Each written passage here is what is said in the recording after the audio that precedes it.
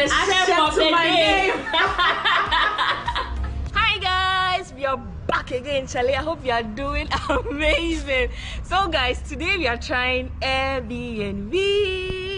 I hope you're excited just as I am. Okay, so I'm currently here at a place called Afariwa, which is about 15 minutes drive from Tema and about 10 minutes drive from Ashama. So let's see how the place looks like and let's see what to expect if we decide to spend a night or two here. Let's go.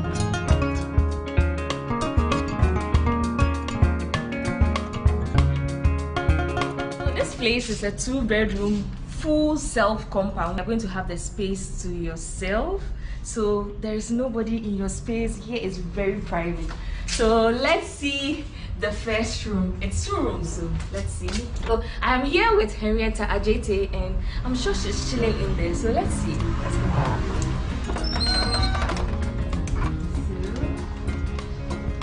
Ta-da! So Hetty is already chilling. Give me some juice. Cheers guys, this is to my first Airbnb vlog here in Accra, Ghana, and cheers. This is how the space looks like. It's very spacious. Then they have TV with cute chairs which you can study on. You can have breakfast, lunch if you decide not to have lunch outside the pergola.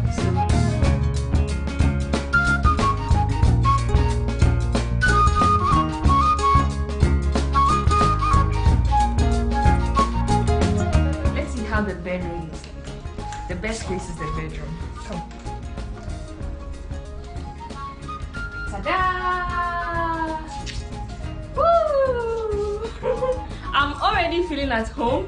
This place is very, very nice. It comes with an AC, a fan, and of course, a beautiful bed, which you can do 1 or 2 things if you decide to come.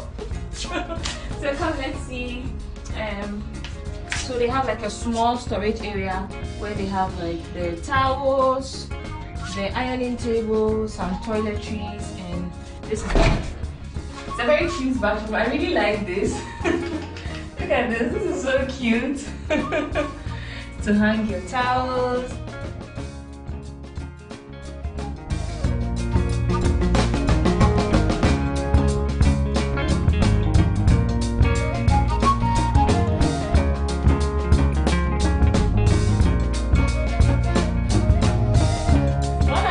About this place is the fact that the fan, you can connect your phone with the fan. It has a Bluetooth and play all your music. So in the comfort of your hall and this space, you can just be playing music if you decide not to watch TV.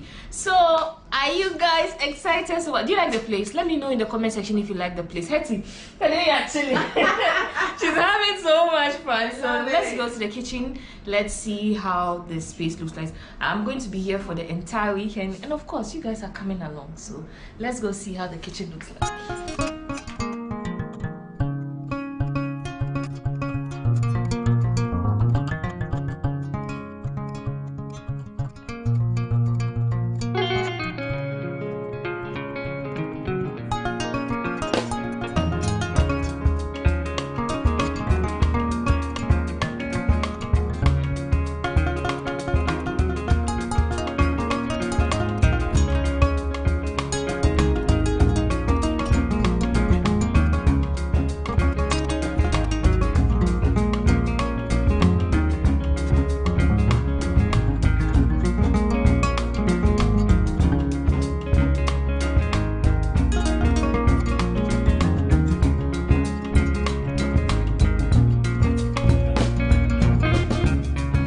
Let's see the second room.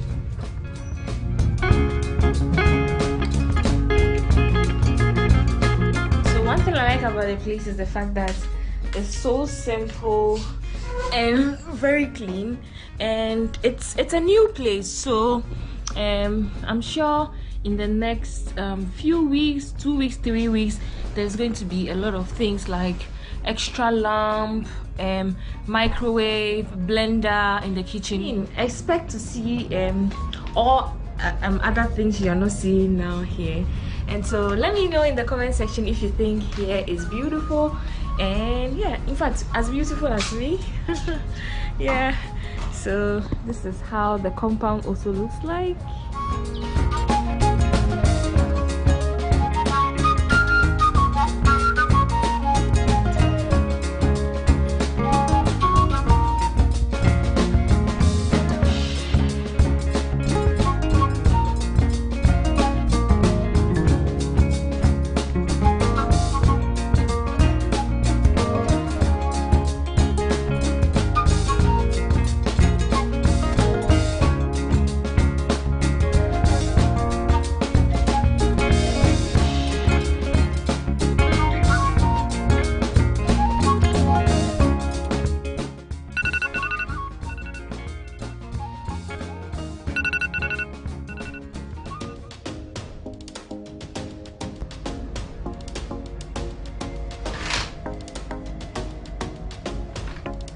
Good morning. Good morning. Good morning. Good morning. So guys, last night I had a good sleep. How was your night, Hetty? It was great. Like I overslept, you know already. Yeah. I really did. So it's about 7:30 now, and we're about to go get some items to cook. What are you cooking?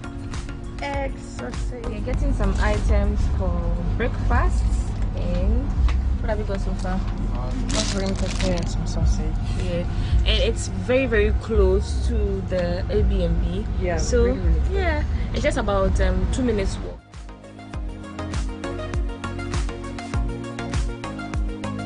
We're about to prepare breakfast. Yeah. So like you're talking as you are going to do some chefy things. Yeah. I know, right?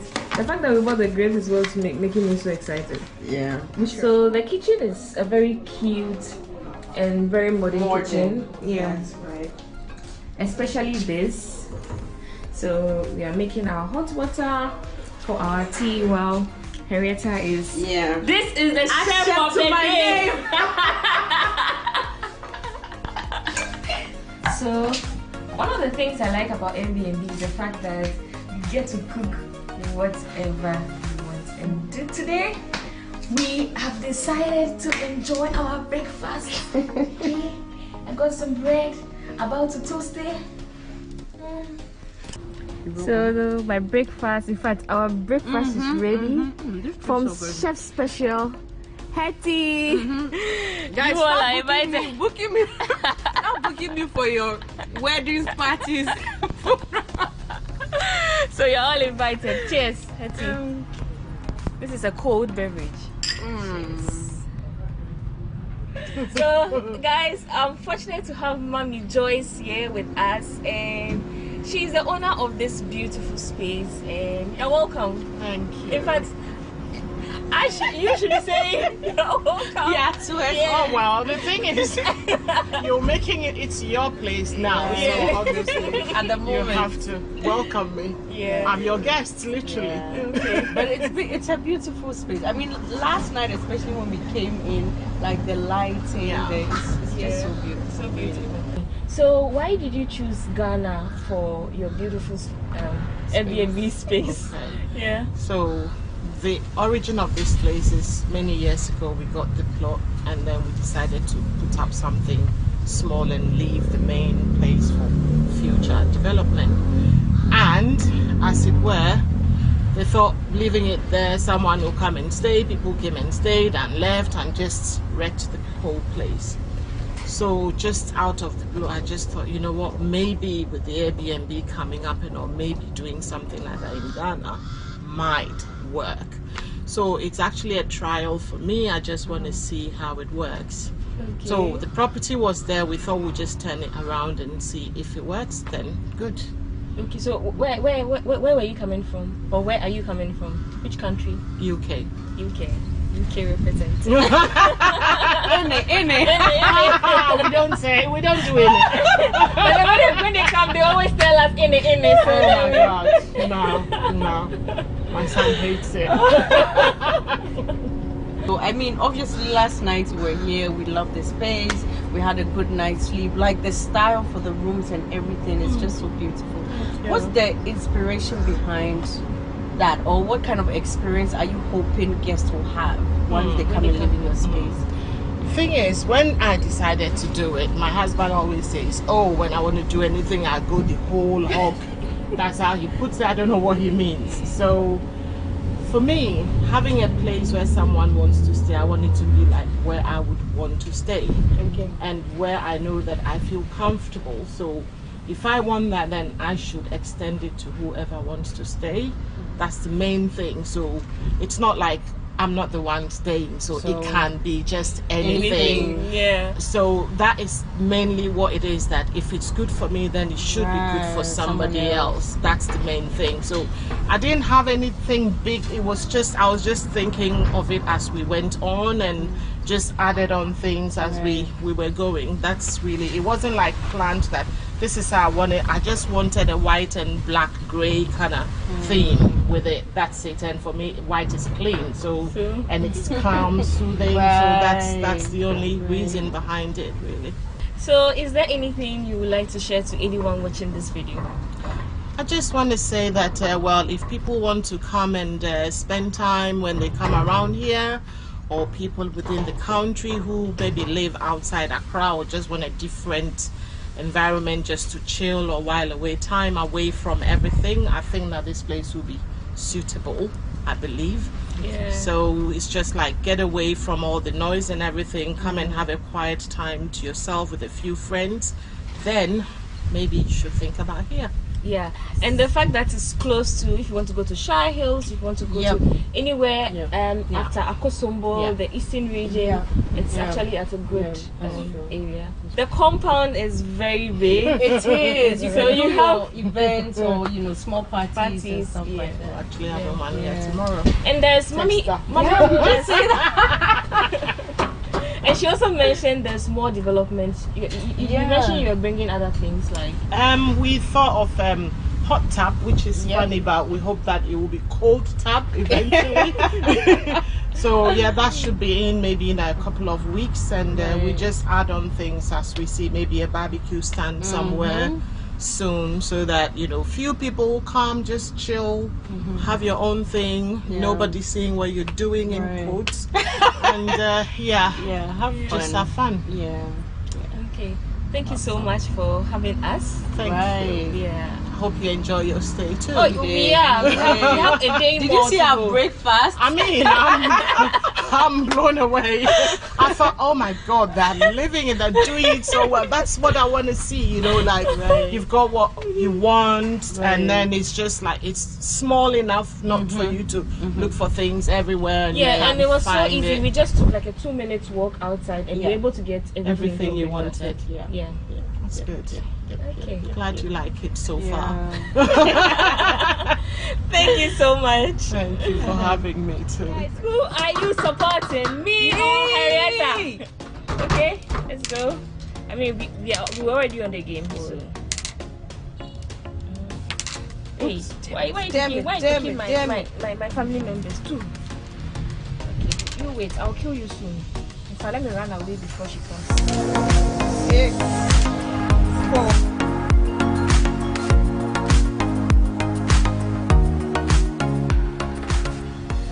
Guys, this brings us to the end of this vlog. I hope you enjoyed watching this video as much as I enjoyed being here. I'm also going to leave all details to this place in the description box. If you would want to spend a good time here for yourself, have this entire space for yourself, this is your plug, and it's right here in town, which is the outskirts of Accra.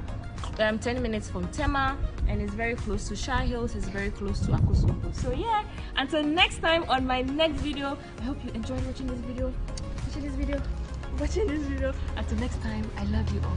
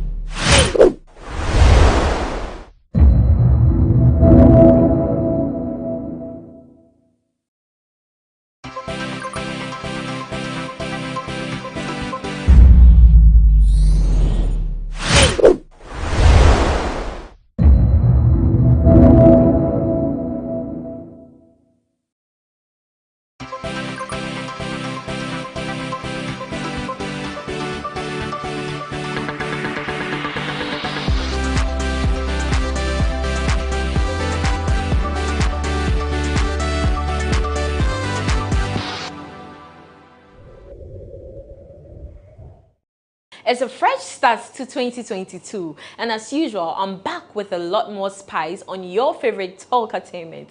Yes, on this episode, we'll find out how medicine married arts and entertainment. Yes, so I know I'm getting you confused, but when we come back, we'll find out more about what I'm talking about. This is yours truly, Elsie Lamar, and you are watching Talkatainment on GhanaWeb TV. Don't go away. And we are back from that quick breather. As usual, this show is proudly brought to you by Cheesy Pizza. Cheesy Pizza has all you want from juices, smoothies, jollof, fried rice, spaghetti, and meatballs. We have great deals for you all week round. Cheesy Pizza gives you the McCheesy combo every Monday and Thursday. With only 49 cedis, you get one small pizza, fries, and chicken. One Coca-Cola drink at all Cheesy Pizza branches. Tuesdays are Super Tuesdays at all Cheesy Pizza branches.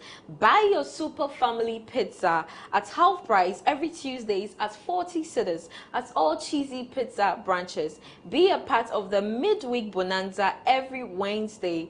Buy and get one free at all Cheesy Pizza branches. Also remember to start your weekend with special jollof and fried rice from Cheesy Pizza branches every Friday. Call 0244 133 397 0244 133 397 to place your order. Cheesy Pizza, your way. And on to the next thing. Yes, I stated in my intro that I guess for today, I don't know, he's within the arts and entertainment industry, but at the same time, he's doing something more formal. So we have arts here and we have medicine here.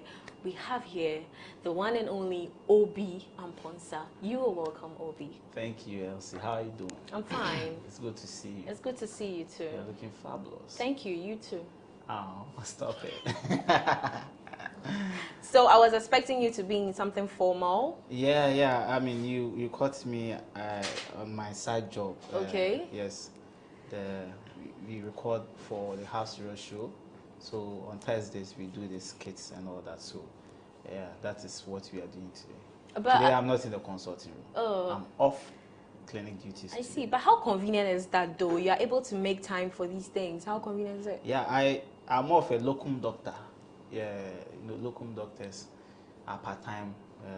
So maybe somebody's going on the leave for about 2 weeks. They need somebody, an optometrist to fill in for him or her. Then I go and then do that. So I work on my own terms. I'm like a freelancer optometrist. Yeah. I see. So with all your comedy stuff going on, how do people see you The consulting at hospitals? Like when they see you, how do they react? Yeah, I thank God for nose mask though. First of all, I thank God for nose mask because usually they see you, they see your eyes, and they go like, "Are you?" And some want you to pull down the nose mask so they confirm. Others just don't care whoever you are. Like maybe they'll recognize you, alright, but they are there for their eyes. And so, but I've had reactions where patients are probably stunned a bit when they realize that I'm the one they see on TV and then they see in the consulting room. Yes, I've had those reactions as well before. But you know, it's a good bitter taste. Like sometimes when you're in the consulting room, you want to be. Can you recall any of the crazy, encounters you have had with your patients with regards to? Yeah, like a patient brought, the daughter brought the mom. And then the mom realized that I was the guy on TV and I was also the consulting, the doctor. Yeah. And she almost married me to her daughter. Ooh. Yeah, because she thought I was quite responsible, Hey, I know TV, so I don't know. That was when I was in the central region. So, say, but your brother, how are you? And I said, oh, they've been worried. And then he called the daughter, a very beautiful daughter. He wanted me to marry her. Yeah, But are you married though? I'm not married. So why didn't you also, or she wasn't your spec? What are you saying? Oh, you heard me. Well, I mean, I don't know what happened. We talked. Or you exchanged numbers. Yeah, and then we talked. And what happened? On to your next question. Anyways, let's delve into the comedy aspect. Yeah. What has been like your greatest reward for performing at an event? When you say greatest reward, are you Yes, talking about so money? in terms of money. Money. Yes. Money will be the 1,000 laps. My biggest paycheck so far is at the 1,000 laps. I think 1,020. One of them, 1,026. The one before the last year's on, it was good. And my biggest exposure would be, so that's the monetary side. But for exposure, that would be when I went to perform in Nigeria, the Lord of the Rings Comedy Festival, with Basket Mouth and a couple of other very talented comedians. It was the first time performing outside the country to a different crowd altogether who didn't understand with the Ghanaian accent. You know, yeah. So it was a beautiful moment, and the reception from the Nigerians was awesome. And so it was one of my best moments. Like so far, I would say that, and then the next one will be me when I hosted my own show at the National Theatre. But what was some of your observations though? When I went to Nigeria? Yeah, on the performing on the Nigerian stage as compared to, Ghanaian stage. Yeah. And the crowd, organizers, everything. Yeah, the organization was superb. I was given a 5-star treatment when I landed in Nigeria. Apart from the immigration trying to find something from me. Yeah. Which is everywhere. Yeah. Like, so. And then I was picked up from the airport to the island. Is it What's the name of the island? Victoria Island. Victoria Yes. And then I checked into my hotel at Echo. Beautiful Echo Suites. Echo Suites. Echo Suite or like, is it suite or suite? Suites. Yeah. Suites. So I checked into Echo, and the treatment was awesome. Food, star treatment, boss, have you eaten? Yeah. Except for the jollof, but the other foods were awesome. Except for the jollof? Yeah, the jollof there. It's Nigeria jollof and but Ghana jollof, they be past Nigeria jollof. But there are other foods. Is it true it's like, it tastes like it was made with palm oil? It tastes like oblayo. Like the rice is big. That's the problem. I think the rice, the cooking and everything is okay. But the rice is local. It's the big one. And it's sticky. Yeah, it doesn't remove one. So that's what makes Nigeria. That's my observation. But their gushi, their oporo. Oh goodness. Ogbono. My goodness. I wish I was eating some right now. Their food is awesome. So they treated me well, and the reception on the stage. When I came, a brother from Ghana make some noise for Obi Amponsa. Yeah, and I went on stage.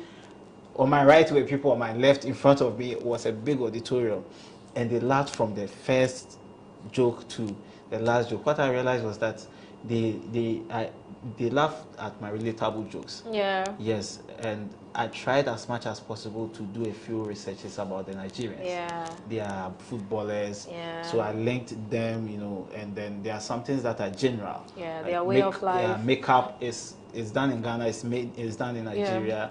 Yeah. Football, work, and it was awesome. It was with their pronunciations. That's something I plan on picking on sometime.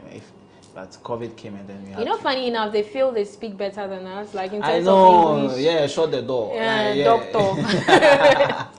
But that's this, that's and we also feel like our English is way better. The funny thing is we are all using a borrowed language. I know, right? Yeah. You see? So recently, with you being a comedian and all of that, you're an SDA member? Yes, I'm an SDA church member. You play instruments in your church as well? Yeah, I play the keyboard sometimes. Not like full-time keyboardist, but... multi-talented. Oh, stop it. So has there been any instance where your pastor has called you aside to talk to you about everything that you're doing? Yeah. My pastor actually has done that a couple of times to put me in the right direction. What did he say? He said I should be careful. I should be careful. I don't know where but I am not sure you say in my phone. Oh yes, sir, we will be doing it, and then before you realize, you divert. No frigidity. So I'm always being put in check so that I stay in the faith. So you're a church boy. Oh, I'm a church boy. I'm a choir master. I do choir rehearsals every Sunday afternoon. I'm a church choir master, district church organist at the Ebenezer SDA Church at Kasua.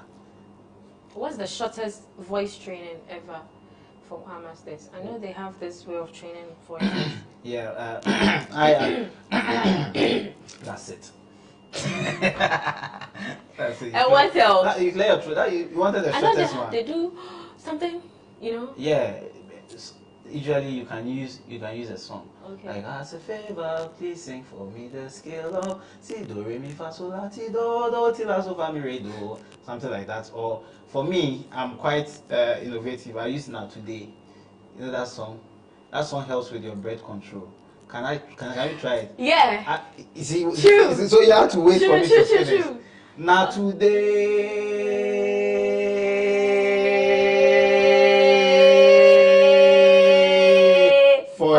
You get me? Exactly. So, yeah. So I know everybody must have had his or her breaking point in whatever thing you're doing. So did you at any point want to stop doing comedy? Yeah. I had my first big time breaking point. I've said this on a lot of interviews. At the my second time on 1,000 Laughs. I was billed to perform. I was hot then in 2016 August. Yeah. So now you're not hot again. Oh no, those days 2016 when I was blazing coming out. hot. Yeah, so I've blown twice. So I blew in 2016, and then the flame was doused because I literally flopped on that night. I did jokes that I had not tried anywhere before, and as a comedian, before you try a joke, you should on a big stage. You should have tried it on smaller spaces like clubs, comedy clubs. Pubs, a place with 50 people, and then when it works, that sample size is representative enough of the people you are going to perform to. I did not do that, so I thought I was super, and I was humbled on that stage. I almost gave up. What encouraged me was I had a show the next day in Takrade, the Sunday. And so I even called the guy that cannot come for the show. And looking at the state I was in, he said if I do not come, his show would flop. And so I went for that show, and I vented on them. Yeah, it went so good that I paused and I asked myself, so what happened the previous night? And then I realized the mistake I did. But what exactly did you do on the stage? The performance? Yes. It was jokes that I had not rehearsed with anybody, with people. And so though there was laughter, it wasn't to the level I was expecting it. And people were expecting so much from me that I shortchanged them in that performance. So it felt like I didn't do well. Okay. I almost quit. It took a lot of people to call me. Clemento Suarez called me to talk to me about my performance. He said, Charlie, I should just take it in good faith and then work on it. Oh, so, sorry. Speaking of bad jokes, I heard that... Don't go there. No, I'm not going in. I'll go there. You can't tell me where to go. Okay. Speaking of bad jokes, I heard that there was a point in time you were very depressed after that Mahama joke. Yeah. And then they took you to a strip club. Elsie, where did you get this Please, one? excuse. Yes. Please cut this out of it. No, they took you to a strip club. So what happened there? What happened at Where the strippers? What? Hello, you remember? Yeah, I do remember. Yes. A friend to help me kill my depression. Yeah. Suggested that looking at the bosses of women would probably calm me down, and it did calm me down. So how did they calm you down? Tell us, take us God through. created human beings, especially men, to be calmed by the profound features of women. So yeah, if you lie, I'll know. I know the story. So tell us how it went. So I'm telling you that I went to the strip club. They asked me, do I want a fair or you want the experience? I'm telling you. Yeah. They asked me, do I want a fair lady or I want a dark lady? And then I went for fair, and they gave me the lady who they gave me. They called a lady called Happiness. Then Happiness came. Ooh. Yeah, and apparently if you have to touch her, you have to pay something. And so she asked me, she wasn't Ghanaian. I think she was either Nigerian or Liberian. You want to touch? I said yes. He said 10 cedis. Then I'll pay, and then maybe You hold her breast. yeah, hold her breast. Hey, God. Yeah. Papa. And it helped with my depression. Okay. So, with all these experiences and all that, how far can a comedian go with insensitive jokes? Learning from your experience. Yeah, I think a joke is a joke.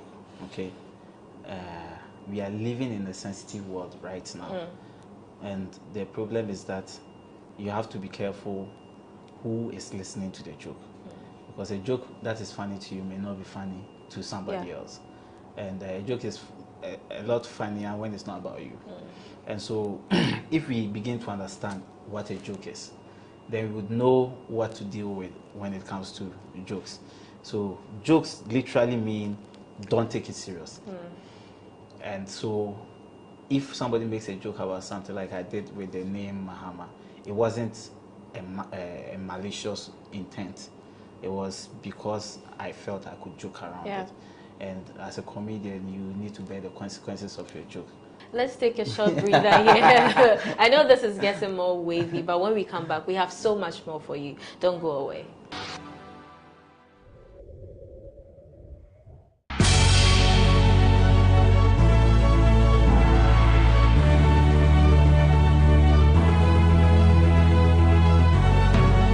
From the dawn of time, people have engaged in several businesses.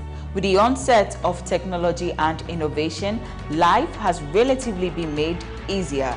By using debit or credit cards, mobile banking.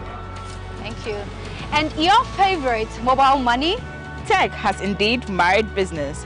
On BizTech, we spend time with faces behind known and upcoming businesses in the country. Learn more about the new technologies and innovation, as well as find out about the trending issues in the world of business. Join us as we serve you with a variety of compelling interviews, projects, and others right here on GhanaWeb TV.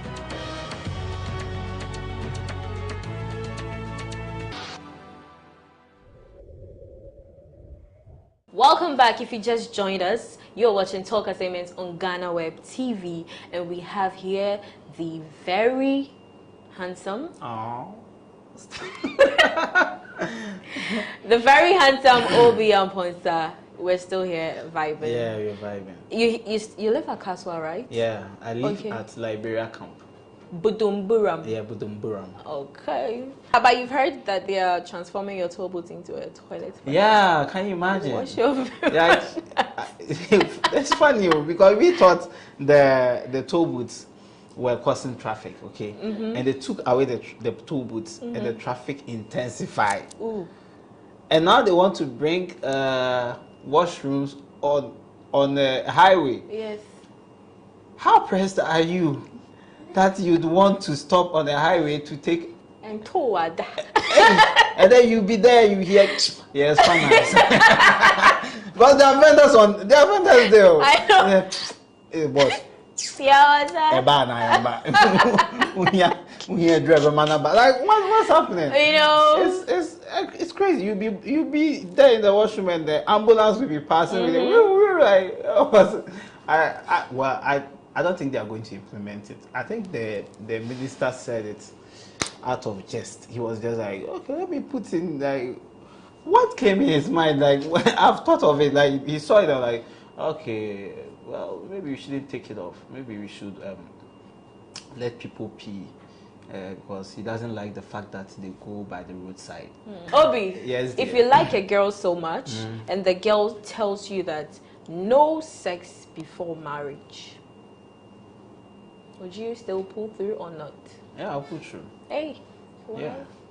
I mean, if I like her so much, yeah, I would make that sacrifice and then get married to her quickly. So would you make that sacrifice and stay Or you would maintain a side? No, I mean, I'm a faithful guy in a relationship, so why is the Rabna yawning when I said I'm a faithful guy in a relationship? Because Because what? no, can we continue? Do you have anything? Oh, no. Talk. Like, let the people No, know. like I'm surprised. Well, okay, that's your answer though. That is fine. What have you heard about me? No, men. Men. Well, like I've told you, unless you have an answer to that question, this is my answer to you. That you stay faithful. Yes. And not even explore others. No, not at all. So what would you do? You What? masturbate? No, I don't masturbate. You've never masturbated? Is that a question part of the interview? No, like we are going somewhere as a follow-up. It's a follow-up. Like Yeah. I've never. Well, No, you said you don't. So I'm asking you whether you used to and you stopped. with what? Masturbation. Well, that's a broad topic. When you say masturbation, Hello, I mean, what are you talking about? hello. The Yeah. masturbation, you know that I know that you know I'm talking about. So in Nigeria, they call it soapy. Okay, some use soap because they use soap. They call it soapy. Some So use, do you soapy, do you some use creamy, okro. do you okroy, whatever it is, do you do it? Yeah. So for that thing, is for a lot of guys, it's a solo act. You know, something they do in their solitary environments, and it's something they do not divulge the info out to people. It's a personal thing. I believe if you do it, you wouldn't like it to be out there, or if you've ever done it before, if you know. So, Hey, this pastor dear. that's a question. This pastor that is hey, That's this a question that pastor. I would like to Oh, deflect. don't worry, I know the pastor. You know what? The pastor will call you if you say you do it. He'll call you. If I say I don't do it, he will still call me. So I Oh. mean, yeah, I might as well sit on the Pastor, fence. this Yeah. pastor. Anyways, it's okay. But because I know, like almost out of 100, 98% of guys masturbate. Maybe I'm so- part of the two. Huh? For you know, you never know. Let's move. Your relationship with Lexi the comic. Yeah. He's your very close friend. It's a very. How very do you influence each other? Lexi is a very creative guy. He's like my personal favorite comedian, and so we sync with each other, and there's this kind of synergy where he rubs off my energy. I also do that of his, and we've realized that coming together to work has really helped all of us in our confidence, our stagecraft, and in various avenues we are pursuing. So Lexi is a very good colleague, very funny guy, and I'm glad I know him as a friend. Okay. At what point is it too much to repeat a joke? When it's the same audience for about 4 to 5 times, you know, but comedy dwells on surprise. Like you're not expectant of the punch, and then I land it and you're like, oh, and then you laugh, okay? The next time you're not really expectant, but maybe you've heard it already, but you're like, okay, this joke is funny. Maybe you tell a friend, listen to this one, and then you laugh. The third time you be like, yo, enough, okay? Like, yeah, tell me something new. Yeah. It's not like music. And so comedy is quite tough. And that is why we always advocate that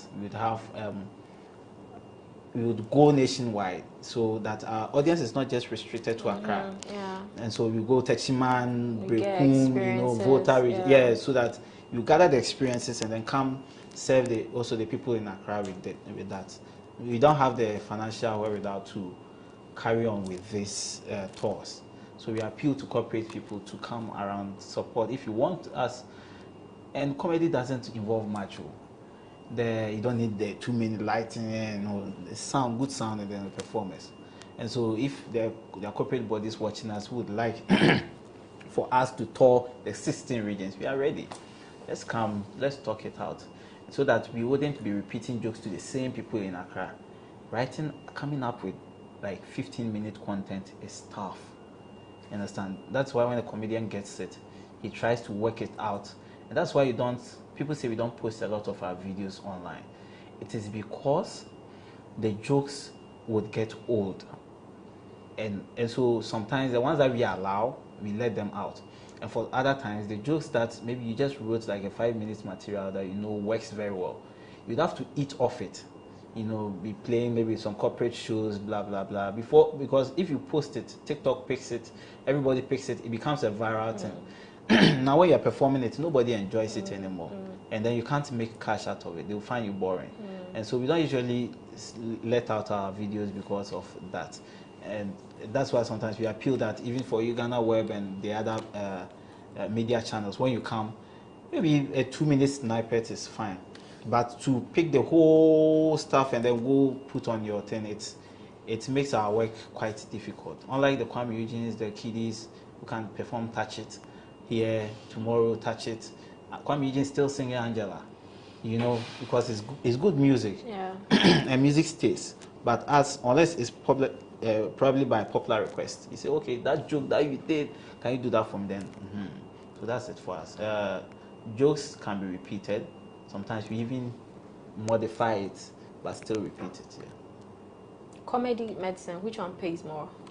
Comedy pays good. It also takes you to places that probably your profession wouldn't take you. That's why I consider this as a career. It carries me, you know, around. Yeah, I wouldn't go to Nigeria because of optometry. I went to Nigeria because of comedy. You understand? So what projects are you currently working on? Yeah, we are working on a couple of projects. We plan on hosting a show in August, myself and Lexi. You guys should watch out for it. Okay. Yes, the title is Lesser Gods of Comedy. It's going to be an awesome, a good production, and I'm grateful for my previous one, which I haven't talked about. Yeah. I did a show at the National Theatre, Popular but Broke, and we sold out to the National. I wanted to ask you about it. Like, how did it go? What went into it? It was awesome. It was awesome. Earlier, I was looking at doing it kakra and kakra. You know, let's sell our tickets to social media. And then I contacted one guy at 3 Music, Ricky Tennyson, and then we talked. And then he said, yo, let's expand this vision. Let's do billboards. Let's make it big. And it's so big. It went so good that when CTFM were announcing nominees for their Entertainment Achievers Award, my show was part of Event of the Year. Wow. You can imagine, you know, there were other shows, but I mean, if the show was that good to be featured there, then it means we did a good job. And so I'm grateful to God and my fans and everybody who supported in this project. I really appreciate it, and it's good. Now we've sold out National Theatre. It's left for us to fill stadiums, and the dream is to do Madison Square Garden. Amen. Yeah, and by God's grace it will come off. God's grace and dint of hard work. Amen. Receive it. Would you like to MC the event when it's at when you Madison? call on me. Call on me. And I'll be there. Anyway, so your final words or your dying words? Yeah. Hello everybody that's watched this. My name is Obi Ampons. I'm a stand-up comedian by night and an optometrist by day. And I do enjoy my job as a comedian and as an optometrist as well. For all of you following me because of my comedy, I love you guys. I promise to continue working hard and continue to support us as well. I'm Obi Ampons on all social media networks. Please subscribe to our YouTube channels. And also, I have a radio show on Plaza FM 89.9 every Friday evening from 7 to 8 p.m. And also on TV, GH1 TV, we have the Half Serious Show from 8:30 p.m. to 9:30 p.m. every Saturday. Join us, let's have fun. Follow me on social media. When you see my adverts on YouTube, like when you're on my channel and watching a video, watch the advert too, okay, so that I can get money from YouTube. God bless you. And stay safe. Yes, that was Obi Amponsa for you. Yes, I promised you a good show, and yes, of course, I have delivered. So, Obi Amponsa, thank you for coming. Thank you so much, Elsie. Yes. Be safe, eh? All the best with your new boyfriend. Anyway, so can we ignore that? Yes, so far all too soon we have come all to the best with your new boyfriend. all the Far too soon. all too soon we have come to an end of this edition of Talk Entertainment. I hope you had fun or enjoyed yourself wherever you are. As usual, this show is brought to you by Cheesy Pizza. Cheesy Pizza has all you want from juices, smoothies, jollof, fried rice, spaghetti, and meatballs. We have great deals for you all week round. Cheesy Pizza gives you the McCheesy combo every Monday and Thursday with only 49 cedis. You get one small pizza, fries, and chicken. One Coca-Cola drink at all branches. Tuesdays are Super Tuesdays at all Cheesy Pizza branches. Buy your Super Family Pizza at half price every Tuesday for 40 cedis at all Cheesy Pizza branches. Be a part of the midweek bonanza every Wednesday. Buy and get one free at all Cheesy Pizza branches. Also remember to start your weekend with special jollof and fried rice from Cheesy Pizza every Friday. Call 0264 133 397 0264 133 397 to place your order. Cheesy Pizza, your way. So here's where we draw the curtains. We come your way another time. Till then, stay safe and be good. Bye.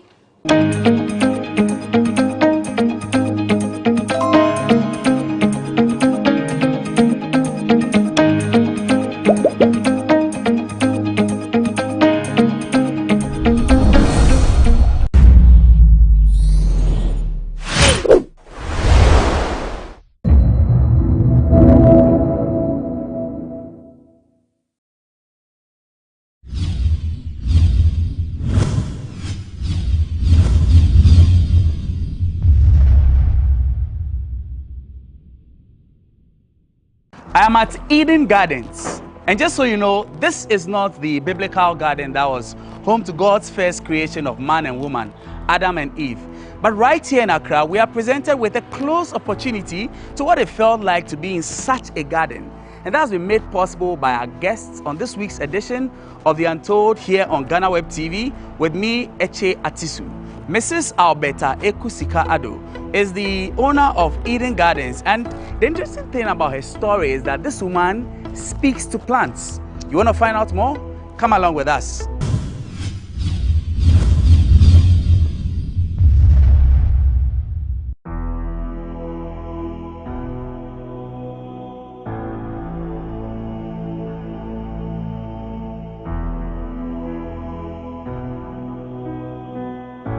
My name is Alberta Ekusika Ado, but I like it when people call me Ekusika because I believe the Sika will one day manifest.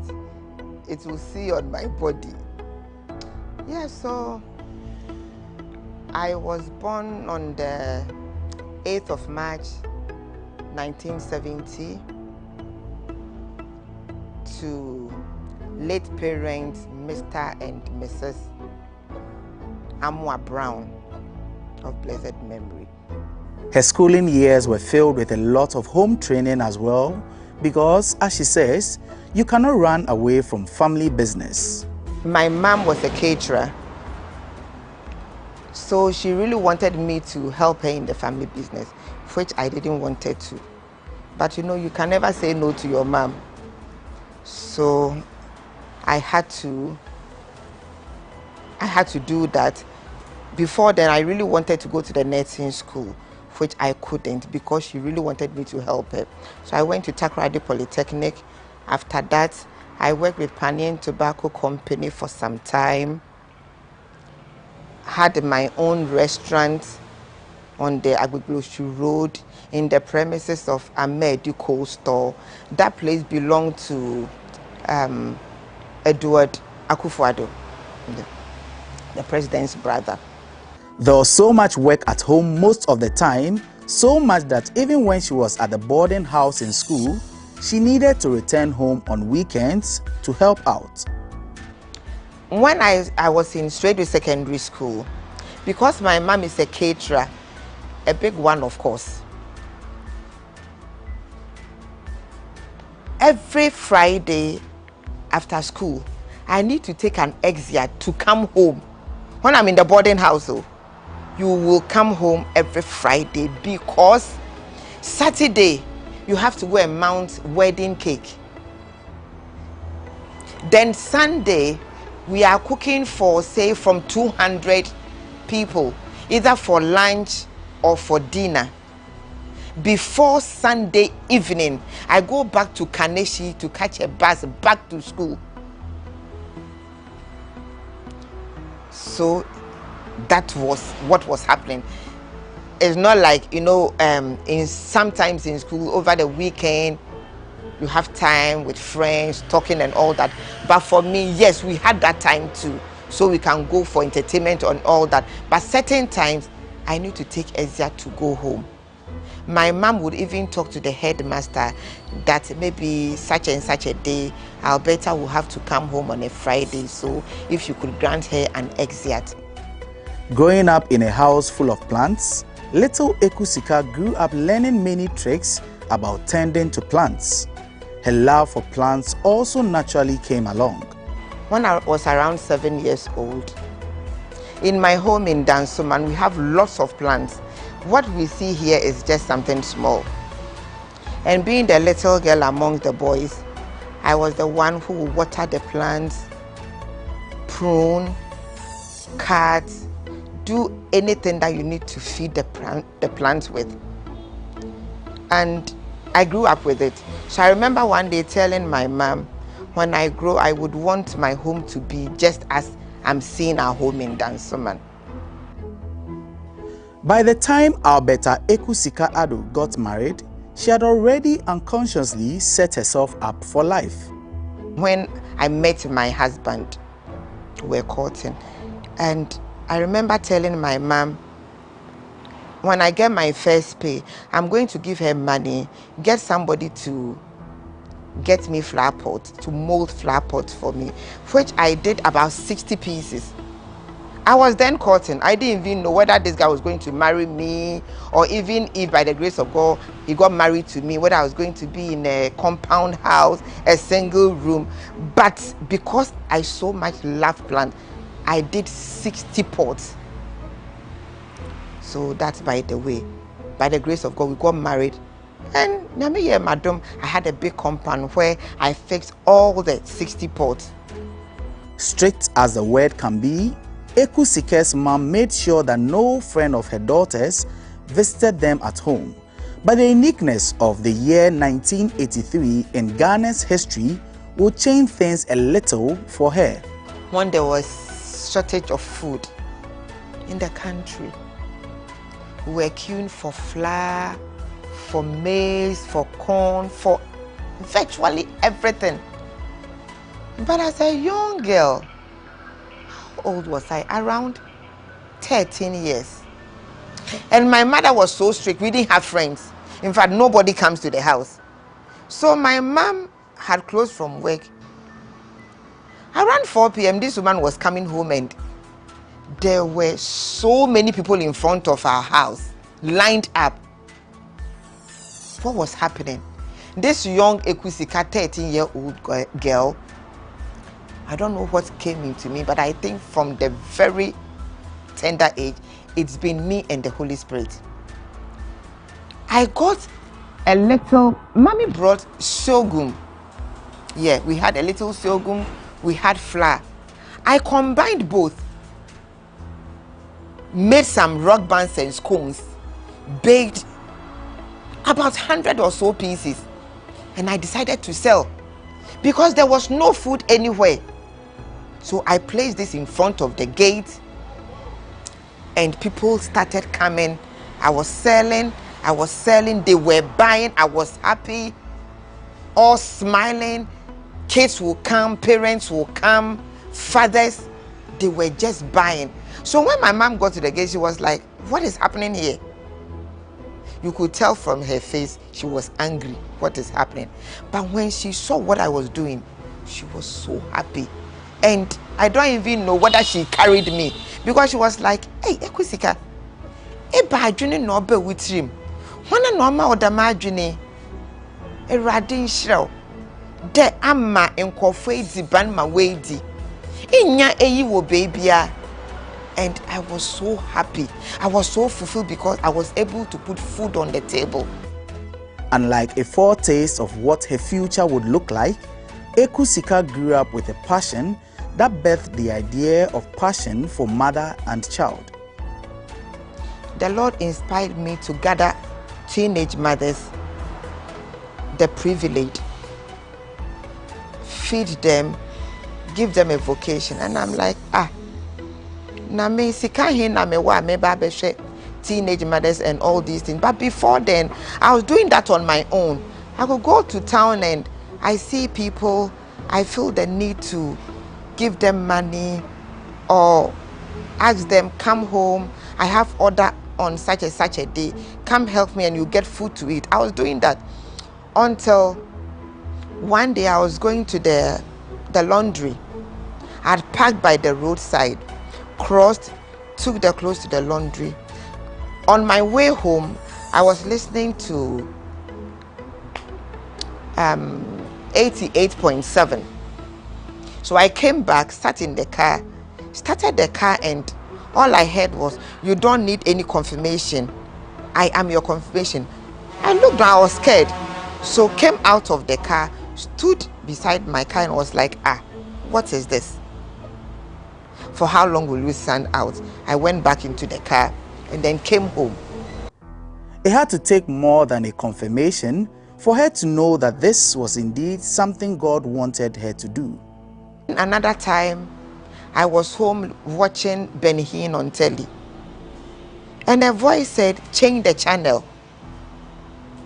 Which I looked around, there was nobody. So I was now working under instruction. I changed the channel. It kept saying, change it. I kept changing till I got to Metro TV. It was around 11:30 or so a.m.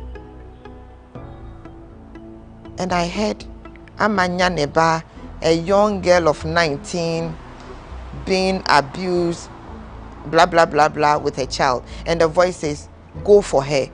I'm like, go for who? This is TV. How will I even do that? Says, go for her. Call and tell them you are interested in the story. I said, yes, boss. But then how do I get the number of Metro TV? I called my son. He got me the number of Metro TV. Immediately I called. I was connected to the newsroom. And I told them I was interested in the story.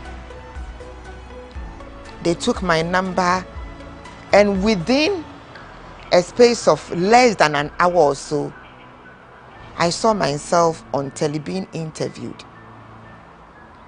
So we agreed in about 3 days' time, they would take me to where the lady is, somewhere in Aboso, around Kaneshi. So we went, and that was also a big news on Metro TV. With the help of a number of other professionals, Eku Sika got these young girls together and started training them in vocational skills. There was this voice that told me, drive to Teshinungwa. So I went out. As I was on the grader estate, I took a left turn. Then I saw house for rent. I drove in there, spoke to the guys, and it was just a smooth deal. I took the place, started with a few girls I had, the one from Metro News, and a few people, and by word of mouth, people who came to hear, people who saw what happened on Metro TV, started bringing people. So I trained them in catering because I'm a caterer. I got people who were fashion designers and hairdressers. So we started at Teshi First Junction, opposite the Electoral Commission, for over 7 years. And after that, I went to Gempa to do some NGO courses, management courses, so I could manage the NGO well. It won't be like you are just doing it anyhow. You have to manage things properly. You have to do it and do it well. So I went to Gempa, did few courses. I've been there for three occasions. NGO management. I've forgotten the courses, but I did all that, which I have all the certificates there, so that it won't be like you've gathered girls and then giving them home training. No, not just home training. There has to be a book knowledge as well. You have to learn and learn well so that you know what you are doing. Learning advocacy and several of those things. Yes. When COVID-19 hit in 2020, like many businesses, things with passion for mother and child also took a little dip, but it was also another great breakthrough for her. On the 14th of March 2020, there was a lockdown, so we're not able to go to meet in our training center. I wasn't going anywhere. I was stuck at home. Then, like Steve Jobs once said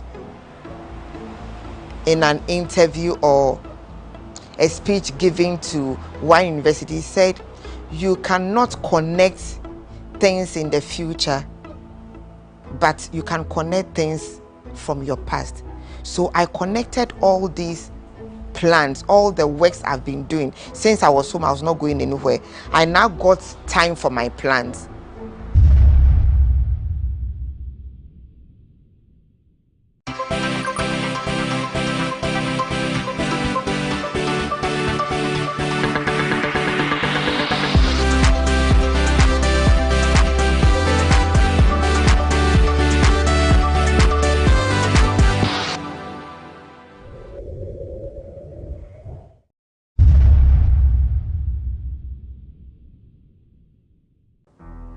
Now, let's call her the woman who talks to plants.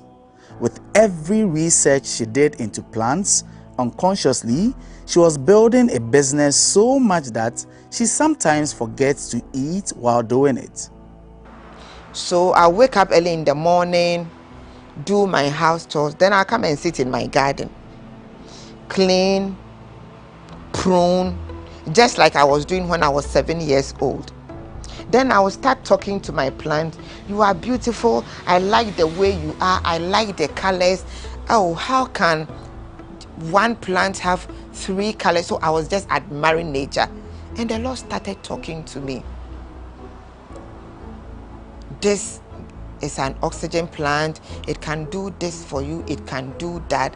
So I got so much interested in it, and all my time was always in the garden.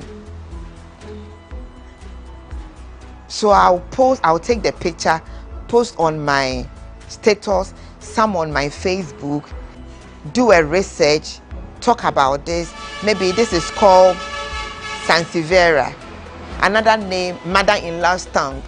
Then I'll just go find out why mother-in-law's tongue. And one says, I beg you, anyone listening to me, they said, the mother-in-laws, their mouths are sharp, their tongues are sharp. So that is then I'm like, wow, this is funny. So I'll just get the name, the fan. This is Zizi, this is Red Beauty. You see, I started learning the names so I could post them on my status.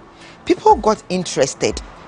Then they'll ask, can I get something for my hall? Can I get something for my bedroom? Which one do you think is okay for the bathroom for this? And we kept going. It got interesting. So every day you see me here working at nurseries looking for new plants, and I was so fulfilled.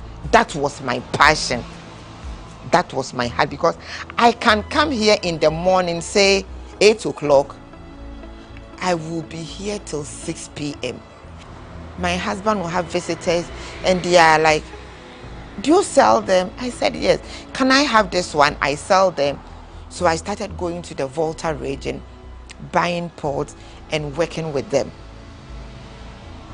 So, but there was more that her plants garden was given that she never knew herself until this woman walked in one day. I went outside the gate to just admire the pots I've arranged outside. And this woman was coming. She was like, "Oh, madam, do you know the one selling this pot?" I was like, "It's me." Just, "Oh, okay. I've been passing here every day. I want to stop, but because on the roadside, I'm scared of the trucks that are passing." And I'm like, "You can come and park in my house." And he said, "No, I've parked behind your house." So I walked her in because I have lots of pots in the house too. So she just looked through what we have in there and we came in. Immediately she entered, she was so happy and was like, "Wow, you have a beautiful home. Can I sit?" I said yes. She sat and I took her through the plants. What is this? What is that? She was so happy. And she was like, "Who are you? What do you do?" I'm like, "Ma'am, please, I don't understand. How do you mean?" She said, "When I was coming, I wasn't feeling well. I had this terrible headache.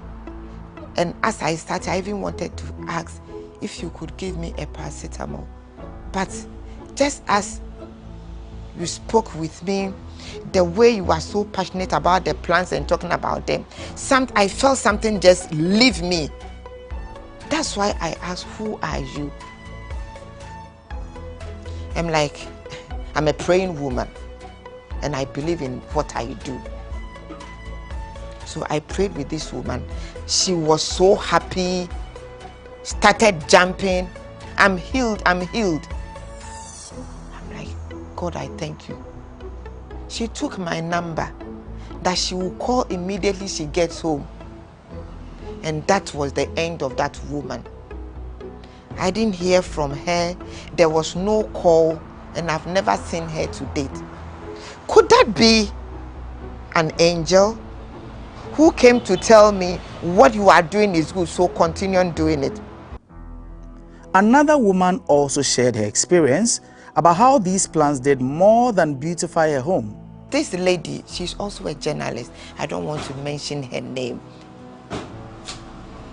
She called me one day and was like, "Mommy, I took my little boy to the hospital and this doctor, an Indian, said, you need to put a plant in your son's bedroom by the side so he could inhale this oxygen. It's going to improve his health."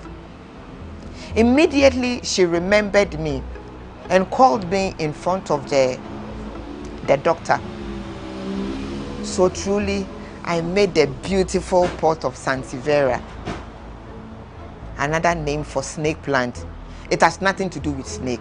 It's just the design. I have one over there. It's just the design in it, right? That is what looks like a snake, but it has nothing to do with snake. Because the little boy was just around 4 or 5 years, I put decorative pieces around it. And to the glory of God, the mother came back to give a testimony to the extent that it went to bridge their marriage. It went to put their marriage together. And I was happy. And then it was her husband and how he got healed from the effects of these same plants. I'm so happy here. I'm so happy. And was it 2 years ago or so, COVID, my husband was attacked by this same COVID, which landed him in ICU. It was such a terrible moment. People around him were dying. I lost my cousin, late Ejakon's wife, Auntie Nana. I'll say it's my cousin or my auntie. We lost Sister Nana.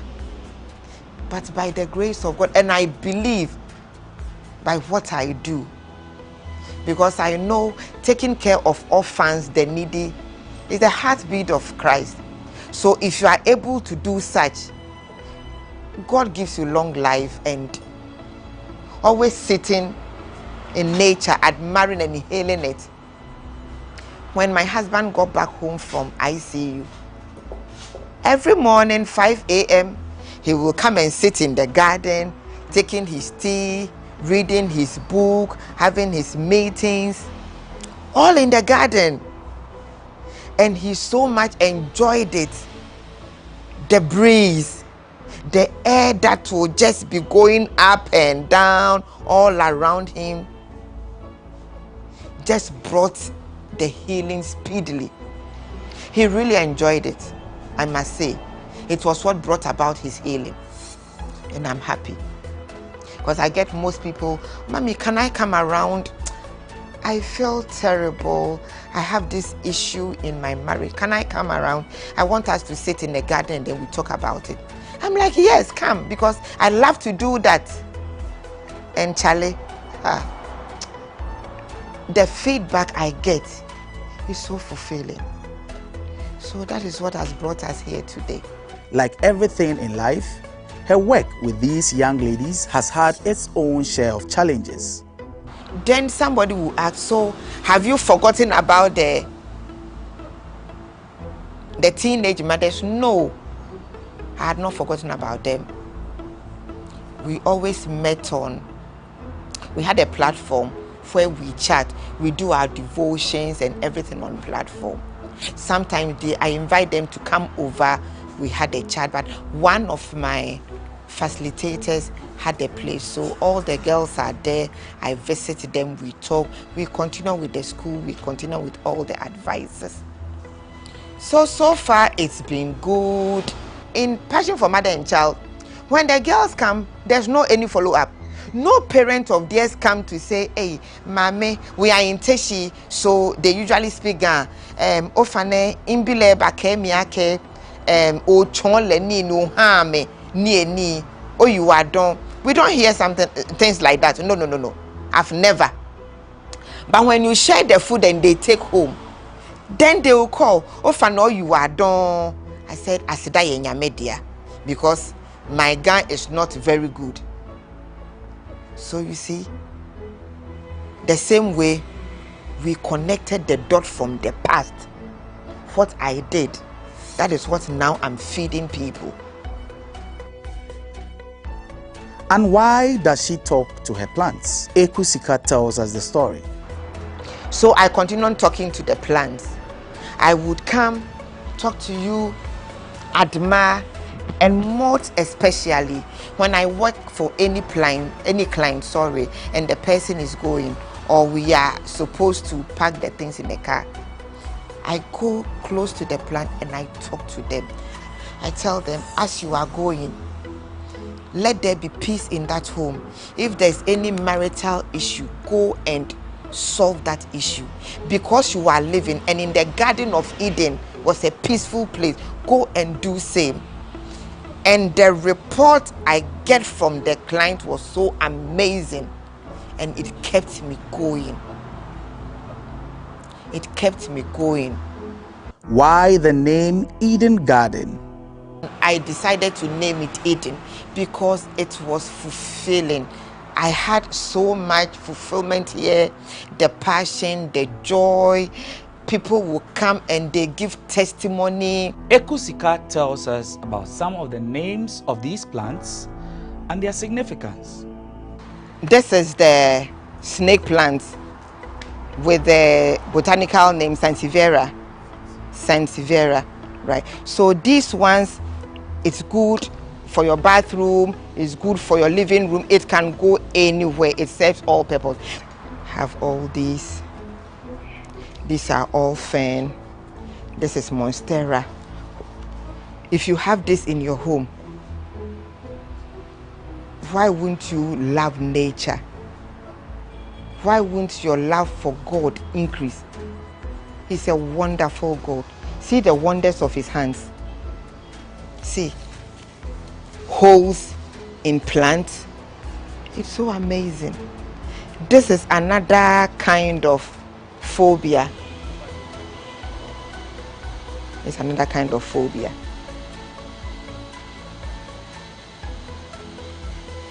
That is aloe vera. It has several uses for the hair, for face, for bangs, for smoothing your face. You won't go wrong with aloe vera. Yeah. That's ready to be delivered. Auntie, I need help, please. So this is the final work.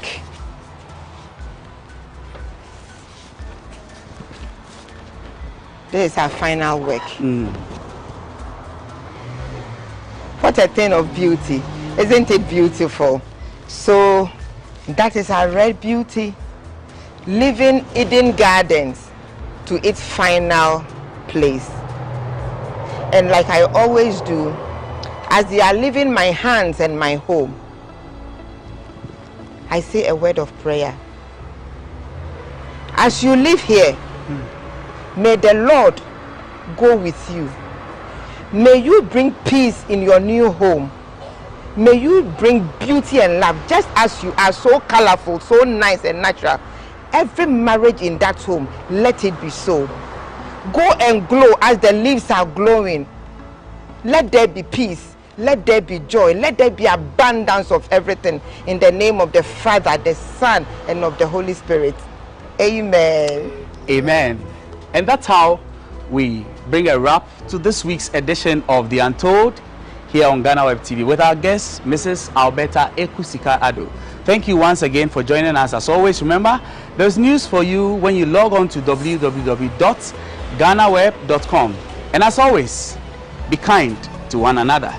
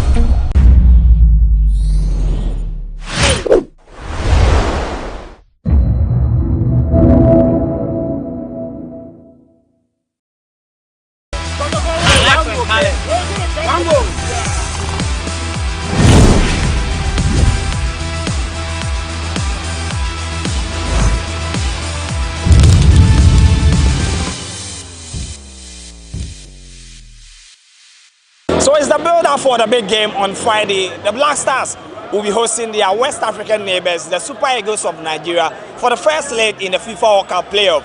Who wins the day and who get the bragging right at the end of the day. But don't forget that this game, the winner will qualify for the FIFA World Cup in Qatar 2022. We are here at Circle to interact with football fans, get their prediction and their expectations ahead of the big game. My name is Joel Leshen and welcome to this week's episode of the GhanaWeb Sports Debate right here on GhanaWeb TV. So we're doing the build-up for the biggest game in the FIFA World Cup qualifiers on the African continent. The Black Stars will host the Super Eagles of Nigeria at the Baba Yara Stadium in Kumasi on Friday, March 25th. Today we are here at Circle to get opinions from Ghanaians and then Nigeria. Oga, how far now? Cool. You'll be coming to Kumasi on Friday to play Black Stars. How do you feel? I feel all right and I feel good and I believe on the Nigerian team. Although we have a bad campaign at the AFCON, but with the Ghana current form, I believe that Nigeria should win them. Nigeria should come up with a victory in Kumasi. But now that I'm hearing a rumor that Kumasi is a very favorable stadium for people, but we are going to break the record this time around. All right, so they come Ghana without Wilfred Ndidi and some other guys. You sure say you still go feel big Ghana? Yeah, I believe because our main striker will be available now. Victor Osimhen will be available now, and Victor Moses and Simon Moses will also be available. So I believe that we are going to beat Ghana. So what will be your prediction? I'm going for a 2-1 score. 2-1 in Ghana? Yeah. All right, let me bring you also in. Your colleague is predicting a 2-1 victory for Nigeria. No, I don't believe it. We are going to try them 2-0. When we travel back to Nigeria, we try them 1-0. Then we qualify for the World Cup. So Ghana will win back to back? Exactly. There's no way Nigeria is going to beat Ghana. How do you see the Ghanaians defense stopping Victor Osimhen? He had a brace over the weekend for Napoli. It doesn't matter. It's a game. Nigeria, ever since they fear Ghana, we are going to spoil their eba with their bushy soup. Everything we are going to spoil them. All right, so we've already started the campaign. It's getting more interesting. 2-1 for Omo, and then the Ghanaian rep is saying that 2-0, and we are going to beat them by a lone goal in a return leg when we go to the Federal Republic of Nigeria. This is the sports debate right here on GhanaWeb TV. Let me also hear from you in the comment section. Who wins the West African derby between Nigeria and Ghana? So I have a Nigerian brother here all the way from Imo State. He's here in Accra. This is where he stays. But he told me backstage that he will be going to the Bawaya Sports Stadium to support the Green Eagles of Nigeria. How do you feel about this whole game against Ghana? Because some people are saying that, oh, Ghana and Nigeria are brothers. So we shouldn't be playing against ourselves. No, of course, in football, we should sometimes, Ghana and Nigeria, we are both rivals, We all know the history between Ghana football and Nigerian football. I still play football as I'm talking to you, but me and my coach and some other players will be going to Kumasi to watch the match. But I know one thing I know for sure is, formerly, some months back or some years back, our Super Eagles have been having some problems due to some corruption that came inside the team management and all that. But I think right now they fixed it. For Nigeria, I think we have a team. I'm sure we have a team. But one thing I'm not so sure of is the coach. But nevertheless, we still believe in the coach. But right now, I believe what happened to Nigerian football in the past is also happened to Ghana football right now. I don't think Ghana have a team right now. I'm telling you, I don't think they have a coach. For me, I believe we are going to score Ghana both home and away. Both home and away? Yeah. So what will be your prediction for the game on Friday? The prediction for me, if 1-0 is okay for me. 1-0 is it's okay for me, but I know Ghana will never come to Nigeria to score Nigeria. But me, I wish Super Eagles will score Ghana 3-0. 3-0. So that we know the match is over. And then let me ask you this. Just this morning, the news we got is that Wilfred Ndidi, he's out of the game and he won't be available for the Eagles. Yeah. Would that change anything for your team? No, we have boys who wants to play, who wants to prove themselves. Ndidi is a big shot, he's a big loose, a big blow. But I know we still have boys who can replace him, especially in our local league. We have boys everywhere that can replace him in the place. So Ndidi, it's going to affect, but not that much. So I believe Super Eagles of Nigeria will take the lead at the end of the day. All right, so they won't beat us over there. As for that, nobody will beat Ghana is a football loving country. We all know how Ghana love football, but we just hope when we score them like 3-0 over there, they won't beat us. But I believe it's 1-0, my prediction. All right, so from our brother from Imo State, 3-0 in favor of the Super Eagles, but he is begging the Ghanaians that they are coming to play football. So even if they lose, they should take it in good faith. This is the sports debate right here on GhanaWeb TV. So it's a big game on Friday at the Bawaya Stadium. Ghana will be hosting the Super Eagles of Nigeria in the World Cup playoff. Others say that this is a corruption derby. Some are also saying that the battle for the best jollof. But we are here at Circle to get the prediction of Ghanaians ahead of the big game against Nigeria. My phone says, GhanaWeb TV. So, AFCON big game number. AFCON you see how to the first game in Nigeria. Game no one say. Oh, game in the me expecting we wish for the best. By Ghana the me nyini say Ghana betima win. Emfa. I didn't know ka say Emfa. Oh, Emfa. We say in Nigeria share me say 4 times.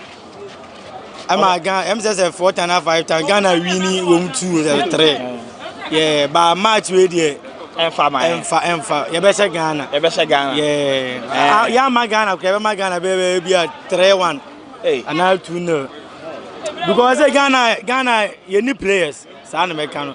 And at time behind somebody be say coach and I say coach here. Onya ye ni bibia we no na ebo match no field no so. It no I thought am nya bo 3 years dey blame ma coach. Coach nya hwe. Coach no onya wie ne dia. Ne dia nso be chese gina but no na the ball ma beto na say dey.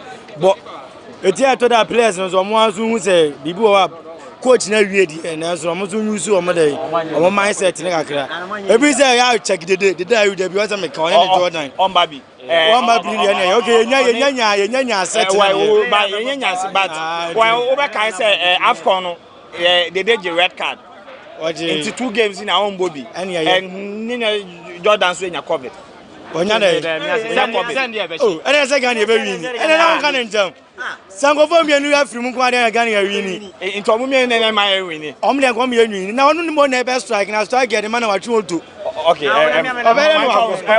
unya say be Ghana by 3-1 we see then outcome chairman we game na ekobon dey say Ghana ye nyanye prepare say be bo match no so I just say identity ka say nyanye because Nigeria for na any omo bo no one o stadium ko omo bo so a omo like FIFA approve kra long before ansana omo bo omo squad aba to Nigeria for na omo ye well prepared than Ghana.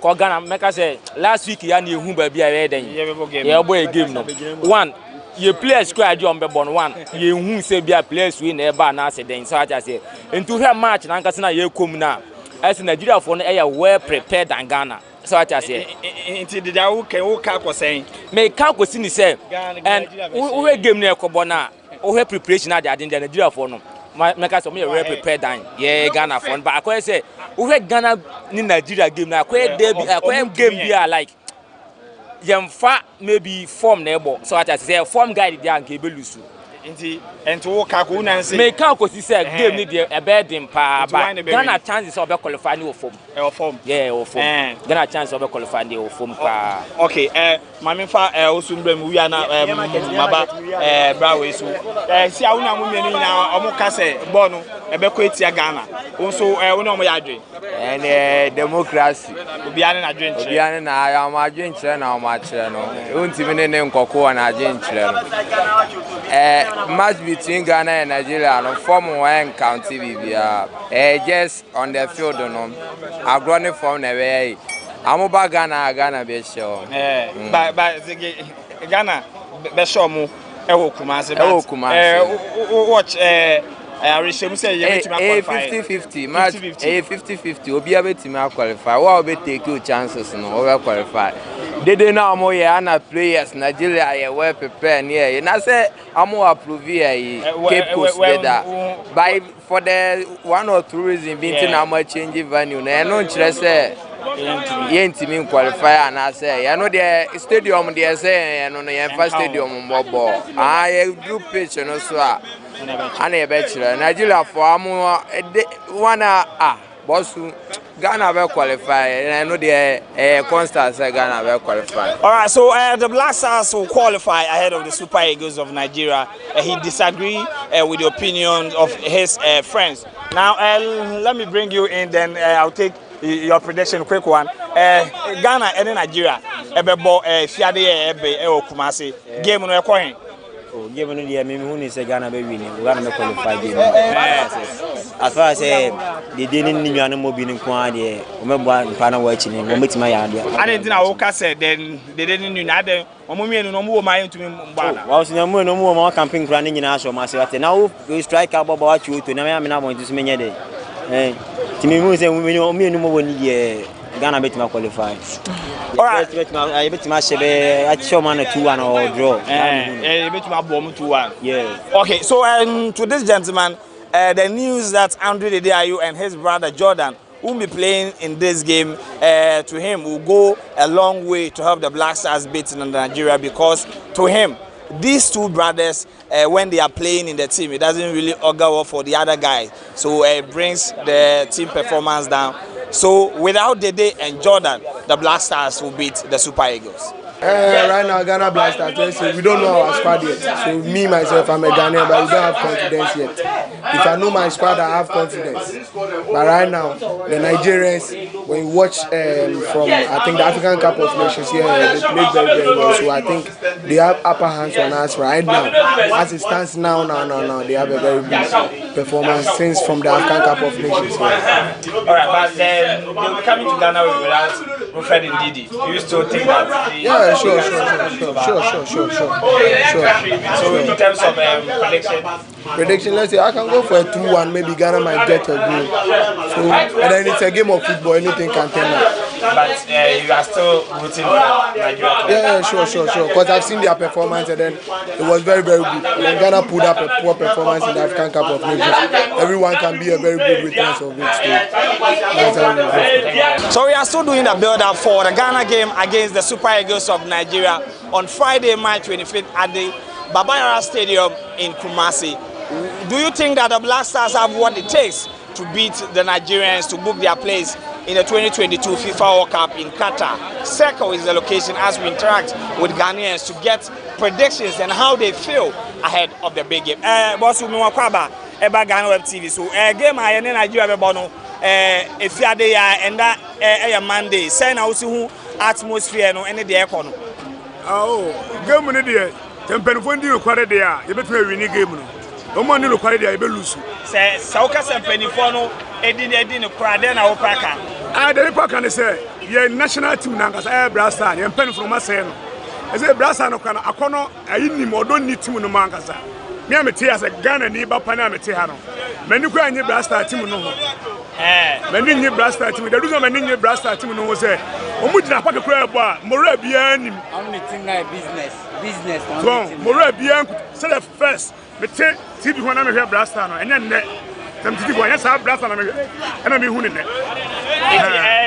Into game no the awaka nyina no game no hwe ebekọ he because anopa we news abani say we Fred indeed Nigeria ombo game ni bi is out of the season. Sanso and Ghana captain Andrew Ayew on to me Bobby if you say the red card they were AFCON. Ninu Jordan and so reporting say when you COVID by Baba Rahman and Swepra. Sa news abani na no sha game no bekọ say. Media Ghana win me pay. But omo play nyom nkwa na football so be ga ball no Ghana Blaster. Players wo ho so mo play afoforo ho a betimi aye de ben. Edu ma use o mama Ghana Blaster ma Blaster aye de win game. Nto omo fa players omo nim say omo deserve to play Blaster. Omo Blaster game ya de am aye. It by my prediction. Omo Ghana win 2-0 am okay. You win 2-0. 2-0 I work say betimi ewuram wo Nigeria. You be wuram omo ni no kura no ma Blaster no keke e na hia me. Omo di no kura na Blaster be fa simple kura. All we need from the leaders of the Ghana Football Association and the technical handlers is to be truthful to Ghanaians, and we can beat Nigerians both here and in Niger and book our place in Qatar. Boss, I mean, what's the game in the Game in the me na me player. Me na me player Ghana no. In Penifone di na mo kan play. Dey tell mo kan play. Some dey business. We penny na on team. Young Frost have a blaster.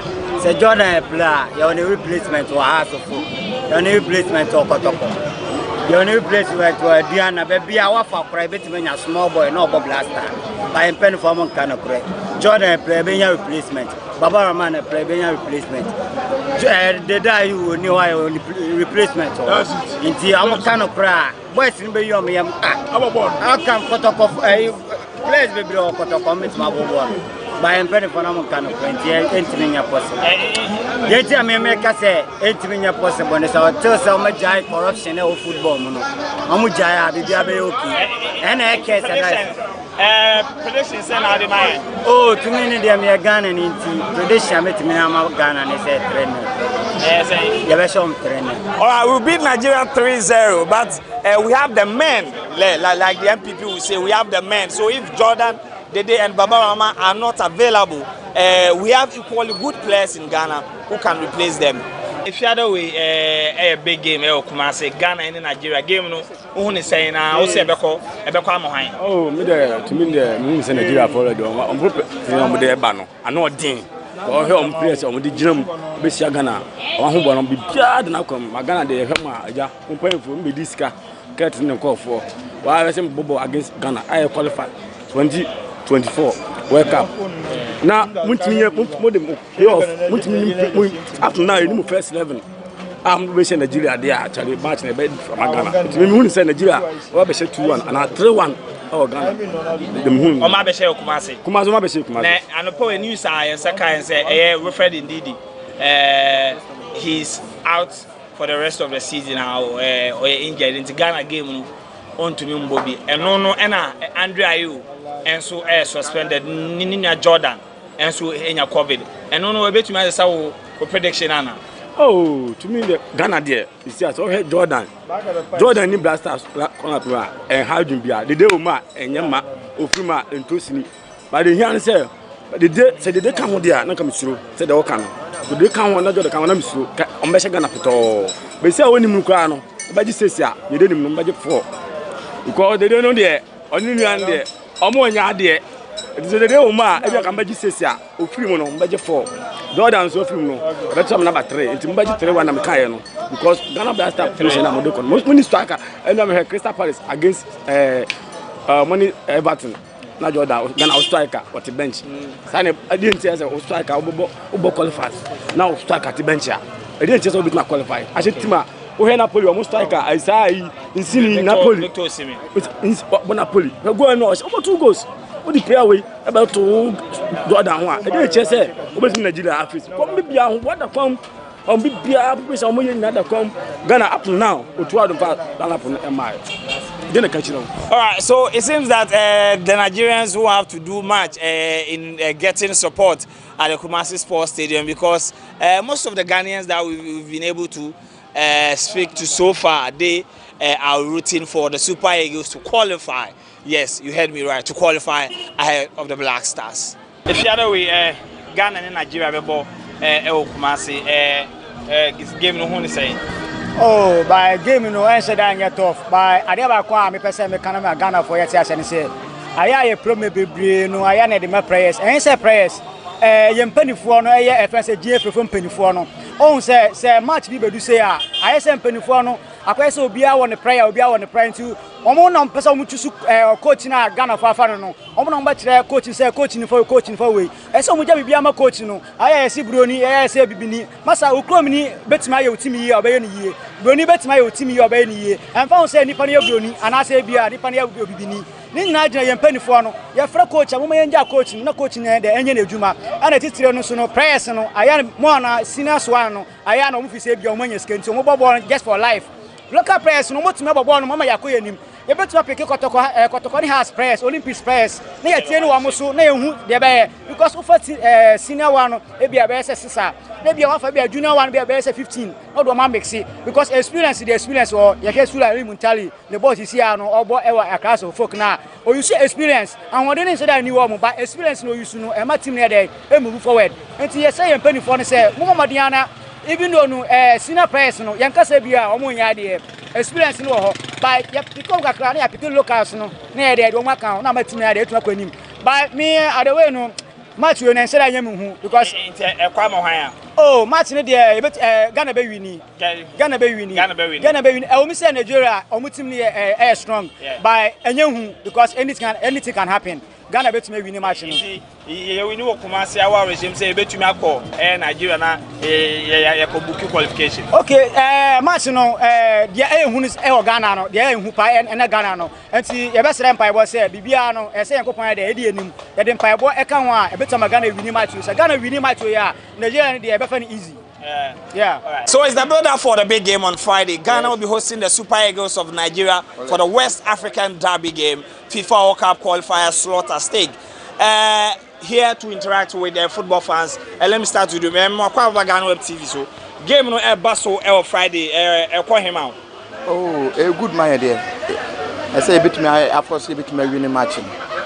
And because me only pay be on man, o minimum many ajipa. Nipa bit say. The day you and Jordan. Because I say, omo me no mo bo no mu na. Omo dream say omo na Ghana ye omo dia. So Ghana ye omo dia. Ghana ye nyina ye dia. Ball no ko nya kwan de yo be pass ball na man nipa no so be se goal no. This o dream ho an say otima pass ball na ma. E be after kan kwam na ball na say. To omo nim no dia no say, han bia so betima win ball no.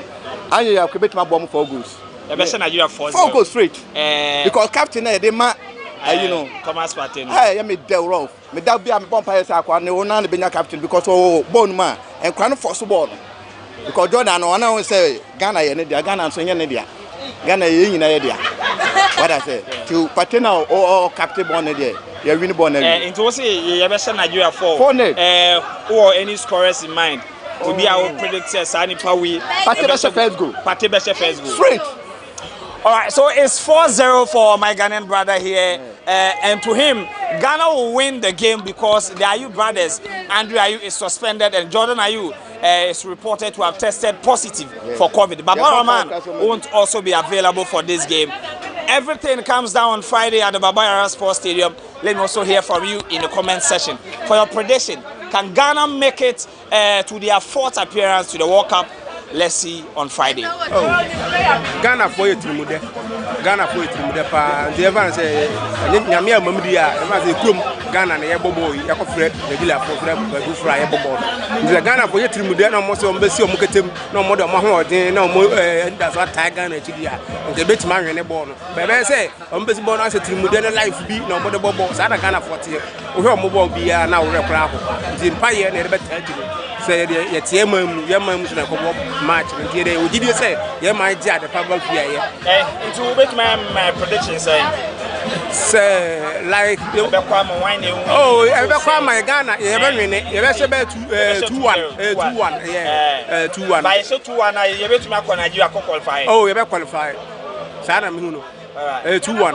I know as a Ghanaian you'll be disappointed in some of the responses from our Ghanaian brothers that they are supporting the Super Eagles to qualify ahead of the Black Stars. But well, others are also saying that since Andre and his brother are not going to play, the Black Stars are going to beat the Super Eagles here in Ghana and in Nigeria. What do you also think? Let me hear from you in the comment section. Don't forget, on Friday, the Black Stars will be hosting the Super Eagles at the Baba Yara Sports Stadium, and there will be live commentary on GhanaWeb TV and on GhanaWeb.com. Come in your numbers, go to the stadium, come on GhanaWeb and watch as we give you the coverage, and then hopefully we'll beat the Super Eagles of Nigeria. Go Ghana, go Black Stars. Let's hope that Ghana will make their way to Qatar 2022. My name is Joel Leshen, and this has been another episode of the GhanaWeb Sports Debate right here on GhanaWeb TV. Don't forget to subscribe to GhanaWeb TV and share to everybody get the opportunity to watch this program.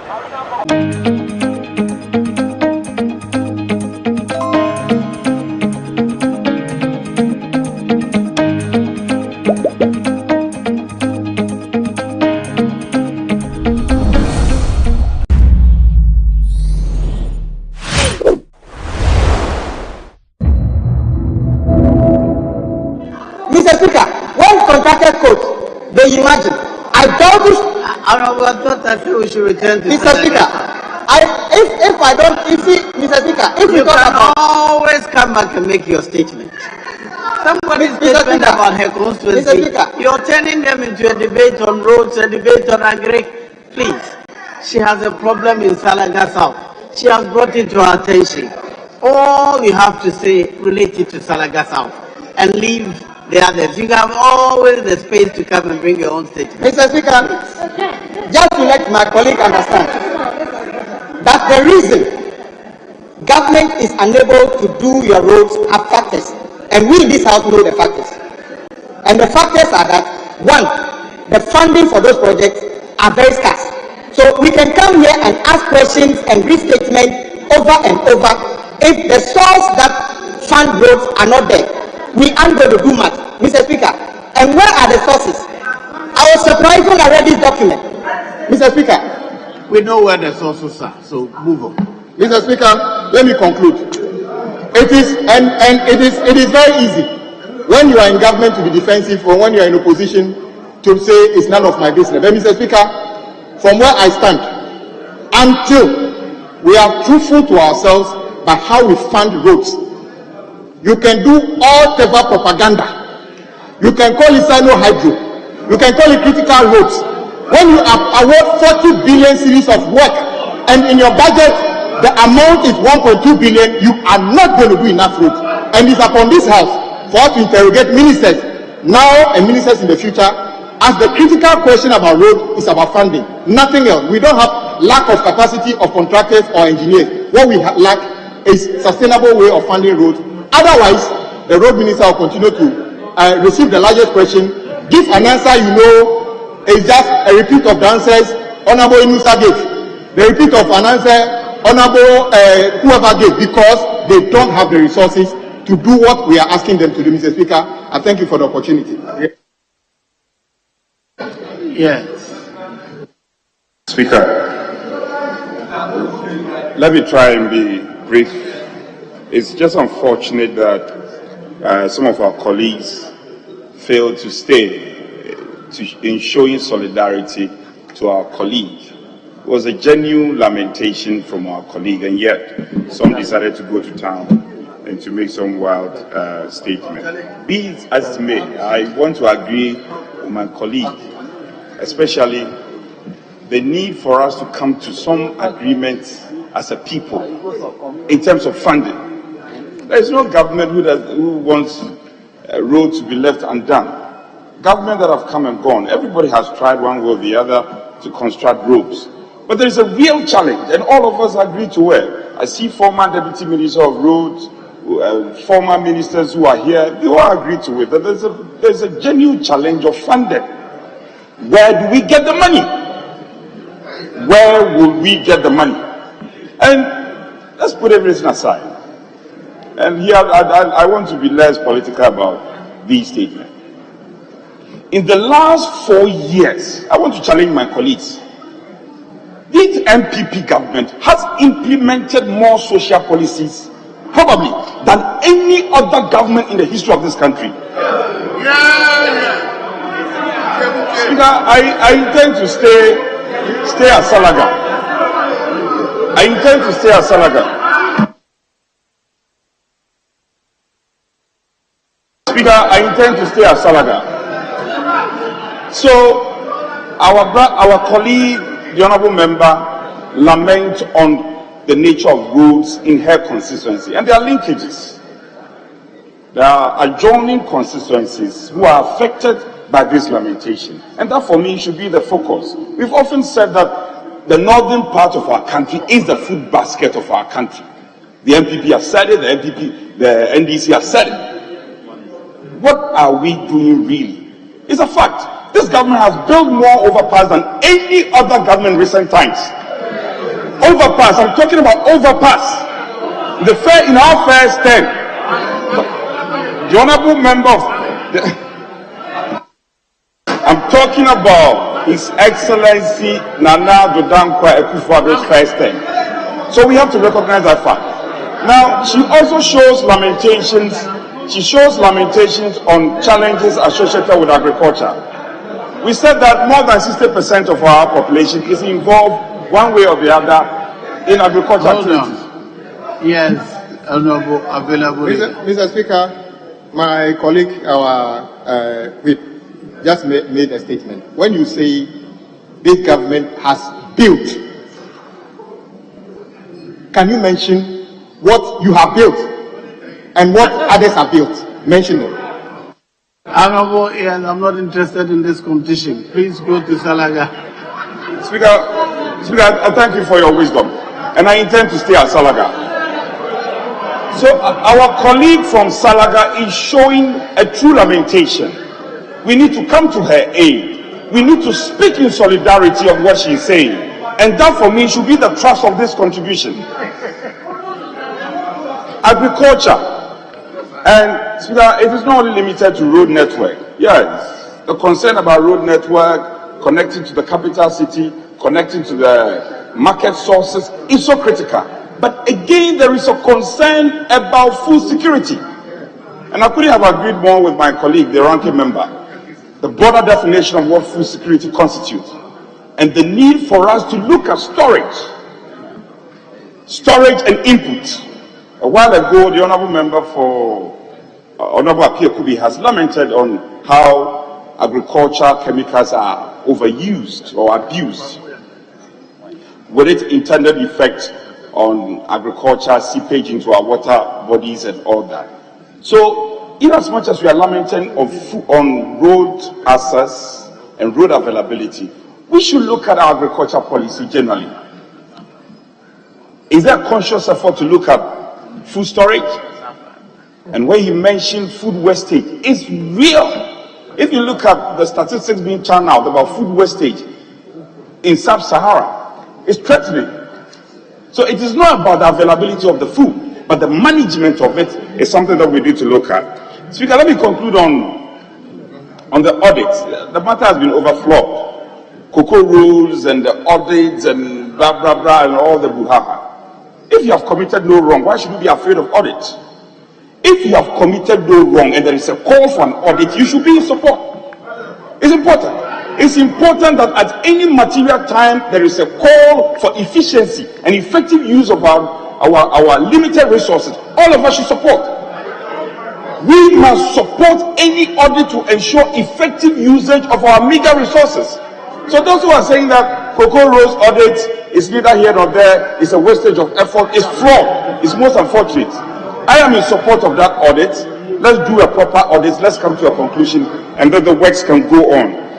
Speaker, to conclude, those who talk about variation in the cost of roads, that is why we have a regime of what we call VO, variation order. Anytime there is a need for a variation order to be called, as members of parliament who have a role to play in terms of our oversight, we should be able to make this call for a variation.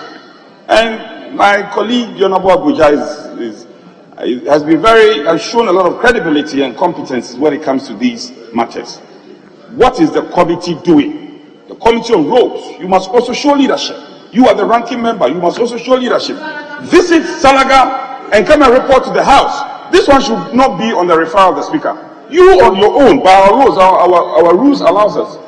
I'm expecting the committee to go to Salaga and come out with a report and kind of update this House so that all of us will be at a very good stage in terms of happenings at the northern part, and not just Salaga, northern part of our country, and be able to distinguish the issues and deal with them headlong. Speaker, with these words, I want to again commend our member from Salaga. It's unfortunate that I didn't get a total support, particularly from their side. I was expecting them to show solidarity to her. They did not show good solidarity. But having said that, I support her fully, and I'm sure her constituents will be very happy for this statement. Speaker, I'm grateful for your time. Very well. Salaga South reflects the situation in practically all our typical farming areas. The emphasis really is, for me, the acceptance on both sides that the real challenge is money to fund the things we need. We should be engaging on that.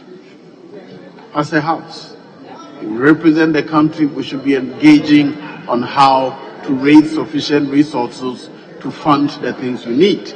That I leave to the leaders and the management of the House. Now I'll move on to the next statement. Is in the name of the Honorable Member for New Edubiase, Honorable Adams Abdul Salam. It's on. Yes. Speaker, with respect and deference, we want to seek your leave for us to vary the order and go take item 5. Speaker, with your leave, questions. After which we'll do the statement. Speaker, with your leave. Yes. Mr. Speaker, we had that understanding that our colleague, the Land Minister, will answer the question, and we go back to the statements, Mr. Speaker. Very well. Item 5 then. Questions. The Honourable Minister for Lands and Natural Resources will answer questions. Yes, Honourable Member for Norton. Grateful, Mr. Speaker. Mr. Speaker, I want to find out for the record of the House, the provisional order paper, a copy of which I have in my hands, advertised a number of questions for today, particularly for the Minister, the Honourable Minister for Transport.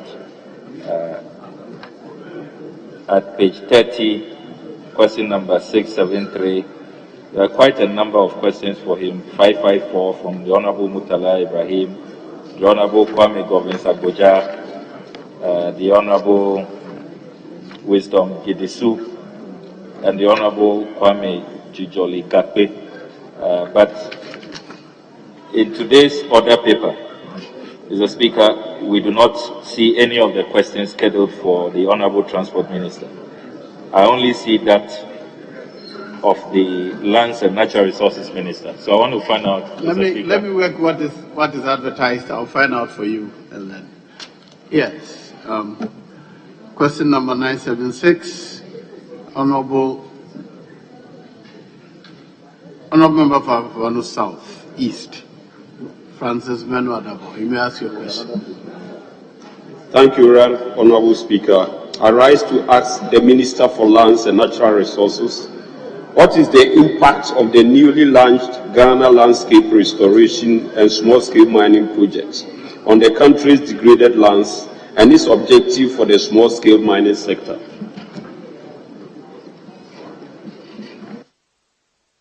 Yes, Honorable Minister.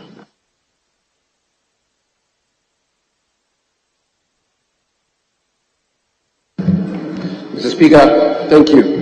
Over the past few years, illegal small-scale mining has been a major challenge in our country. Weak enforcement measures resulted in a near breakdown of regulations in this sector between 2014 and 2016, with the negative environmental impacts reaching its crescendo around that time. Large tracts of farmlands were degraded, forest reserves were destroyed, and river bodies were polluted.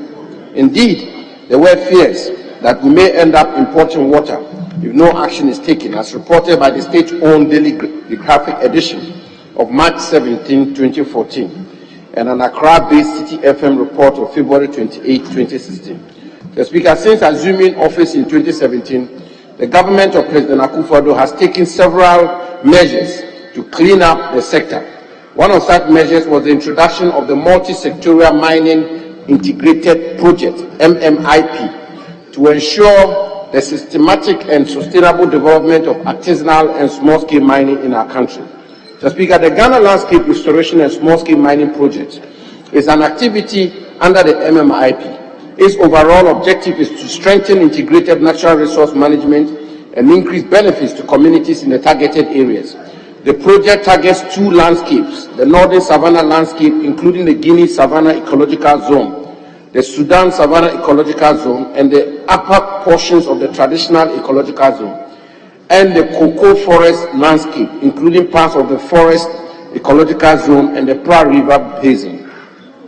It will build on the successes of the previous and ongoing schemes, such as the Sustainable Land and Water Management Project, the Forest Investment Program, the Youth in Afforestation Program, and the Green Ghana Project, all aimed at, among others, restoring our degraded landscape and sustainably managing our natural resources.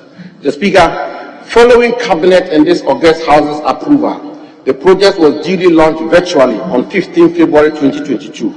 The project will capitalize on land use planning for integrated landscape management to optimize land use, formalize artisanal and small-scale mining for sustainable mining, restore degraded lands, promote sustainable agriculture practices, and strengthen sustainable management of forest landscapes for biodiversity conservation and ecosystem services. It will help develop healthy ecosystems which play an important role in mitigation, adaptation, and resilience in the face of climate change. This will positively affect the cocoa industry and increase its impact on the country's GDP. The project also seeks to empower women and the youth to pick up roles in local level forest and landscape management activities and create better income generating opportunities. Over 250,000 people, including the youth, women, farmers, and artisanal miners will benefit from this scheme. The project will help boost post-COVID-19 economic recovery, create jobs, and secure livelihoods in some of the poorest parts of Ghana by focusing on agricultural productivity, ecosystem management, and sustainably sanitizing the small-scale mining sector. The project's core interventions focus on 1. Land use planning for integrated landscape management to optimize land use. 2. Formalization of artisanal and small-scale mining for sustainable mining. 3. Restoration of degraded lands for agricultural productivity. And 4. Strengthening of sustainable management of forest landscape for biodiversity conservation and ecosystem services. The land restoration component, which is jointly being implemented by the Ministry of Lands and Natural Resources and the Ministry of Environment, Science and Technology, will, among others, restore degraded lands in and around 22 forest reserves in 12 forest districts, namely in Praiso, Donkokrom, and Akim Odan in the eastern region, and Kawe, Bekwai, and Joso in the Ashanti region, Navrango and Boko in the upper east region, Tumu and Laura in the upper west region, and Bole and Bupe in the Savannah region. In total, 3,814 hectares of degraded forest reserves is expected to be restored, and 600 hectares of off-reserve degraded lands will be restored. The small-scale mining component of the scheme, on the other hand, will, 1, provide access to mineable lands for small-scale mining operations by prospecting blocked-out areas and thereby reduce the degradation of arable lands for mining purposes. 2, review the legal framework for small-scale mining to allow proper regulation of the sector. 3, provide training for miners and regulators on best practices towards achieving sustainable mining. 4, mainstream small-scale mining into the Extractive Industry Transparency Initiative (EITI) reporting. 5, enhance traceability of gold and value addition of gold marketing through assaying.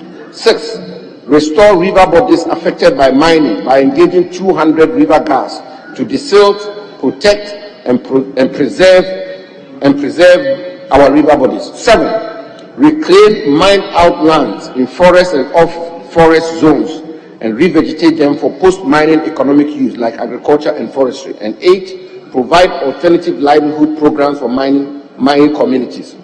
Mr. Speaker, through these projects and the several other policies being implemented by government, we will realize the vision of President Akufo-Addo by constructing here in Ghana a viable, sustainable, orderly, and environmentally sound small-scale mining industry. I thank you, Mr. Speaker. Yes, Sir. Mr. Speaker, I'm okay. No supplementary question. Yes, Honorable Deputy Minister. Yeah. Thank you, Mr. Speaker. Mr. Speaker, from the minister's answer, he mentioned some communities that are going to benefit from this forest restoration project. And I remember I put in an application for my district, and I want to find out if there's any way that Masu Edubia constituency, that's Amasia South District, that has a lot of such challenges, will be included in this project. Amasia South District, the Masu Edubia constituency. Yes, Honorable Minister, is Amasia South District included in the restoration project? Mr. Speaker, I will have to check and give my senior colleague the appropriate response. But what I have to say, Mr. Speaker, is that when it comes to the designation or selection of beneficiary areas for these kinds of programs, Mr. Speaker, they are determined by the technical people. I mean, this is why, Mr. Speaker, you will find that even though I'm the minister responsible for mining, Damango is not one of the communities. It's Bole, it is one of the communities. Because, Mr. Speaker, as we all know, the heart of mining in Savannah region happens in Bole. So what I can say to my honorable senior colleague is that I will check on it from the technical people and respond to him accordingly. Thank you, Mr. Speaker. Yes. Thank you very much, Mr. Speaker. Mr. Speaker, in the minister's answer, page 26, item 6, he said, to restore water bodies affected by mining by engaging 200 river guards to desilt, protect, and preserve our water bodies. I want to find out which specific rivers and why the number 200. If in the past the involvement of military and other well-trained persons could not do it, are we guaranteed that these 200 can do the job, desilt, protect our water bodies, because it's key to the survival of our peoples? Thank you. Yes, Honorable. Mr. Speaker, the plan is to work on the restoration of the environmental integrity of all the river bodies of our country. So, Mr. Speaker, with respect to the question, which river bodies, I would say all the degraded or polluted river bodies of our country. Mr. Speaker, yes, my honorable colleague is right. 200 river gas may sound inadequate, but that's the beginning. I mean, this is the beginning of our effort at desilting, protecting, and preserving the river bodies of our country. But we have to begin from somewhere. So, as and when we get more funding or more sources of funding, I believe we can have a more expansive effort at desilting the river bodies of our country. His concern and passion for the restoration of the river bodies of our country is one that I welcome and I cherish. We'll work a lot more to ensure that we do a lot more work. Thank you, Mr. Speaker. Yes. Thank you, Mr. Speaker. Mr. Speaker, this country, we have a lot of places where we don't have trees, desert and semi-desert areas where we are supposed to plant trees. And that one is not done. In my constituency, virgin forest has been cleared in the name of planting trees. They've not been able to take care of the trees, and it's also becoming another desert. That's Christian Hunivary constituency. So I want the minister to explain why they are clearing virgin forests to plant trees and they are not able to take care of the trees. And I remember that's a separate question on forest. This is about regrading a degraded land sites. So you may file your own question separately. Any more? Yes. Thank you very much for the opportunity, Mr. Speaker. I want to find out from the minister which agencies are involved in the implementation of the project. Yes, Honourable Minister.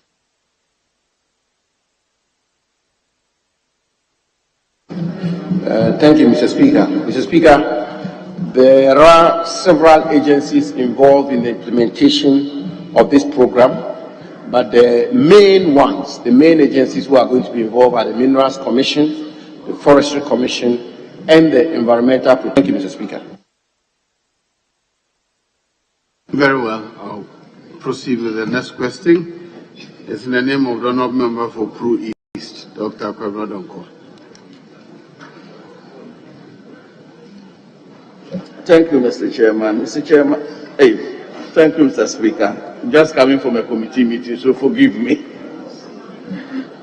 Mr. Speaker, I rise to ask the Minister responsible for lands and natural resources what plans and policies are either being implemented or being developed to generate value-adding employment in the timber industry. Yes, Honourable.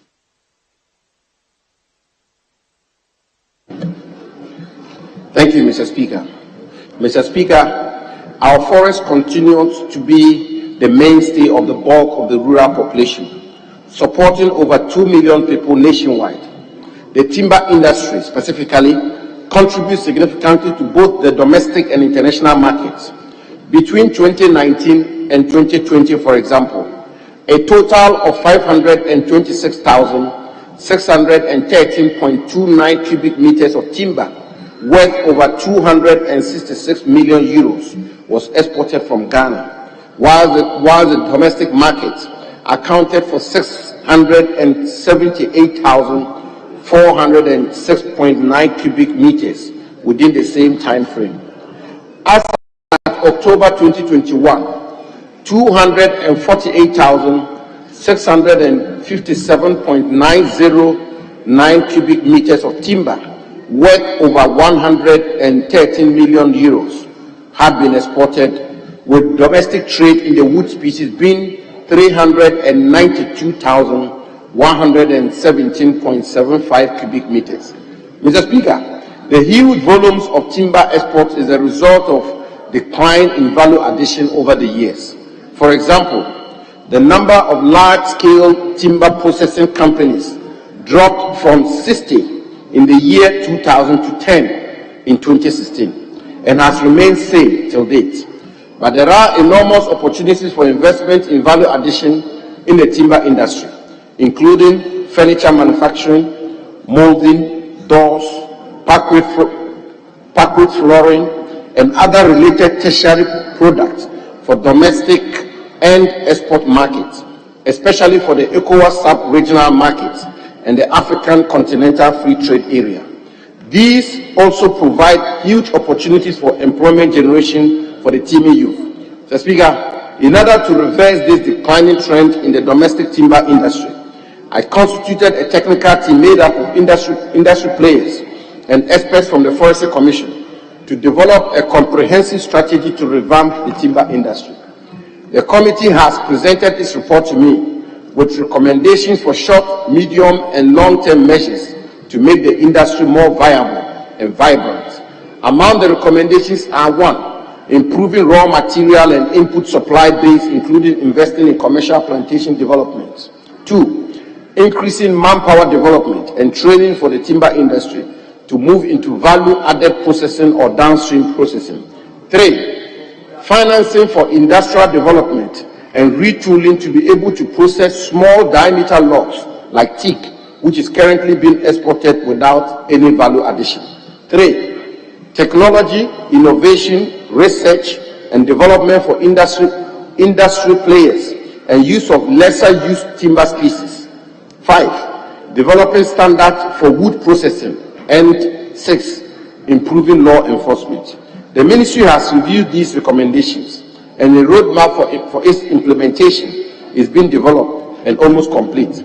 Already, the Forestry Commission has launched 2 online applications: the digitalized property mark registration and renewal process, to enable loggers register and renew their property marks online, and the electronic wood tracking system to track our timber from harvesting to final disposal.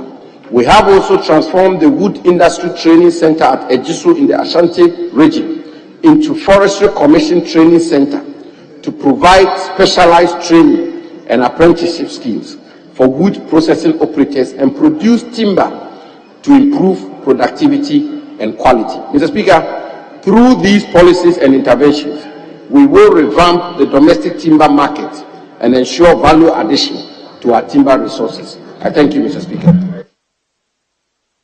Yes.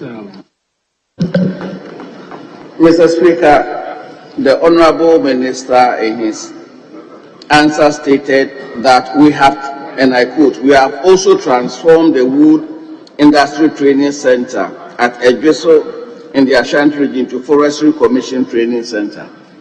Mr. Speaker, the Wood Industry Training Center is very specific to the wood industry.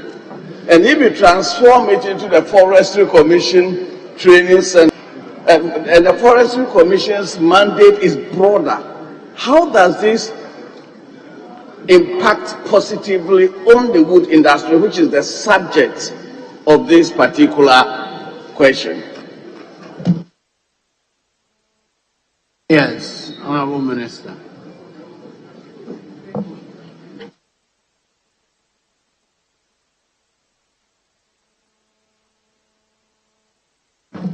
Mr. Speaker, the rationale for the conversion of this facility into a training center is to enable the Forestry Commission, which has the general oversight when it comes to the forestry resources of our country, to have direct and focused attention on the wood industry, as the Honourable Member is alluded to, Mr. Speaker. And indeed, I want to report to the House that the Forestry Commission, in its effort to ensure that the Wood Industry Training Center at Ejisu in the Ashanti region, which is now being converted to the Forestry Commission Training Center, has a sharper focus on ensuring that we develop our timber industry. It's actually put a senior technical officer in charge of the center so that, as I said in my answer, Mr. Speaker, they can provide specialized training and apprenticeship schemes for wood processing operators and produce timber graders to improve productivity and quality. Mr. Speaker, the big issue with the wood industry in our country is really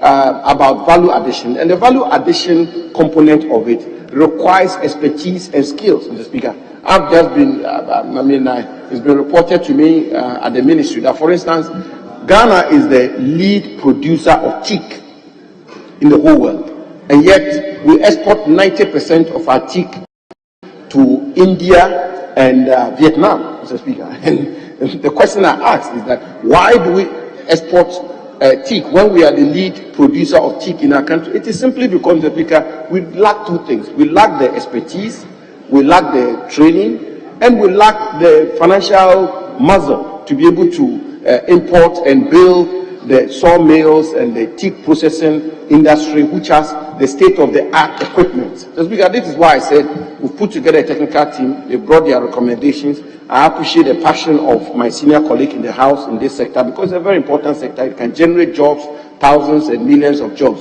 So, Speaker, I want to assure the House that we are working around the clock to build the wood industry in our country. Thank you, Mr. Speaker. Mr. Speaker, I ask the Minister, in trying to rebuild our timber industry, and I say rebuild because historically, if you look at Ghana's export in 1921, for example, 3 commodities accounted for 90% of all our exports: cocoa, gold, timber, and they were largely exported, in fact, wholly exported in 1921 in their raw state.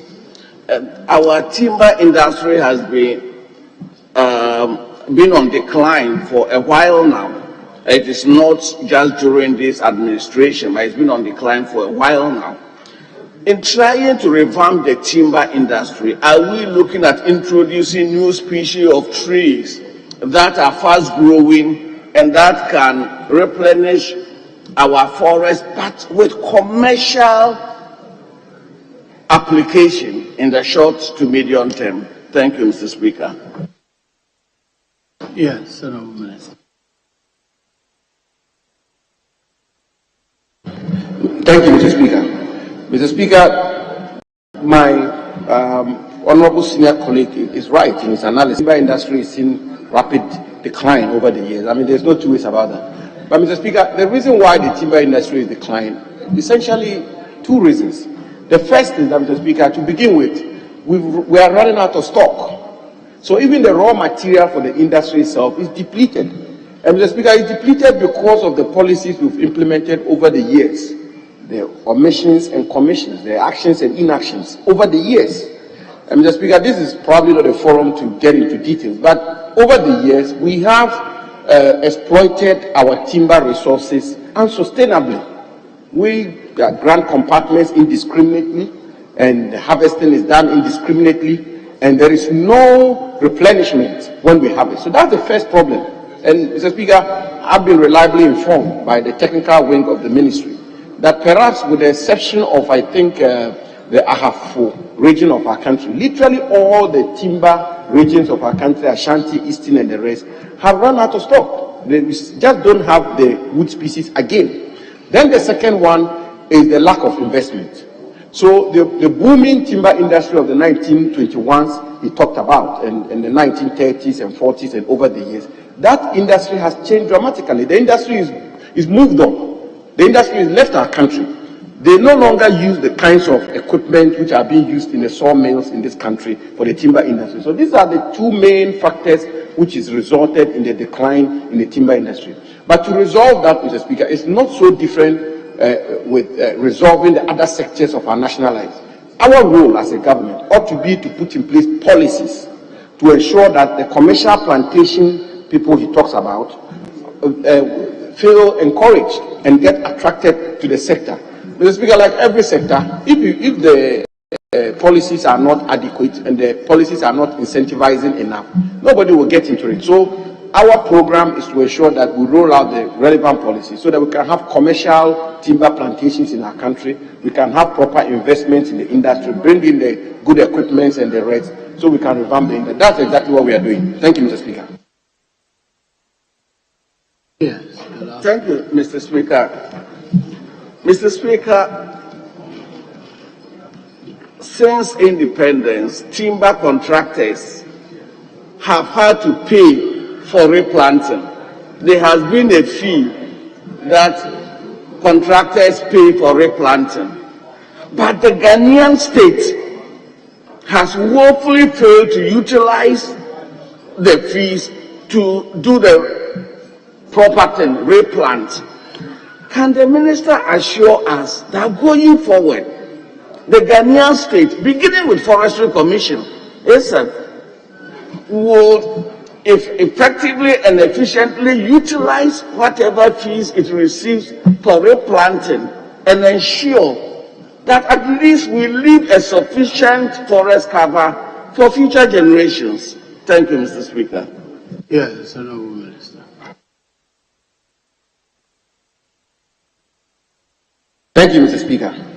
Mr. Speaker, I can give the House that assurance that we will work to ensure that the fees that are collected by the Forestry Commission for replanting actually is deployed for replanting. Mr. Speaker, but beyond that, I think that that fee or that the component of fees that are paid to the Forestry Commission will not be sufficient funding for the kind of commercial plantations we want to build in this country.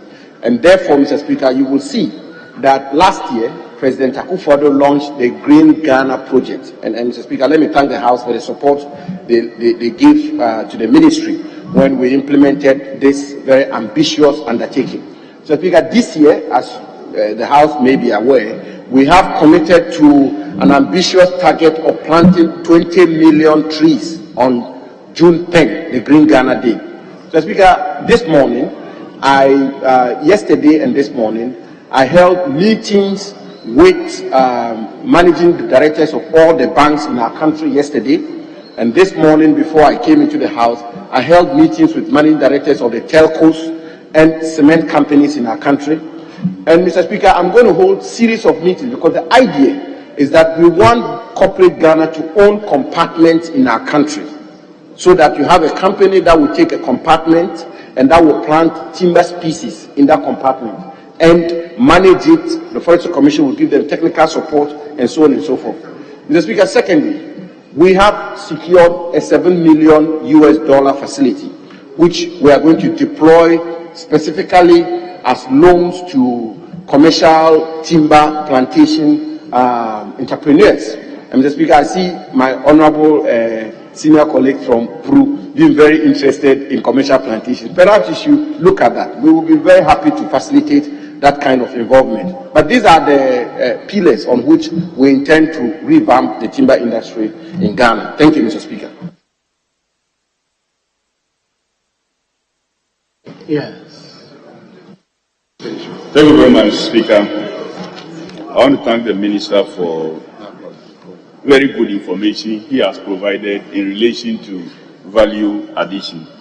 But I want to find out from him whether he is having any collaboration with the Ministry of Environment, Science and Technology to possibly identify and develop some fast-growing species that could be used for other simple timber products like furniture for schools. Because, Mr. Speaker, I come from a forest area constituency. Looking for simple timber for furniture even becomes a problem. Whether they are having any such collaboration to identify some fast-growing species that will be dedicated for that purpose. Thank you, Mr. Speaker. Yes, Honourable Minister. Thank you, Mr. Speaker. Mr. Speaker, I am in constant and close contact with the Minister for Science, Innovation and Environment. There's absolutely no two ways about it. In fact, we work hand in gloves, Mr. Speaker. And not just the Minister for Environment, the Minister for Local Government, and the Minister for Water Resources, and several other ministries are very much part of the program we are rolling out, and indeed are an integral part of whatever efforts we are making. Mr. Speaker, as a result of the efforts of the scientific community of our country, headed by the Minister for Environment and Science, we have, for instance, been able to reduce the maturity period for rosewood from 40 years to 20 years, for example. And there is a similar one being done for shea and several others, acacia and many other species. And indeed, that collaboration is so consequential to the success of the program we've rolled out, and we will continue to do that. Thank you, Mr. Speaker. Very well, I'll proceed. The next question is the name of Honourable Member for Abra Asebu Kwamankese, Elvis Morris Donko. Thank you, Mr. Speaker, for the opportunity. Mr. Speaker, I want to ask the Minister for Lands and Natural Resources if the ministry has any operational guidelines to deal with the community mining scheme. Thank you. Yes, Honorable Minister.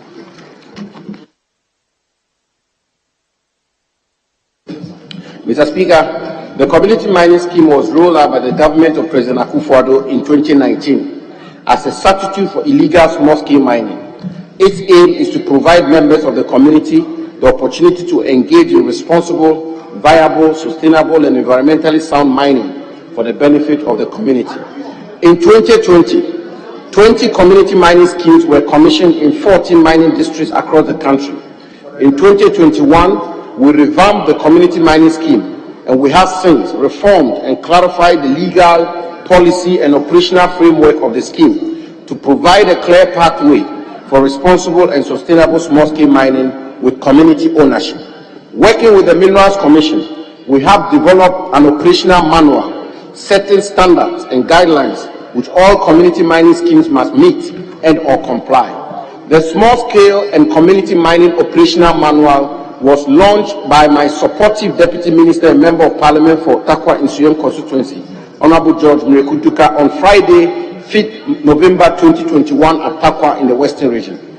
The overall objective of this 32-page operational manual is to ensure that community mining schemes operate in a safe and healthy environment and that their operations are sustainable and environmentally sound. Mr. Speaker, it explains in simple terms the policy objective of the community mining scheme, the requirements and procedures for acquiring a license to operate a community mining scheme or mine support services, the responsibilities of license holders, and the community mining scheme oversight committees, and a code of practice for small-scale and community mining schemes, which sets health, safety, environmental, and operational standards for all small-scale and community mining schemes. Among its requirements, all community mining schemes must have a first aid post, washrooms, changing rooms, storage facilities for hazardous materials, portable water storage facility, and all processing area with a mercury-free or all processing equipment. The ministry, through the Minerals Commission, is investing in the mercury-free all processing equipment known as the gold catcher, and we have procured 100 of them for community mining schemes across the country. Mr. Speaker, we are determined to make the community mining scheme the model of small-scale mining, not only in our country, but also across the continent, and will not stop short of anything to achieve this goal. I thank you, Mr. Speaker. Yes. Honourable Member, any follow-up question, please? Mr. Speaker, my follow-up question is, has the ministry taken any steps to educate the general public and the beneficiary communities about these guidelines? Yes, Honourable Minister. Mr. Speaker, let me begin by indicating to the House that a community mining scheme concept seems to be proven to be the panacea to resolving the age-old problem of illegal small-scale mining. Mr. Speaker, wherever we have launched these schemes, the communities have embraced them, and indeed, they've been very happy about the introduction of this community mining scheme. Mr. Speaker, the problem we have had in the past was the tendency or the threat or the possibility of community mining schemes being used as a conduit for illegal small-scale mining. And that is where our focus is, where community mining schemes do not become an avenue for illegal small-scale mining of the problem.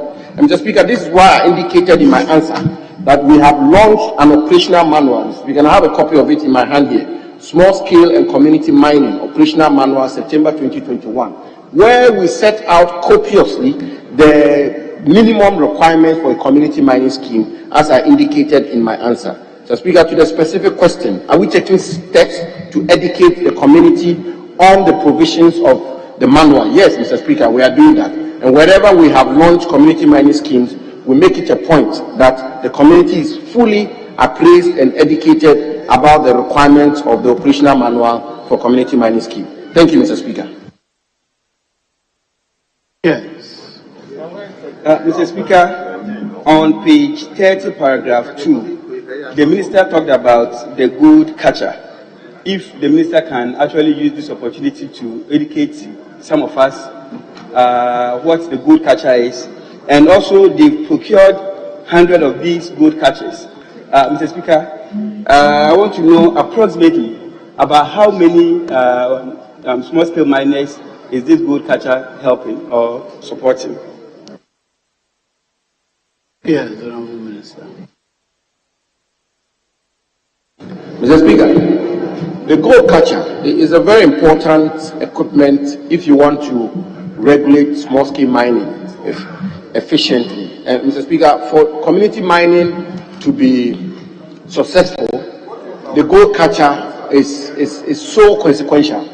The reason is that, Mr. Speaker, for those of you who are familiar with the gold processing arrangement, small-scale miners pay the processes they use to extract gold from gold ore. The success rate of the extraction is about 40% as we speak today. So if a small-scale miner were to use mercury to extract gold from a gold ore, his or her recovery rate is 40%. So for an ore, the gold that is in the ore, the amount of gold they can extract with mercury as we speak today will stand at 40%. And Mr. Speaker, I'm not even dwelling on the Minamata Convention, which we are parties to, and which requires us to be a country where mercury is not used for gold extraction. And so the mercury-free gold equipment, the gold catcher, the recovery rate for this equipment is about 90 to 95%. So, Speaker, so the difference is huge, which will mean that if you were to provide a community mining scheme or a small-scale miner with a mercury-free gold processing equipment, the gold catcher, you are providing him with an equipment which will make his recovery rate 90 to 95%. And that will mean that less mining, more gold. And that obviously is a big intervention, and it will make a lot of difference in respect of our efforts at regulating small-scale mining in our country. We procured 100 so far, Mr. Speaker. Our program is that by the end of 2022, we would have rolled out 50 community mining schemes across the country, and each community mining scheme should have a mercury-free gold catcher. And indeed, the provision of a mercury-free gold catcher is a condition precedent to the launching of a community mining scheme. That is what we are insisting on. And then the extra 50 will be given to other small-scale mining entrepreneurs so that we can regulate small-scale mining in our country. Thank you, Mr. Speaker. Yes. Thank you, Mr. Speaker. Mr. Speaker, my last question on this is I want to find out from the minister, with the 100 gold catchers procured so far, has any of these equipment been installed in any of the communities that you are dealing with? Yes, Honourable Minister. Mr. Speaker, about 20 of the gold catchers have been installed already, and Mr. Speaker, the impact it is making is huge. Thank you. Yes, Bole Bamboy. Mr. Speaker, I'm grateful. Mr. Speaker, it's true that Tenga benefited from this gold catcher machine. I want to find out if the minister will provide more, because for now it seems it's been effective.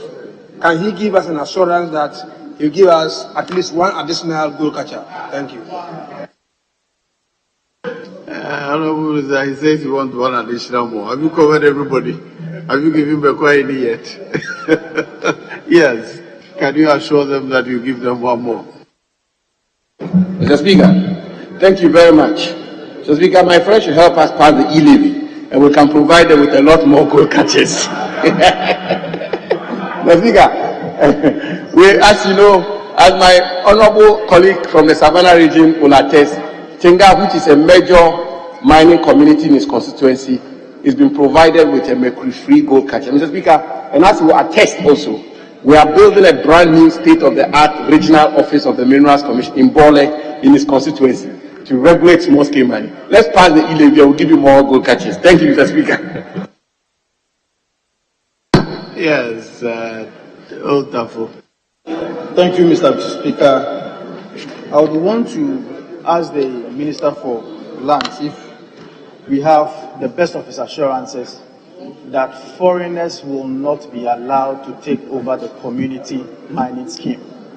And of course, the licensees who allows foreigners to engage in it, what punishment is there to be meted out to them? Yes, I will. Thank you, Mr. Speaker. Mr. Speaker, that is a very important intervention by my honorable colleague. The law is very explicit. Foreigners are not permitted to participate in the small-scale mining industry in our country. And Mr. Speaker, one of the main, if not the most important requirements for community mining schemes is that foreigners are not allowed to participate in community mining schemes in our country.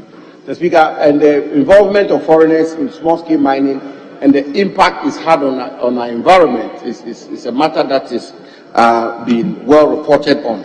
I can assure my colleague that we will employ our best endeavors to ensure that foreigners are rooted out of the small-scale mining industry generally and the community mining scheme we are implementing in particular. Thank you, Mr. Speaker. Thank you, Mr. Speaker. May I know from the Minister if the gold cartels are given out free to the miners? Yes, Honorable Minister.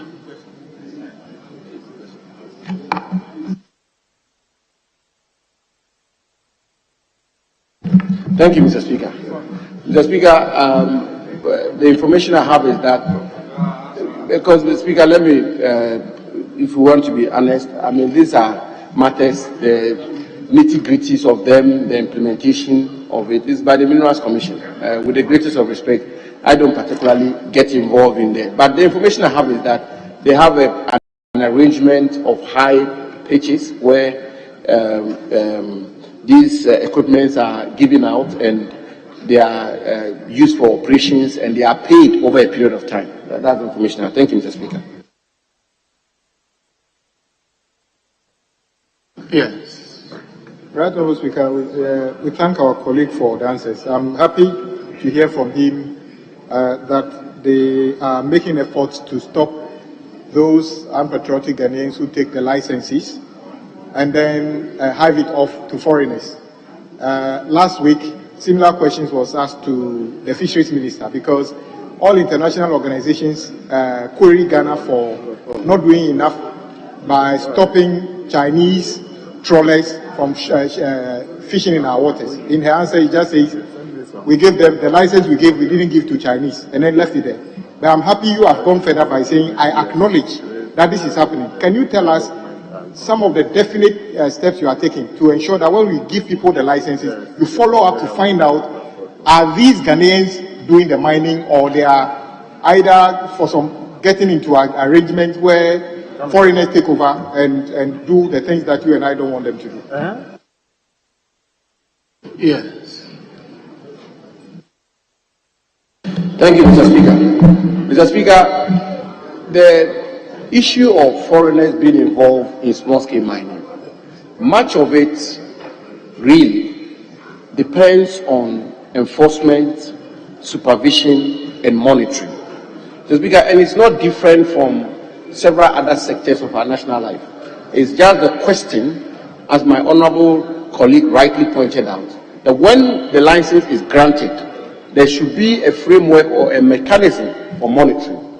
The agency of state that is responsible for regulating mining in our country is the Minerals Commission. And the Minerals Commission has an inspectorate division. Mr. Speaker, the state of the inspectorate division of the Minerals Commission in recent times is indeed appalling. But thankfully, Mr. Speaker, just about 2 weeks or so ago, I commissioned 20 pickups, 4x4 pickups for the Minerals Commission, computers, blaster monitors, and several other equipments which are necessary for the enforcement, monitoring, and supervision role of the Minerals Commission to be realized. Mr. Speaker, secondly and finally, there is a matter that I will report to the House which we are examining, which I believe ought to be examined, because otherwise the question about foreigners being involved in small-scale mining will continue to elude us, Mr. Speaker. If you look at Act 703, Mr. Speaker, and the requirements for small-scale mining, the ingredients of small-scale mining, 25 acres, an investment of so much, and the number of people who are to be involved so much, and so on and so forth. And then when you come to large-scale mining, Mr. Speaker, large-scale mining, the difference between small-scale mining and large-scale mining, in my view, is too wide. It's too wide, because small-scale mining essentially is artisanal mining. When you go to other African countries, Burkina, Mali, and the rest, what we call small-scale mining here is artisanal mining. And the conceptual underpinnings of small-scale mining was really that the people who have a pickaxe, shoveler, and the rest to mine is what they conceived.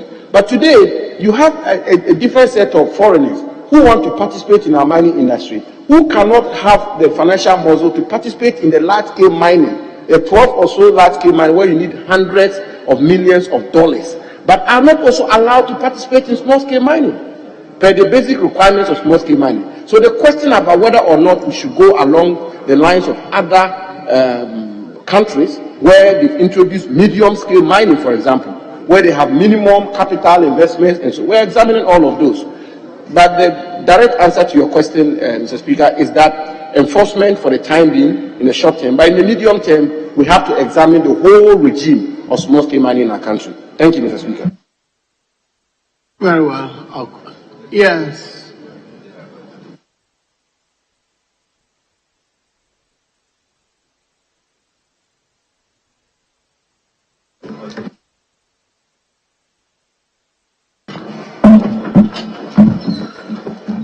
Thank you, Mr. Speaker. I totally agree with the Honorable Minister. By preventing the foreigners not to do community mining and also on a small-scale industry. In my cases, my constituency is completely mining community, about 70% of it, and yet the indigenous find it difficult to mine. One example is that DCDL has a large-scale mining license, that is Diamond Consolidated Diamond Limited, and has an association under the large-scale Tributers Mining Association. Almost a week now, the military has besieged some of the mining sites, asking them to leave their mining sites. So I'm asking the minister, what measures is he taking so that the indigents can have the chance to work? Did you get the question? Very well. Mr. Speaker, I think I'll have to find an opportunity to engage my colleague. For us to be able to fashion out a solution to his constituency-specific problem. Speaker, because essentially what he's saying is that his constituents are unable to mine. What will I do to ensure that they mine? I will engage you, my friend. Thank you very much. Very well. I'll move on. The last question is also in the name of the Honourable Member for Albura Asebu Kalankesi. Question 1039. Thank you, Mr. Speaker. Mr. Speaker, I want to ask the Minister for Lands and Natural Resources the new measures adopted to enhance local content in the procurement of goods and services, and which areas have now been preserved for Ghanaians. Thank you. Yes, Honourable Minister. Mr. Speaker, under Article 2576 of our National Constitution, our mineral resources are, quote, the property of the Republic of Ghana and shall be vested in the President on behalf of and in trust for the people of Ghana, end quote. The President therefore holds our mineral resources as a trustee for the people of Ghana. Accordingly, Mr. Speaker, the exploitation, utilization and management of these resources must inure to the benefit of the people of Ghana, the true owners of the resources. One of the ways of ensuring that the mining industry benefits the people is the existence of an effective local content policy. Government's overall policy objective for the mining sector is thus to build a viable, sustainable, indigenous, and environmentally sound mining industry with strong local content participation. Pursuant to this vision, In 2020, we promulgated the Minerals and Mining, Local Content and Local Participation Regulations 2020, LI 2431, to, among others, promote job creation through the use of local expertise, achieve some minimum local level and in-country spend for the provision of goods and services, maintain a degree of participation for Ghanaians and Ghanaian companies in the mining industry, value chain, and develop capacities in the mining industry value chain through education, skills transfer, and expertise development, transfer of technology and know-how, and research and development schemes. The law requires mineral rights holders to develop, for the approval of the Minerals Commission, a localization program for the recruitment and training of Ghanaians, and a procurement plan to procure goods and services with Ghanaian local content. Additionally, Regulation 7 of LI 2431 empowers the Minerals Commission to publish in the Gazette, on its website, and in the newspaper of nationwide circulation, a local procurement list which stipulates the goods and services with Ghanaian content which are to be procured in the country by mineral rights holders. Pursuant to this, the Minerals Commission has, as at 3rd March 2022, concluded discussions with all stakeholders, including the Ghana Chamber of Mines, and has increased the goods and services to be procured locally from 29 to 41. The list has been submitted to the Ghana Publishing Company, and it will be gazetted in due course and published in the newspapers and on the website of the Minerals Commission in accordance with LI 2431. Mr. Speaker, the 41 items are set out below, and I want the Hansa to capture say. Mr. Speaker, the procurement of these goods and services in Ghana generates over $1 billion United States dollars each year, which, but for the regulation, will have been exported. Mr. Speaker, in addition to the above goods and services, Regulation 10 of LI 2431 requires mineral rights holders to ensure their insurable risk with companies licensed by the National Insurance Commission, unless expressly authorized by the National Insurance Commission. And Regulation 12 requires mineral rights holders to retain the services of financial institutions incorporated in Ghana for their operations that require financial transactions, with at least 20% reserved for financial institutions owned by Ghanaians. The Minerals Commission has, since the beginning of this year, working with the Bank of Ghana and the National Insurance Commission, submitted to the Ghana Chamber of Mines a list of all insurance companies licensed by the National Insurance Commission, a list of banks incorporated in Ghana, and those owned by Ghanaians. Mineral rights holders have been directed to ensure full compliance with these requirements, and the Minerals Commission is working with them to ensure that they comply fully. Mr. Speaker, we will continue to pursue policies and programs that ensure that the people of Ghana, the true owners of our natural resources, benefit from the mining industry. I thank you, Mr. Speaker. Yes, honourable member. Yeah, Mr. Speaker, I think this is a very good news for Ghanaian companies. But I want to ask the minister if the local procurement list, which is to stipulate the goods and services with Ghanaian content, have been published on their website. That's what the law requires.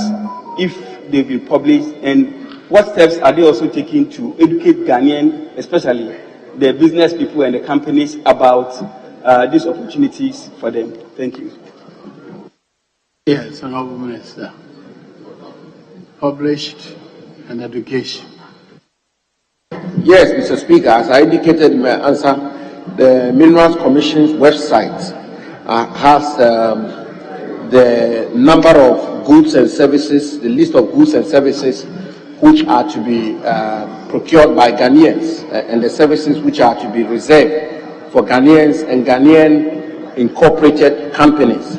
Mr. Speaker, as I indicated also, we have increased the number of such goods and services from 21, I think, to 49. Mr. Speaker, so there's a huge gap, and we will employ other best endeavors to ensure that there is maximum publicity about these goods and services which are to be procured locally. Thank you, Mr. Speaker. Yes, any more questions, follow-up questions? Very well. Honorable members, Honorable Minister, we thank you for attending upon the House to answer questions. You're discharged. That brings us to the end of question time. We'll return to statements, and the Honorable Member for New Edubiase will now read his statement. Ready. We are ready. Thank you, Mr. Speaker, for the opportunity to make a statement on Ghana's crunch World Cup playoff games against Nigeria. Mr. Speaker, on Friday, the 25th of March, our national football team, the Black Stars, will face off with their Nigerian counterparts in the first leg of the 2022 FIFA World Cup final playoff at the Baba Yara Sports Stadium in Kumasi. The Black Stars will subsequently honor the second leg 4 days later in Nigeria. Mr. Speaker, coming on the back of what could aptly be described as a disastrous African Cup of Nations campaign earlier this year, this encounter is crucial for Ghana on several fronts. First, Mr. Speaker, having failed to qualify for the last FIFA World Cup in 2018 in Russia, it will be heart-wrenching and devastating for us to miss out on this year's tournament slated for Qatar. Secondly, Mr. Speaker, it is evident and has almost become a cliche when we say football is what binds us together as a nation. Anytime the Black Stars are playing such an important game, the whole country rallies behind the team to urge them to attain victory. Also, Mr. Speaker, even though the joy, emotional and psychological benefits that victories of Black Stars bring to us cannot be quantified in monetary terms, there are some financial gains which when we qualify for the World Cup. For instance, Mr. Speaker, by just qualifying for the World Cup, the country is guaranteed a whopping $10.5 million from the prize money. Mr. Speaker, the other fundamental reason is that there are no rivalry on this continent as marked as ours with our Nigerian brothers, albeit a very healthy one. We contest with our Nigerian brothers on almost every facet of life, including music, education, and even the most trivial, who prepares the best jollof. However, Mr. Speaker, the biggest rivalry between us stems from football.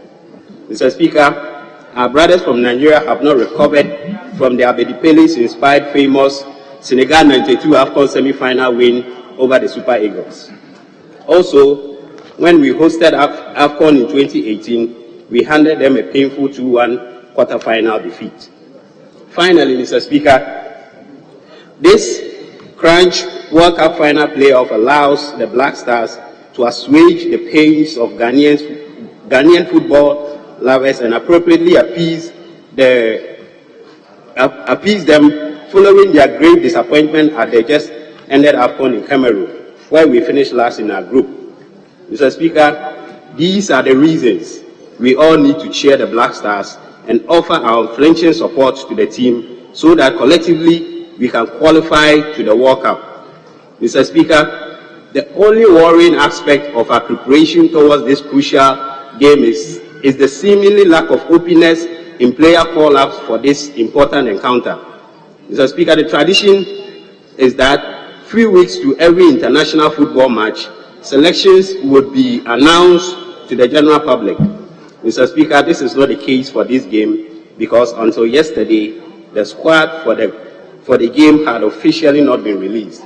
Mr. Speaker, I do not know the reason behind this decision, but I hope it is in the best interest of the Ghanaian football fans. Mr. Speaker, with proper player selection, preparation and mindset, there is no reason we cannot beat Nigeria and make it to Qatar this year. Thank you for the opportunity, Mr. Speaker.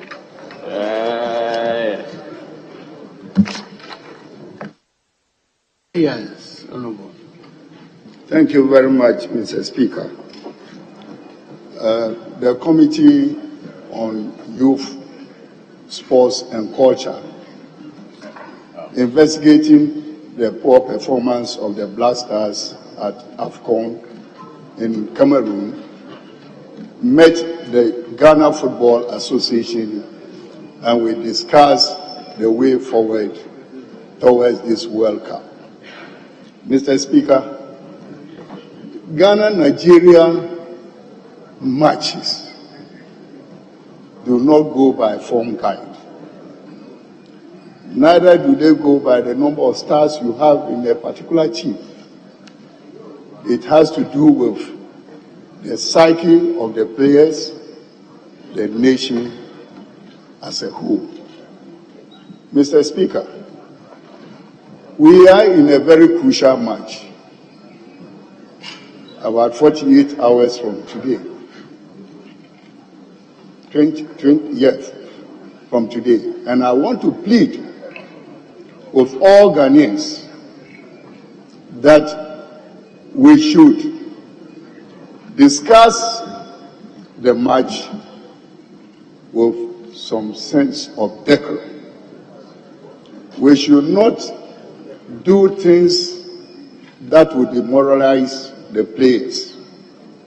We should look at the team as part of us.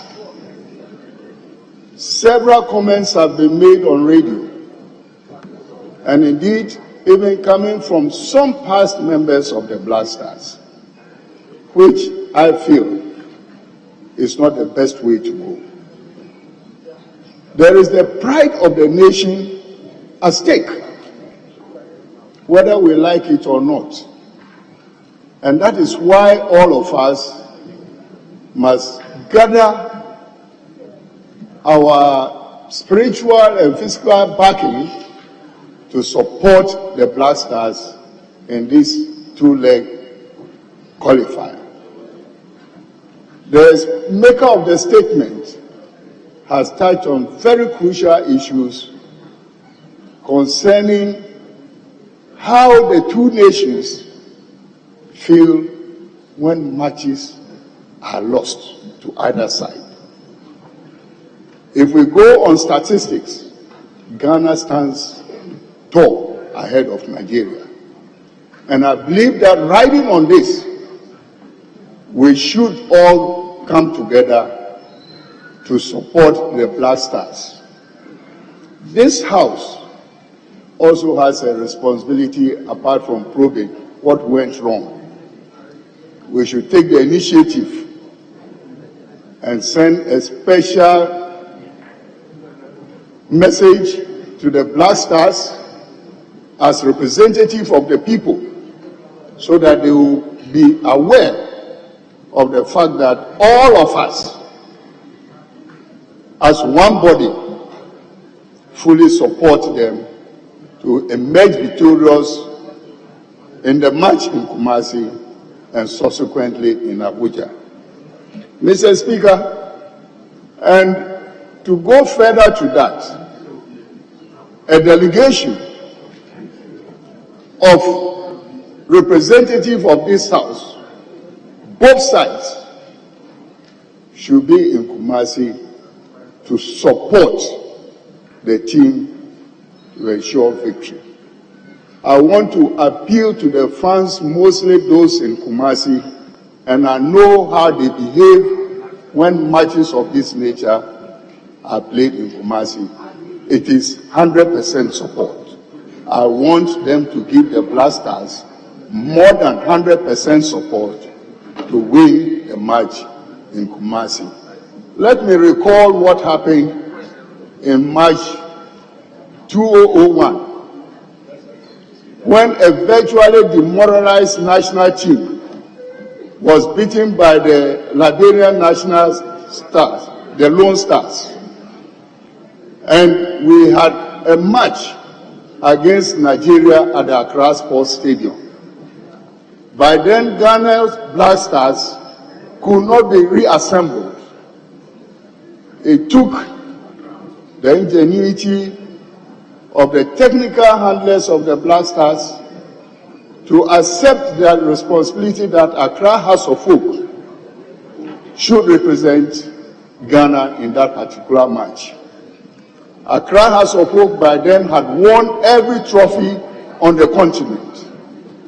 And because the players' morale was so high,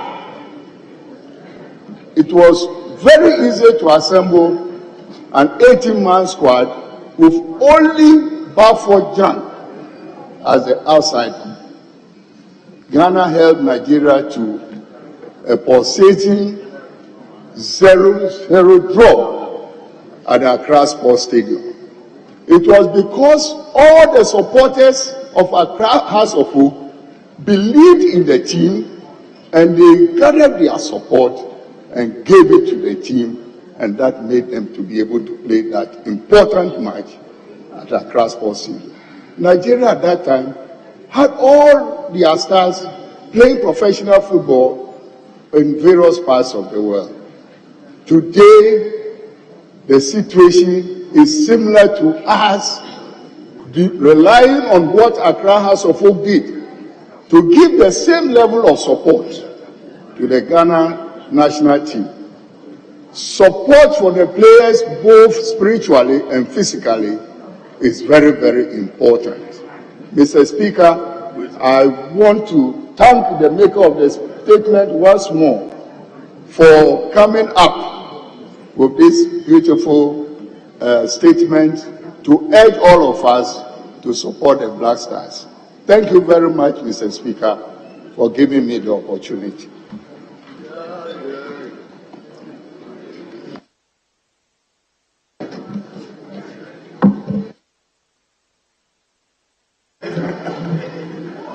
Thank you, Mr. Speaker, for this opportunity. Mr. Speaker, the Black Stars is the passion of our country. Thank you. Thank you. And I'm very confident that on the 25th of this month, and 4 days later, between the two legs, we are going to qualify. Mr. Speaker, Ghana and Nigeria, as my senior colleague said, has never followed form guide. Even when we assembled at that time a local-based team, we dealt with them, and we are going to deal with them again. Mr. Speaker, historically, Ghana was the first country to have won a football medal at the Olympic Games. Mr. Speaker, Ghana is the first country to have won the Under-20 World Cup in Africa. At the Under-17 level, we have won a lot of gold medals, albeit with our Nigerian counterparts. When you come to WAFU, the West African Football Union, we have won more caps than our Nigerian counterparts. When we come to the African Cup of Nations, Ghana has won 4 trophies. Nigeria has 3. There is nothing that Nigeria has that we don't have. Mr. Speaker, when it comes to skills, when it comes to flair, when it comes to finesse, no African country comes close to Ghana. I hope and pray that, Mr. Speaker, we get something right on Friday, and that is commitment. Watching the African Cup of Nations, we did not lack quality. We had the players to make the difference. What we lacked in 2021 African Cup of Nations was the commitment and the will. Mr. Speaker, I want to also add my voice to call on all Ghanaians, especially the media, to watch our commentary before these games. Let's support the Black Stars with all that we have. We may not have a perfect team, but I'm sure as in matches between Accra House of Folk and Asante Kotoko, as in matches between any fierce opponents like Manchester United and Liverpool and Real Madrid and Chelsea, it doesn't follow the form guide. No matter where our players are playing, I am very confident that on Friday and 4 days later, between the two legs, our Black Stars will qualify. Thank you for this opportunity. Yes, Honorable Member 4. Thank you, Mr. Speaker, for the opportunity. It's unfortunate I didn't have a copy of the statement and I just came in.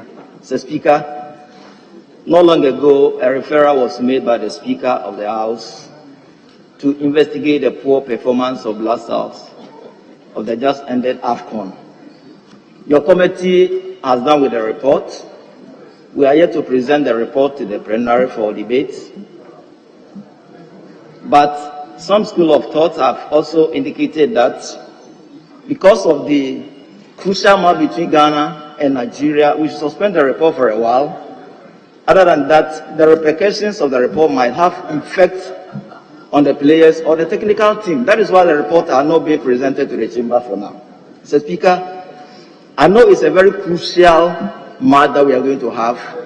Majority of Ghanaians have lost faith and confidence in the Black Stars, but I will urge Ghanaians to have faith because there is nothing too difficult for the Lord to do. We should all pray for the Black Stars with a solidarity of prayer. We should support them, and I know they are going to come out with success. Mr. Speaker, even though we didn't perform well at the just ended AFCON, currently as we speak, we have a new acting coach with a new technical directors and team.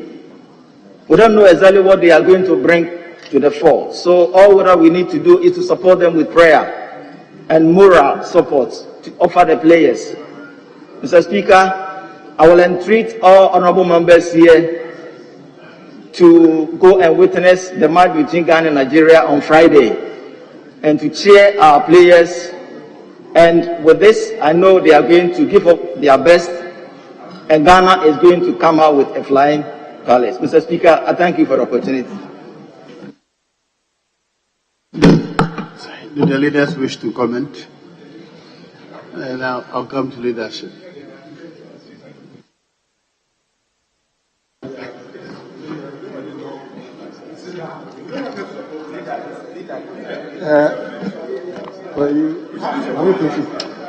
Right, Honorable Speaker, football is not one of the things you can defy to anybody. We've all played some before. Mr. Speaker, we thank the maker of the statement for the encouraging and the detail he provided.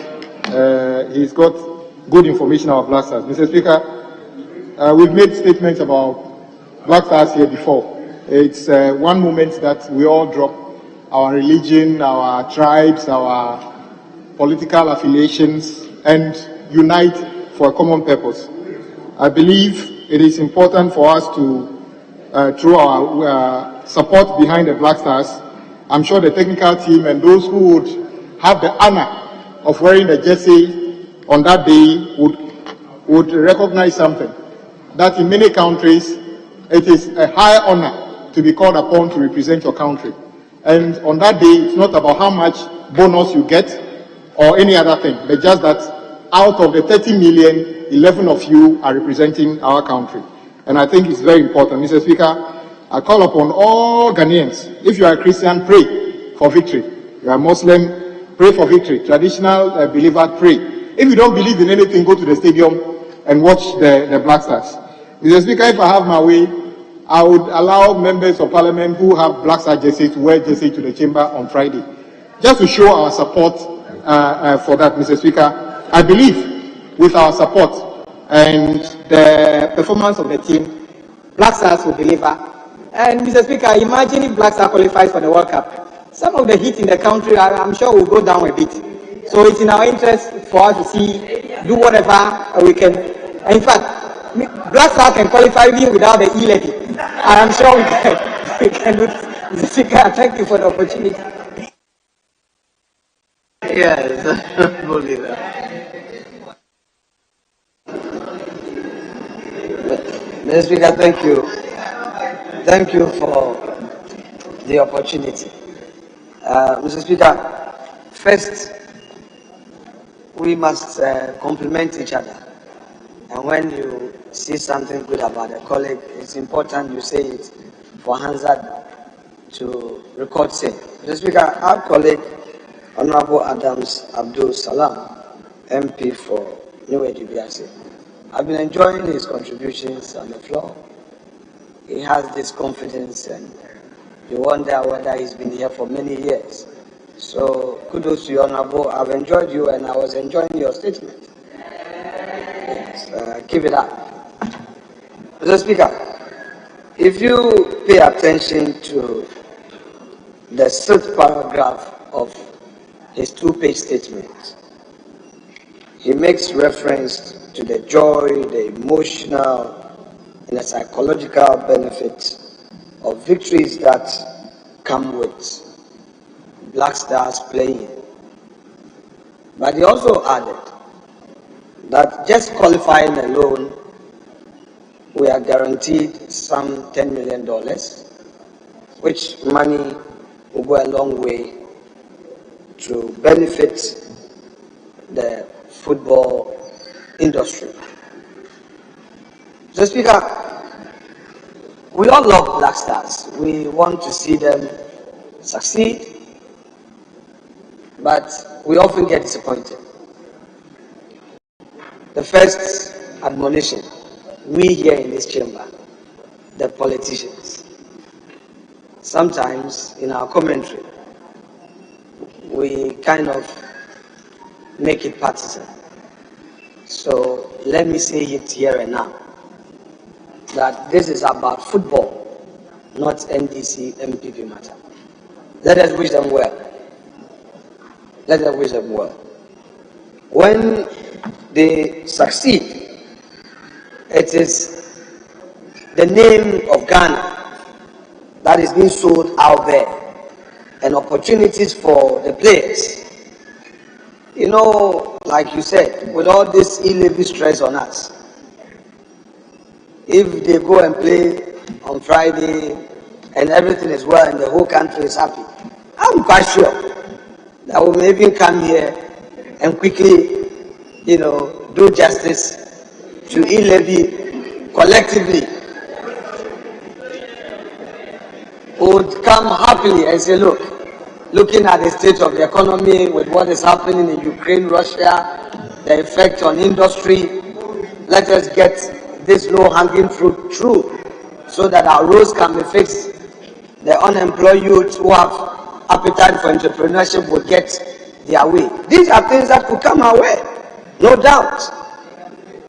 So it means that we need Black Stars to win. And it's on this note that, Mr. Speaker, I would say that we should all pray for them. Yes, I agree that we should wear something that will send a signal. If it means wearing a Black Star jersey, if it means your own fan among the players, projecting something of that sort. It's all about the day. But Mr. Speaker, the world has gotten to a stage where individual skills, intelligence, knowledge can never guarantee you victory in anything you do. The world has gotten to a stage, and in fact, not now. History has it that any time humanity had come together to act collective, something unimaginable had been achieved. It is therefore my position that those 11 players who are going to be on the field should first forget about their individual skills and know that if they work as a team, it doesn't matter who scores. It is the name of Ghana. Sometimes we get disappointed when we see players holding on to the ball for such a long time, or because they want to make an effort to score. So, Mr. Speaker, I would say that there should be tactical discipline there should be teamwork so that at the end of the day, with the benefit of blessing, Ghana Black Stars will be victorious. Mr. Speaker, having said this, may I conclude by saying that I want Hansard to capture the full statement as presented by my colleague in my name as well as though they are my own. Mr. Speaker, I am relying on Mr. Speaker, I don't want to tease Kwame, but Mr. Speaker, at the bar, when a colleague makes a beautiful, brilliant submission, you call on my Lord that you want the records to capture it as though it's yours. Yes, you adopt it in its entirety. And the young man has done well. He delivered with such nostalgic competence and it's been acknowledged. And I want to be associated with that success. So, Mr. Speaker, it is his. But the rules allow that I pray that this should also be in my name as though it is mine. Mr. Speaker, I thank you. Very interesting. I was hoping that the deputy leader would point me to which part of the rule, so I guide myself. But unfortunately, he has not. I'm not sure by what power I can permit him to parasite on the statement made by the honorable member for Nuedubiase. But be that as it may, I think the suggestion that members were some shared showing support for the Stars is a good one, and I have no hesitation at all in supporting that suggestion. And if any member has a T-shirt, that means that we are lowering standards in the House. We are bringing down the formality, but I have no hesitation at all in agreeing that any member who has a shirt, whether it's a T-shirt or a club shirt which relates to the Black Stars, please wait for us to show that we support them, even if we cannot be at the stadium with them. Very well. Sorry? For the purposes of your indulgence, I'm sure if we could also be permitted generally, so that those of us who may want to go to Kumasi on Thursday night, to make sure that we are available, at the stadium. Because some of us have already decided to be there. That way we will be pardoned for Friday if we do not show up. Since I cannot guarantee where you'll be if you do not attend the House, just follow the procedure if you want to be absent. That's all. Yes. Mr. Speaker, that's about all we have for the day. I recommend we adjourn. I move that we adjourn till tomorrow, 10 a.m. I so move. Yes, available leader. Right, Honourable Speaker, I second the motion and no, Mr. Speaker, if there is government business, we would have continued. And I want to commend you, Mr. Speaker, for making the effort for us to start quite early. I noticed this week we started not later than 10:30 every day. And I want to thank you very much for the opportunity. And we want to continue like this. One day, we shall actually start at 10 o'clock. Thank you very much, Mr. Speaker, for the opportunity. It's not only this week. The whole of last week we did so too. We strive to be. No, he did. He seconded the motion before making his comment. Honourable members, the motion for adjournment has been moved and seconded. All in favour of the House adjourning now, say aye. All against, say no. I think the ayes have it. The ayes have it. The House is accordingly adjourned till Thursday, the 24th of March, 2022, at 10 o'clock in the forenoon.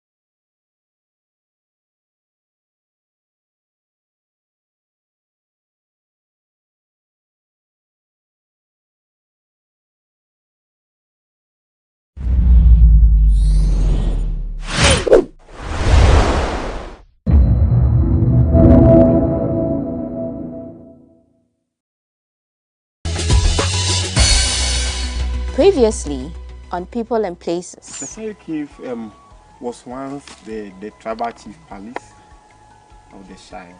Okay. So when I say tribal, 4 tribes that lived here, when they see the leaf on your leaf, it tells that whatever you see here is a hidden truth that you will not go and expose or tell anyone. The focus was war-minded people, you know. They were like people who can easily come in and take the place from them, since they also took it from others. Somebody else. That's how you call them? Yeah, sometimes you just make a little to stir them up. Wow. And hence the name Bat Cave. They sit on the stone, which they cover it with the skin of the antelope. Is that it? No, they took it away when they were sacked. Okay. And there are 2 indications. If you are virgin, you get up easily. If you are not a virgin, you get stuck to the rock. Now, did you know that it is dangerous to feed the baboons you see at Shy Hills? In the last and final episode of the Shy Hills adventure, we learn all about the baboons, tour the museum, and meet the newest additions to the animal farm, the African pythons. Stay tuned and enjoy.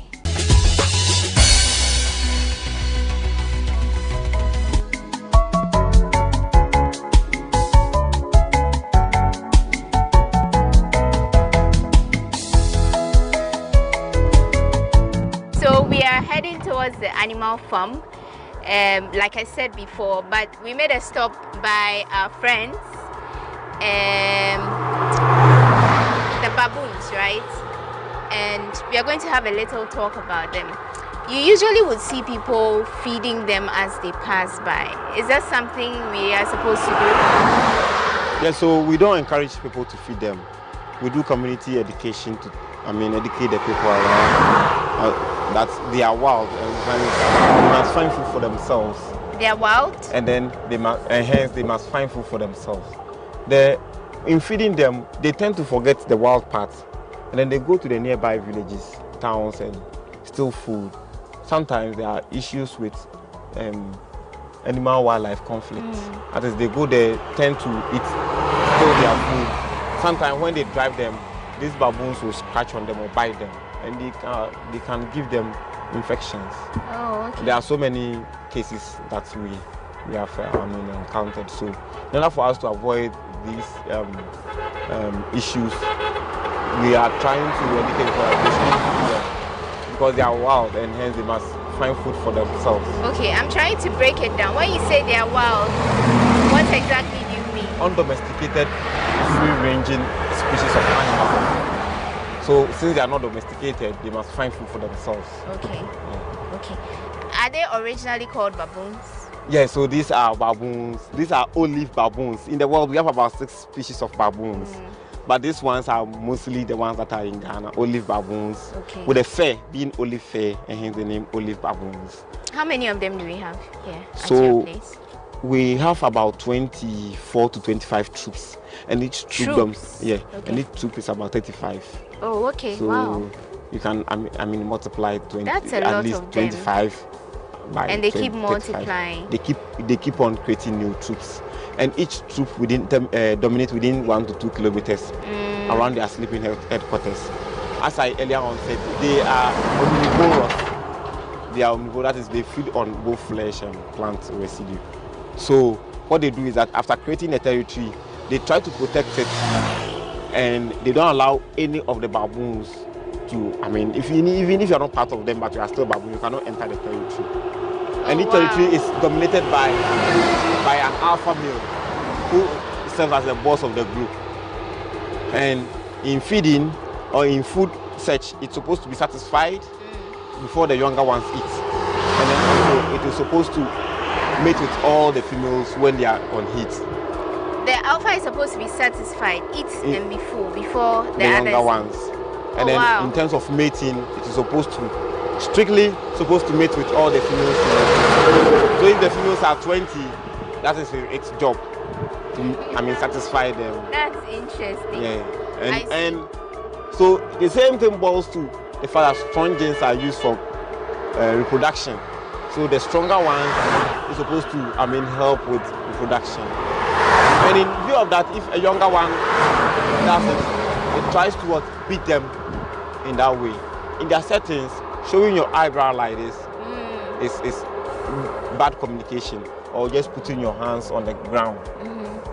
So when you are closer to them, you are not supposed to do that. Yeah, they can, even if you're a human being, you show your eyebrow spontaneously, they can attack you. What does it mean? It's a sign when the older one wants to, punish the younger one. They do that. Oh, okay. So in that way, they feel like you want to, cause threats or harm them, so they can attack you. Oh, okay. They can actually live for 30 years, 23 to 30 years. Wow. And when people try to feed them, is that dangerous to them as well? Aside the fact that it changes their it is very dangerous because one, you are not supposed to, you can't touch them. So in touching them, they can scratch you, bite you. You can't also, for instance, you can't also, as I said, your facial expression. You don't know when you feed them, they can actually attack you. And they are wild. So when you get closer at some point, there are so many times that the younger ones will rather call, crack, crack, crack, crack, crack, crack, crack, and then the adult will just come and attack. It's very, and when you are bitten, you can easily get disease like rabies or any other form of infection from them because they are wild. I see. Okay. And one other thing I want to know, is there a particular story behind them, like a human face to them? Yeah, so they are primates, and primates are the in line. Aside human, they are next in line. And so the only thing that the humans have that is more structured than them is our brain, our ego. We have well structured brain, but they are next in line. But I mean, like in relation to people who come around or the people in the community, do they think they are human or anything like? Is there any perception? Yeah. So the perception was that, or there is a myth, or totem. Sorry, totem. The shy people don't kill baboons because they see them as twin brother or sister, and hence their language they call them Kwan. What? Kwan. Okay. Kwan. Yeah. So they have a high sense of respect for the baboons. That is why they are the most successful species of animals in the park, because you can see them along the road. Nobody harms them. And even though we protect them, but still people regard them as totem, so they don't harm them. That is why you see them a lot here. Okay. Yeah.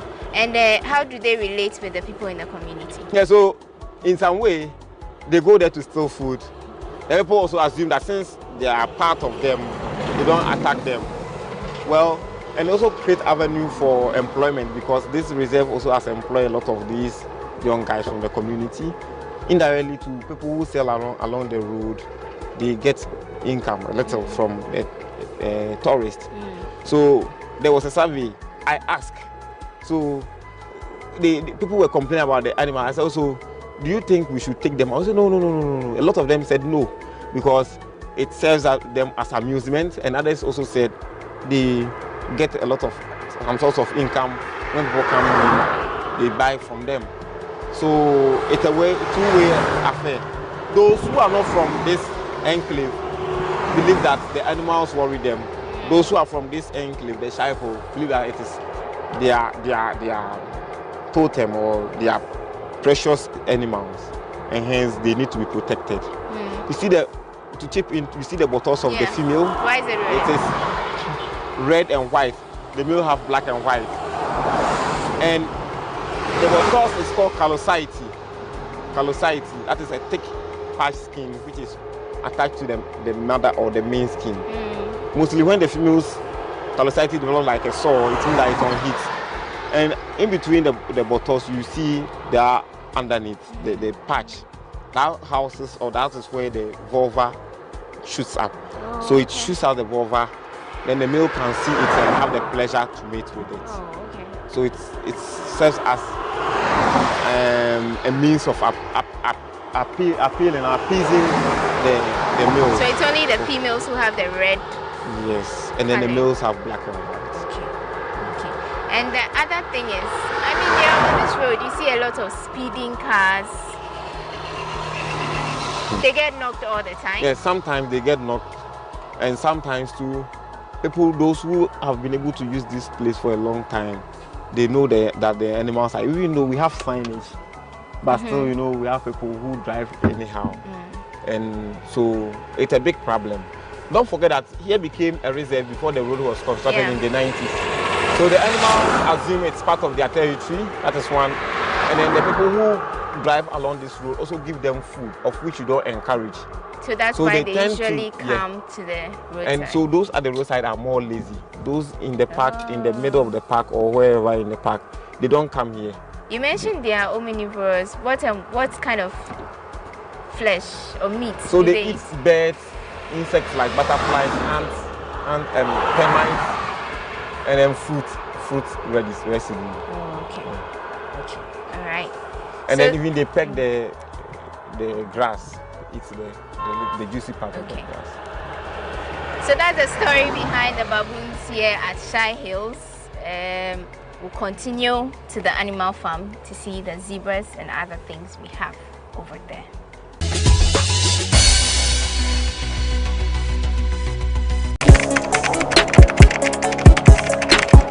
We table issues relating to the arts and entertainment for a riveting discussion, of course, without fear nor favor. The question the presenter asked them was a dumb question. You need to speak the fact and move. Varied views. We agree to disagree. So I would disagree with everything you said. I think that he's a smart guy. I think what he did. No, but I also said he's a smart guy. Yeah. I guess that I'm waiting for the what next. Yeah, I don't think that we have to wait for what next. It sometimes gets confrontational, but that's the beauty of the game. Today you are denying funny face. It's not my brother. You are denying funny face. I don't know him. You don't know funny face. It's not my brother. You don't know funny face. It's a package. We meet, we sit, we dialogue, we learn, we progress. My name is Benefo Huabin Abrantepa, a proud blogger, and this is my forum.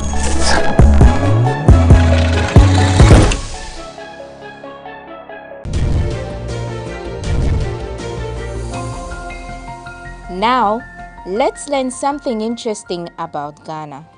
Ghana's capital, Accra, came from the word Nkrane, an Akan word which literally means ants. The name was later corrupted by the British to become Accra.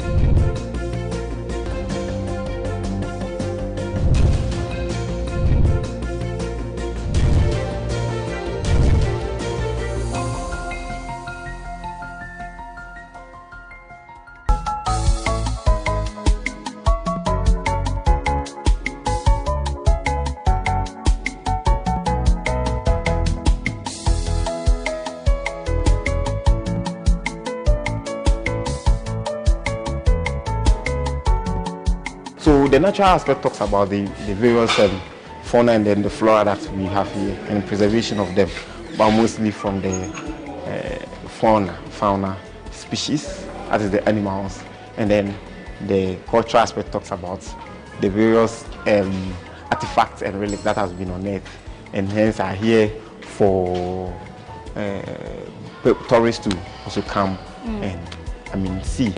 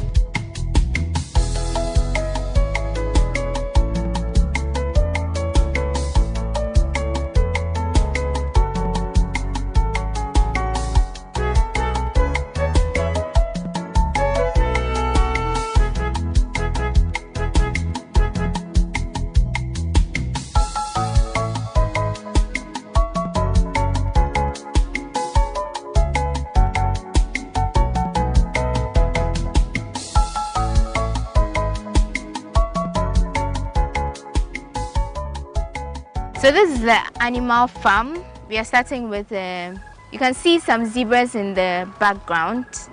Ishmael, how long have they been here? So for the past, I think 4 years, the zebra have been here, imported from South Africa. Okay. Okay. And how big is their place? How many are they? So we have divided them into two. The first so the fence are 3. Okay. The first one houses the ostrich. The second was housing about 3 zebra. And now they've given birth. So we have 2 young ones added to so make that's it 5. And then the third one houses 4 zebra. Okay. They are yet to also, the male is yet to also show his power. But why the separation between because these of the ones? males. Okay. 2 males, if you put them at the same place, they fight to dominate. So then you need to separate them. So there's a male here and there's prevail. another male in the other one. And the rest are females. The rest are female. But the younger one is also a male. A male. So as time goes on, it can be taken out from the group. Okay, and what do they eat? So they are herbivores. Okay. Yeah. So they eat grass, and we supplement their food with rice meal. So to go to estuary and other places to get the chaff. We supplement them. Okay. This species of zebra are called the plain zebra. So you can see the patchy brown color. It's not dirty color. Oh, it's that's natural. not dirt. That's how they actually look. Yeah, it's not dirt. That's how they look like. And their lifespan is 40 years. 40 years for the zebra. Okay. Mostly, the most fascinating part of the zebra is the stripes on their body. Each has unique pattern. So even if there are 1,000, the patterns are different. And then from mother to offspring too, the patterns are unique and different. And in that way, they use those patterns to, avoid their predators. Focusing on one and catching them. So it serves as camouflage. Okay. For their predators. So every zebra has a different pattern. No matter whether it's born a male from mother to offspring, different, male, female, different, 1,000. Okay. Different. So it's just like the fingerprints. Yeah, that is it.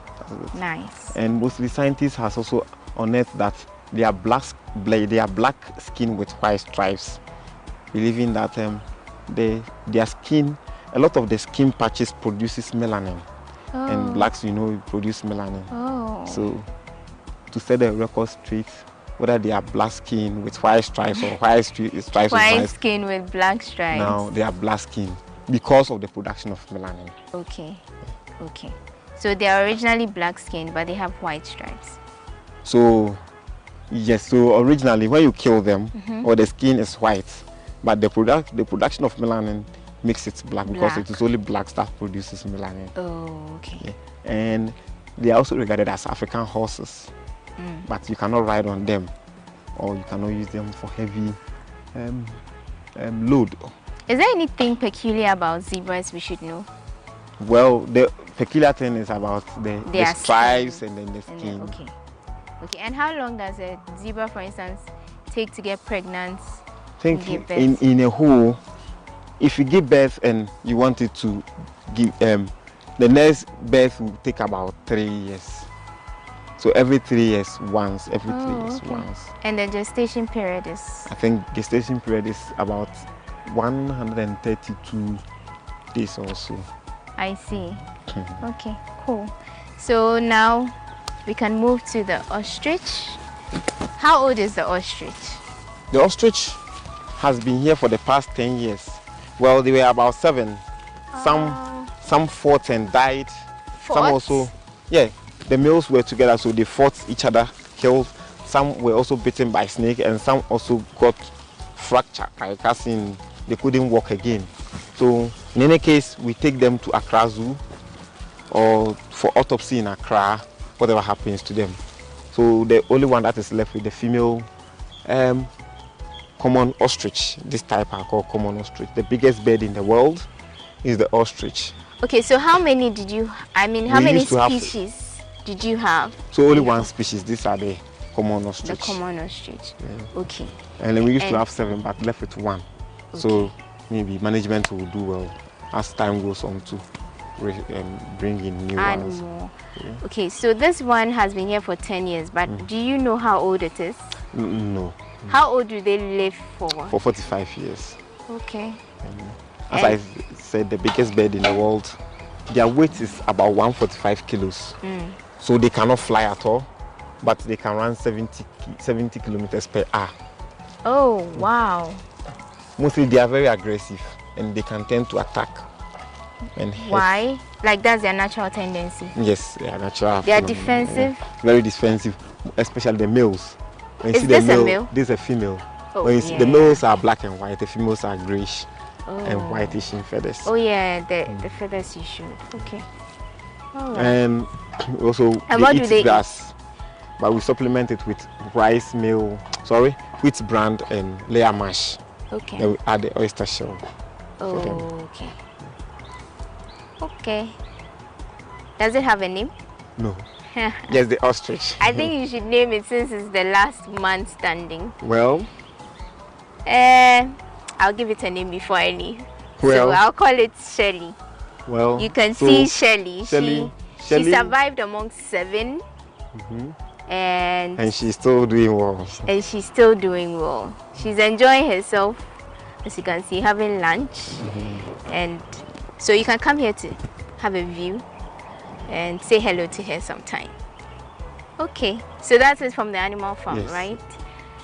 Okay, so now our last bit, the royal python. It's not one of my very favorite animals. I don't really like snakes, but let's see how we can introduce her to you guys. It's all about what you want, so let's get going.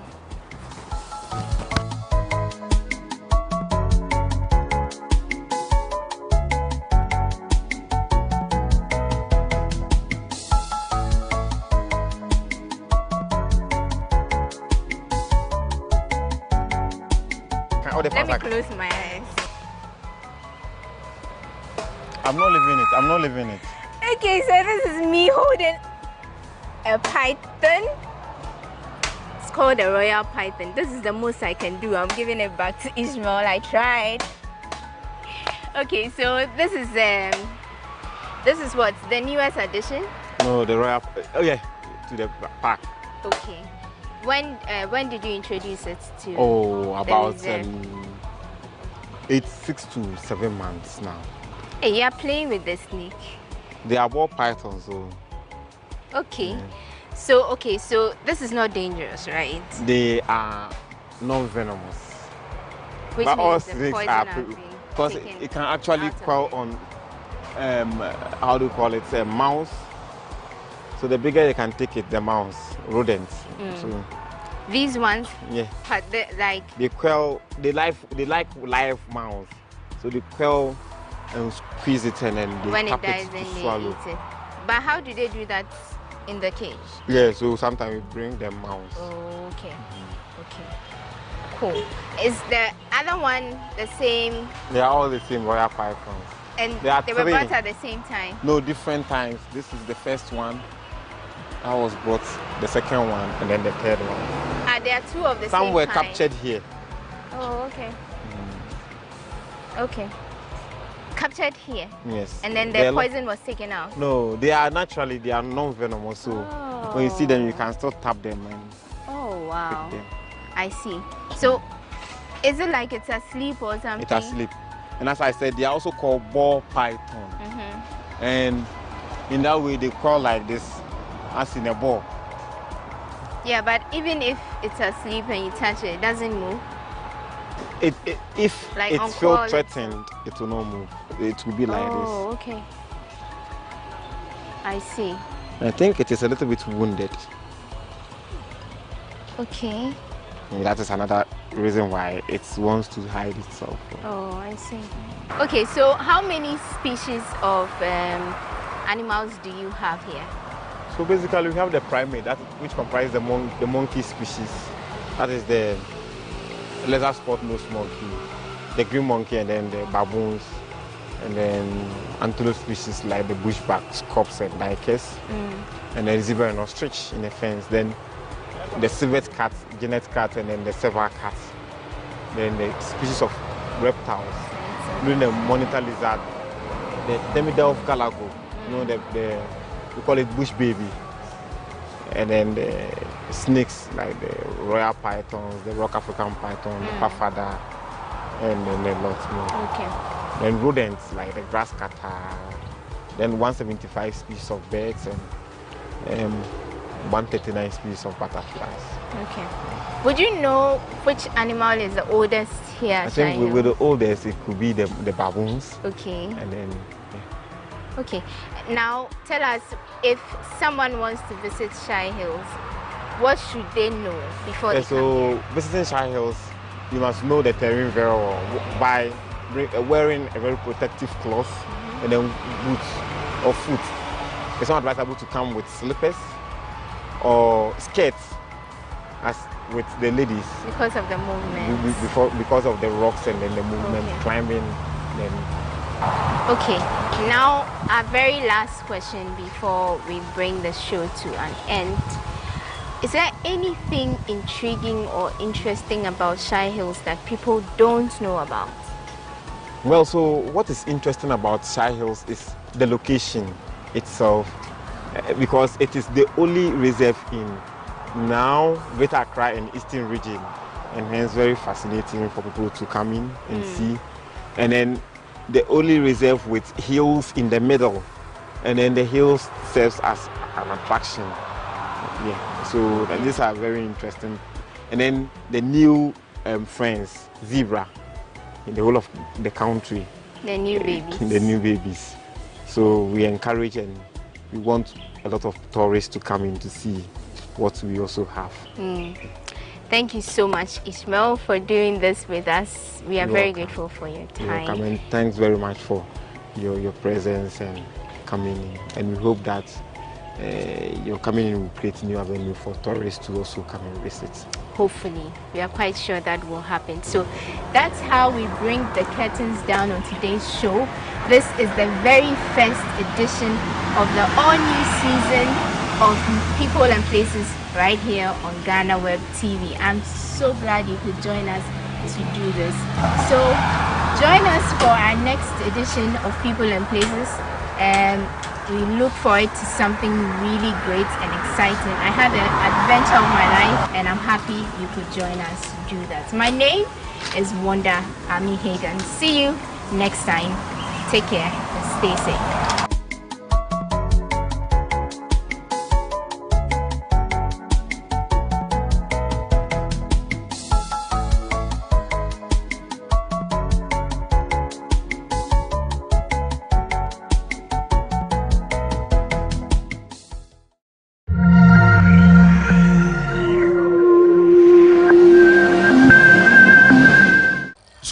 Me every time I'm a boss so say nyankopon ma me kwan na me ba me pese e we bie kwan ma ye ma no nyina atumi akọ school no when me nyi ho agi ho atinye wura the girlfriend first na electoral gimmick afi ye ntumi nye ge be ye kra di mfie duonu ene e betumi aye ikasa no bebre e isika say enso say na say utumi say woni agi atomo yenji ntomo the can say yeba be review policy no now review your policy ye can policy and I say review your policy no be o can say onpe no can say review no nim the over be catch no e say so ba be twam nya sa ye ba be tena o me na twam be twam ye pleno na pleno tsna se ba be twam ye pleno na pleno tsna Ghana for play and ye ba be twam school ade na ye de aba no ye come say wa I deserve esro no a na e ko a give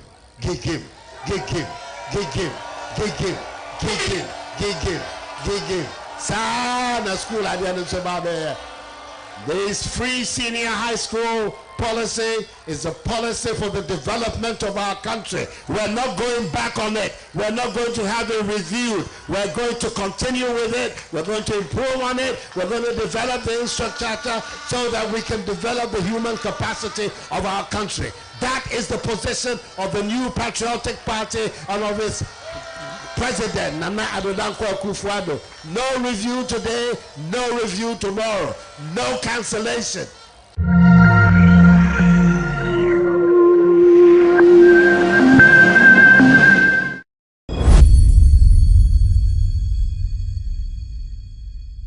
Dr. Obed Asamoah eye kane otitreni ema NDC amanyoko no ono no twema wo futu papa edema former president John Dramani Mahama otwema Mahama ono de nkani pem na nkanke beye ni manimia bomode na chese eye bibi ntawantawa bi ewowo ena afi omanfo mu ofra mante mu bomode na chese ntawantawa bi ewo mbia no monko na monko solving system ni manimia esanso no hu ni 2024 onu ene vice president Maumia ekokogina se eye amampanyin fo na mpomo amabepre mampeni to me and sure na chese ankwa nkowie ni ye amfa ma ye kra esanso no ode oye mfato mi na wotwem Savannah region te ukọ no ma ade a MPP ewo mu pa afen so ukọ ye northern region tifi mantem nso ade a Baumia wale ne important ne nkeka ho ade o stand se wo ye pa nti sa won so wakwa se voter region de unse ne hu NDC anu hu voter region wankasa mpo be kaya afi 2020 ma mo kwa abato no otumo se nanka wins anka wo se wonya no and vote awodo mpo nanka wo se wonya no wentumi enya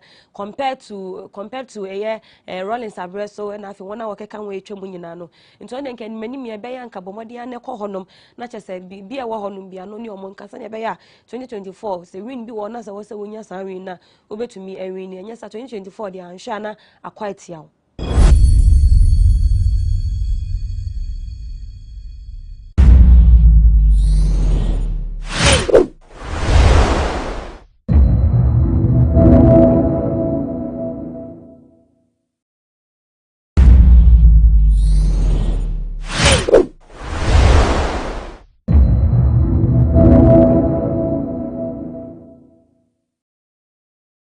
I must say that there have been benefits of the WAPIS program in Ghana in various ways regard to criminal investigations and particularly the fight against transnational organized crime.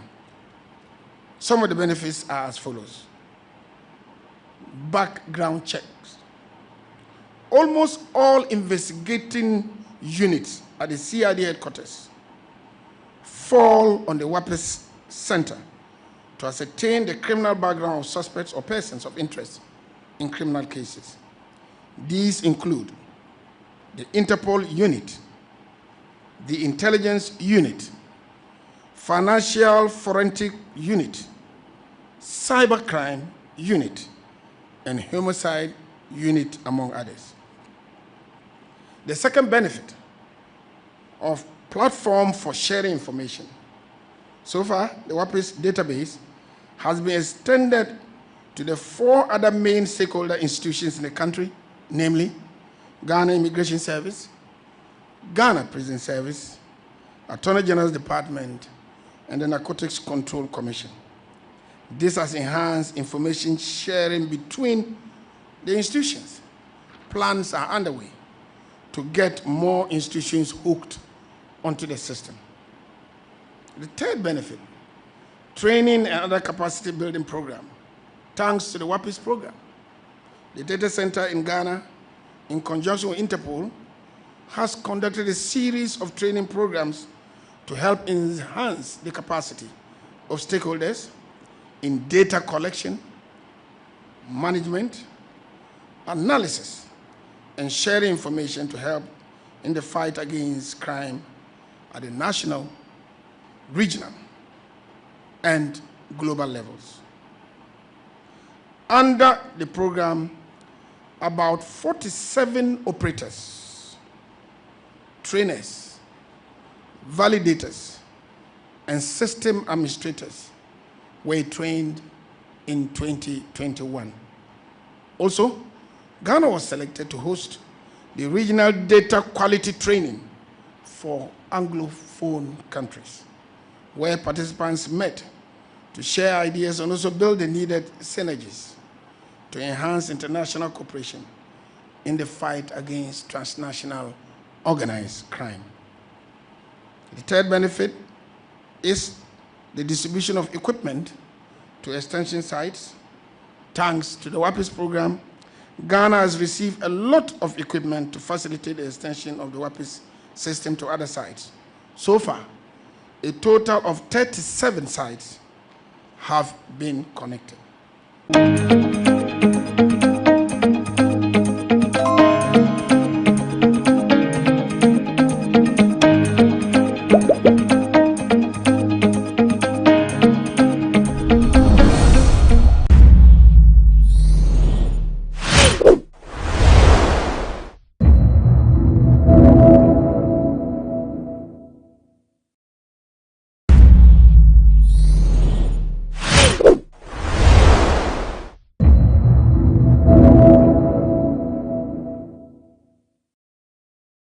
The WAPI system is an initiative of West African country under ECOWAS to build an effective national, regional, and international response to national, regional, and international criminal threats, including transnational organized crimes and terrorism.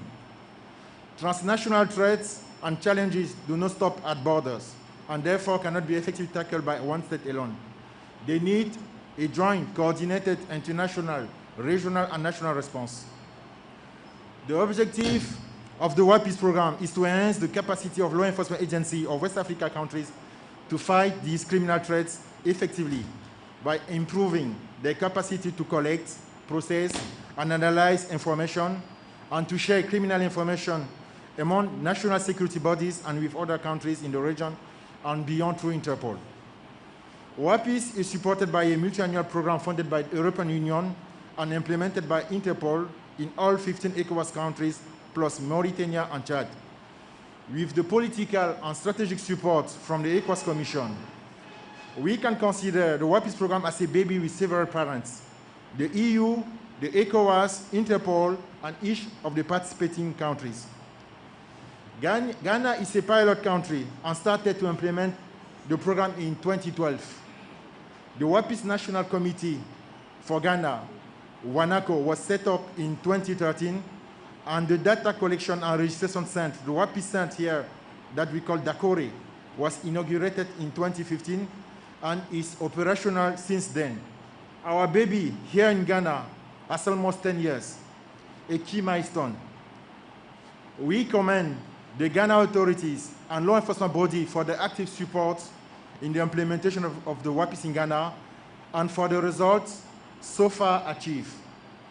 However, considering the end of the program expected in June 2022, so in 3 months, even if discussions are ongoing with the EU for an extension, time will arrive when Ghana will take over the full responsibility of the system. We therefore encourage the Ghana authorities to keep the WAPIS system as a priority of the national security strategy and to take steps to ensure the sustainability of the system.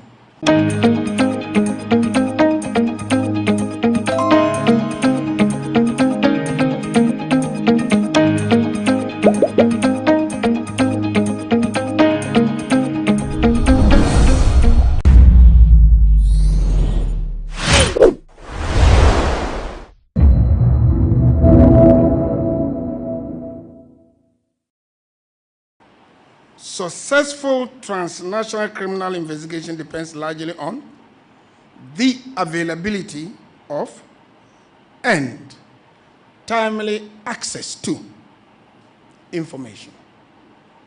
It is against this backdrop that Ghana was happy to be one of the countries chosen for the implementation of the West Africa Police Information System WAPIS program. Thankfully, we have to a large extent adhered to the implementation timetable, hopefully, and today we can say that the WAPIS is fully operational in Ghana.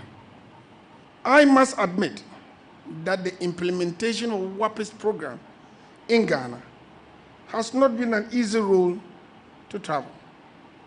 However, thanks to the tireless efforts of all stakeholders, we are here to take stock of what has been achieved so far and create further awareness of the program to promote its use. The implementation of the Workpeace program in Ghana has been in 3 phases. The first phase of the implementation process, which took place between 2010 and 2013, was aimed at getting the government of Ghana and other stakeholders, like the Ghana Police Service, Ministry of the Interior, the Attorney General's Department, the Ghana Prison Service, the Narcotics Control Commission, and the Ghana Immigration Service to understand and embrace the concept of WAPIS so they can lend their full support to it. The first phase culminated in the formation of the National Committee of the West African Police Information System, WANACO, which is made of representatives of all stakeholders. The phase 2 of the implementation took place between 2013 and 2015. At that point, various stakeholders had embraced the idea of WAPIS, and WANACO was functional. The Ghana Police Service allocated an office space, which was refurbished and furnished with funding from the European Union and used at the Data Collection and Registration Center, DACO. At the same time, population of the WAPIS database began in earnest with the assistance from stakeholder institutions such as the Ghana Police Service, Ghana Prison Service, and the Ghana Immigration Service. Ghana is currently on course in the implementation of the 3rd and final phase of the program. 1, extension of WAPIS system to our major stakeholders, namely the Ghana Police Service, Ghana Prison Service, Ghana Immigration Service, and the Narcotics Control Commission, have been completed. This is very important because it allows all stakeholders to have access to criminal data inputted into the system to help speed up investigation. Connectivity between WAPIS system and Interpol 24/7 system has also been established. This part of the implementation process of the WAPIS program is top priority because the system allows the sharing of national data worldwide through the Interpol 24/7 system. I am happy that the Memorandum of Understanding between the government of Ghana and the National Criminal Police Organization, Interpol, was signed on 23rd April 2021.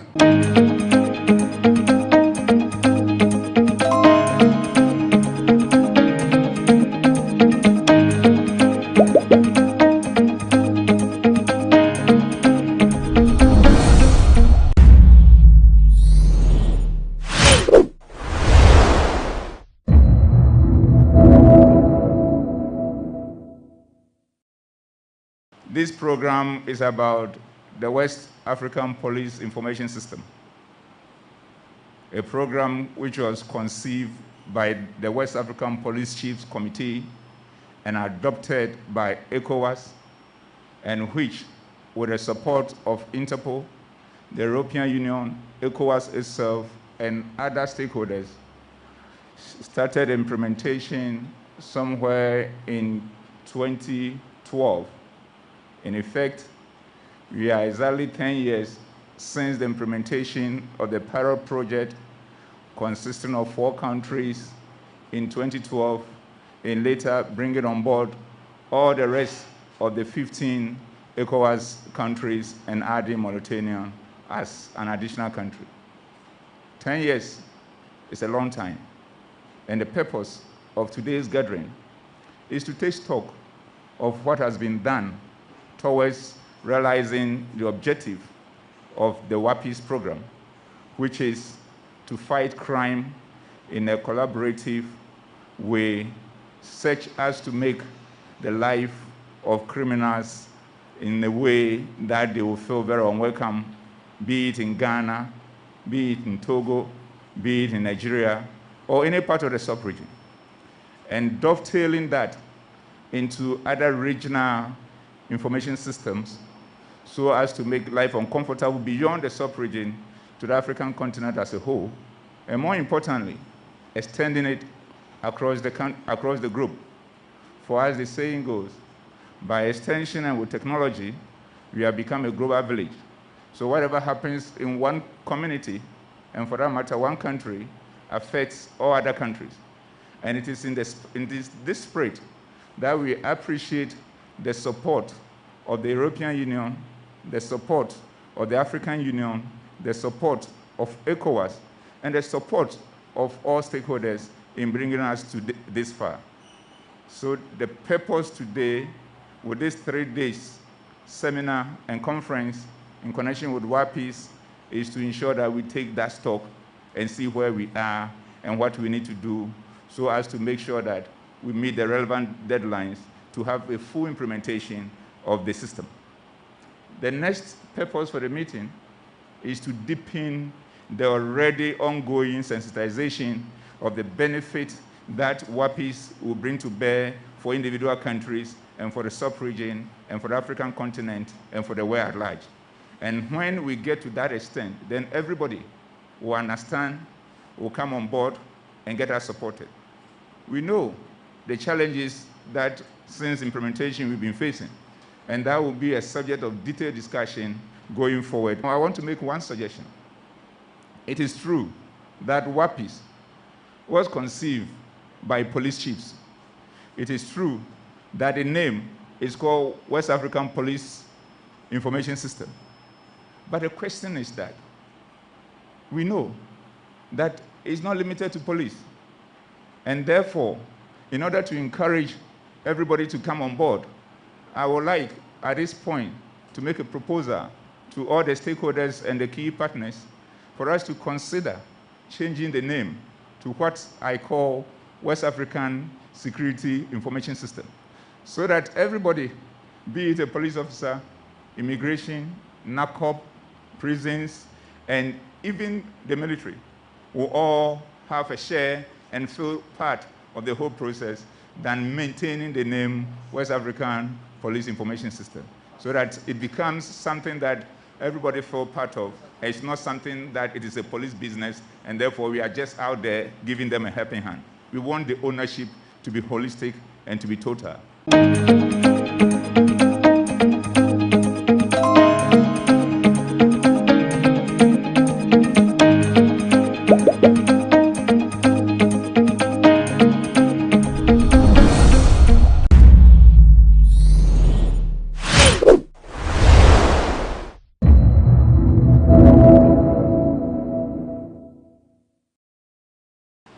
For us to accomplish this objective, and based on lessons learned during the past 10 years in the region, we recommend the following.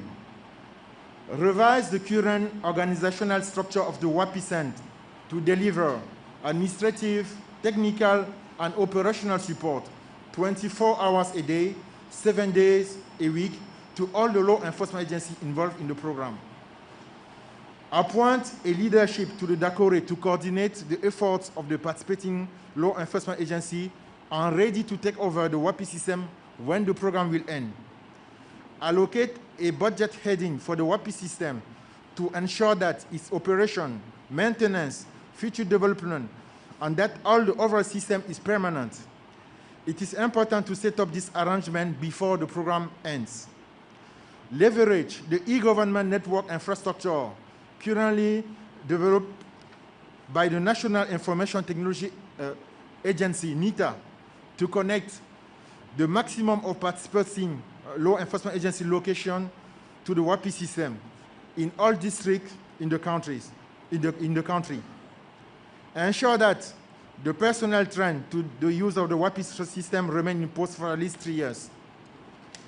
encourage the participating law enforcement agencies to populate the system with criminal data and make mandatory the use of the WAPI system as an everyday tool for investigations, controls, including controls at the borders. Ensure that the WAPI's training curriculum is taught in the police training academies as well as in the training academies of the other participating law enforcement institutions of Ghana. To reciprocate the effort of Ghana, Interpol will continue to support the country to extend the WAPI system to more law enforcement agencies located in Accra and also beyond in the region, for example, in Tamala, Damongo, or Kofori-Tijua, to deliver more equipment to support the Ghana to implement standard operation procedure on the use of the system, to deliver or support more trainings. The success recorded in Ghana will not have been accomplished without deliberate efforts made by all the stakeholders. Therefore, let me, on behalf of Interpol Secretary General, thank the European Union for providing 100% funding for the implementation of the WAPIS program in West Africa. Thank you, Your Excellency. Without the political support from the ECOWAS Commission, I must state here that it would have been very difficult, if not impossible, to implement the WAPIS program in this region. Therefore, let me thank the ECOWAS Commission for ever standing by Interpol on the implementation of this program. For the demonstration of political will by the government of Ghana, please permit me to express my profound gratitude to the Honorable Minister for the Interior for the leadership demonstrated within the implementation of the program in Ghana and also in the region as the chair of the West African Forum of Ministers in charge of security. Honorable Minister, the committee meeting on WAPIS you shared 1 year ago has produced tremendous results. Thank you, Honorable Minister.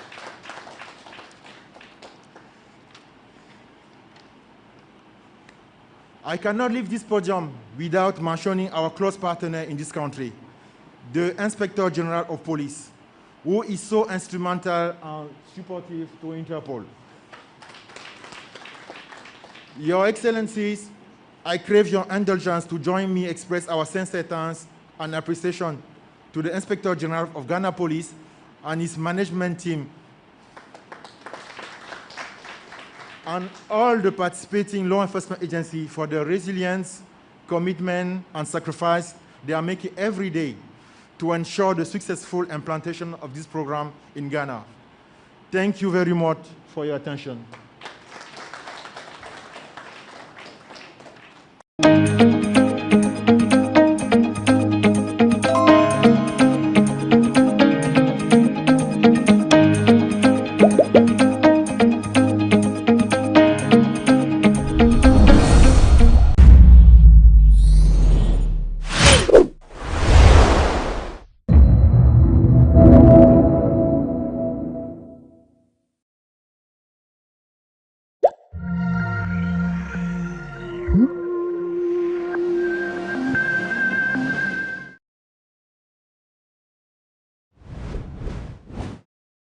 Ni lenga ji aba kahame daga mapi fatrika aba he abagba no abagba ma be sienyo ke somebody ke no twa na bape ke babagba ke jano le pa be hunkura. So what he said is that the government approached the community and requested a plot on which to build a factory. They provided the plot, but unfortunately the factory has not seen the light of day. All they do is to come here and weed the plots periodically, but the factory itself has not materialized. So show us where exactly this factory was supposed to be positioned here.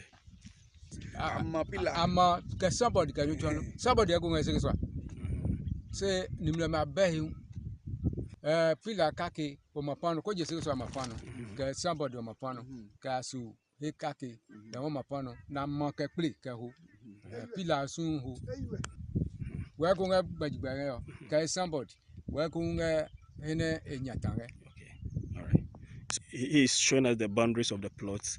According to him, pillars have been mounted on the plot over here, and that the whole plot extends beyond even what the eyes can see, all of which has become nothing as we speak.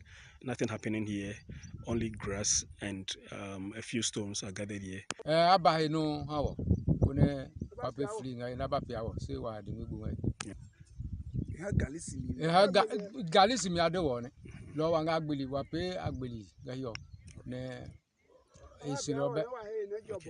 All right, so he is saying that he's appealing to government to ensure that the project sees the light of day.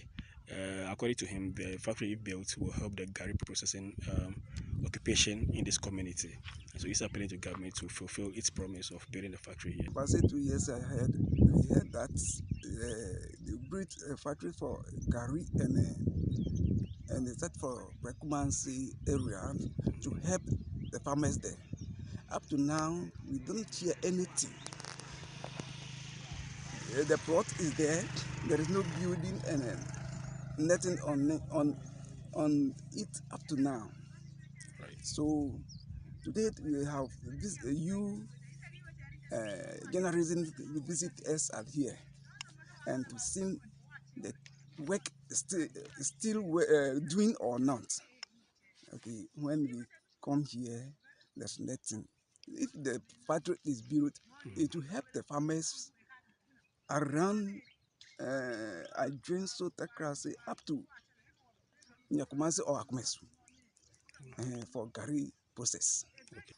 Now, we beg the government to help us and to build the factory furnace and then to process the Gary furnace.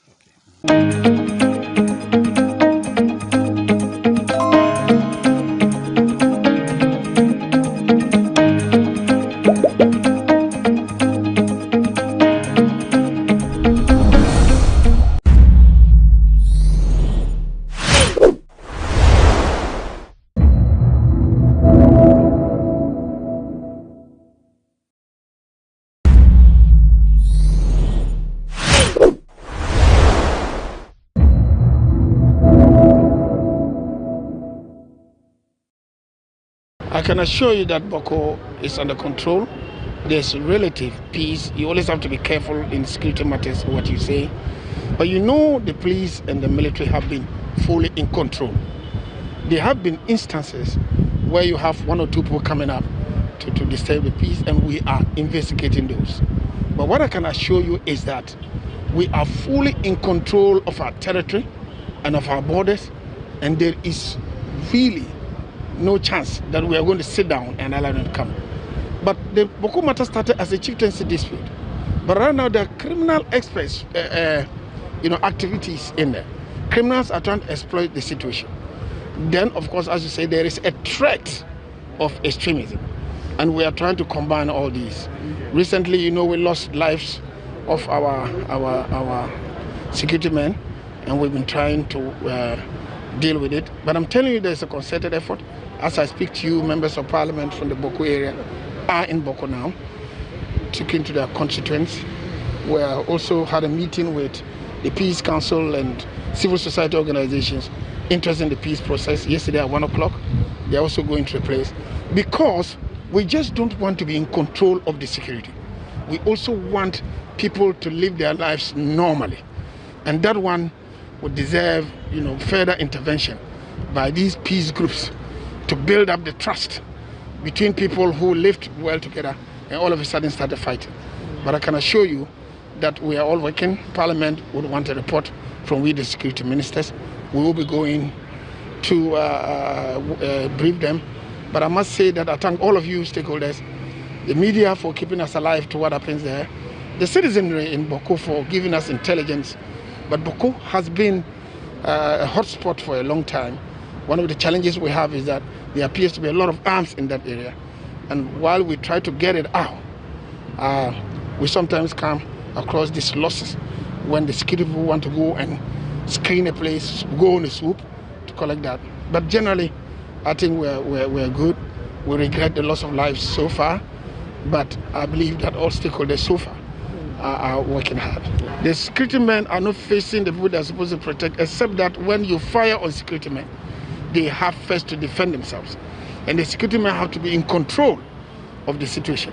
What we try to do is make sure that whatever reaction is reasonable And I think that we try to keep it as reasonable as possible. So the security men have not ceased to be friends of the people. They are out there, left their families. They are staying there now for months, for, working to, and I think all of us need to encourage them for the jobs that they are doing. And then take this opportunity to talk to you, the media. We are doing a good job now. But sometimes the social media and also some of the FM stations in the place, we are appealing to media people to be responsible in the way they do things, because the general analysis sometimes can touch emotions and exacerbate the situation. But all in all, we are good. We are working towards making sure that the president's goal of making all of us feel safe in Ghana is maintained.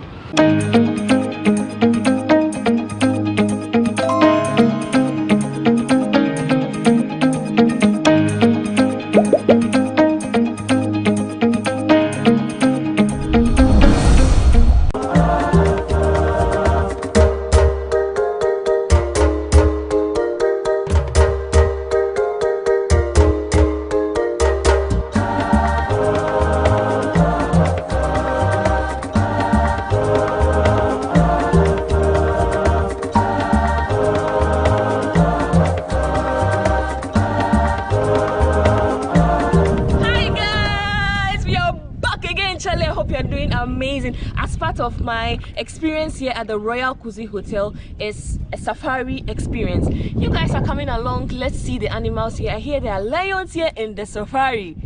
Did you know that? I'm yet to see it for myself. So let's go. Let's experience the place. I like the view. I love the West. I love the Upper West. Let me know in the comment section if you're enjoying my Upper West series so far. Let's go. Let's see what they got.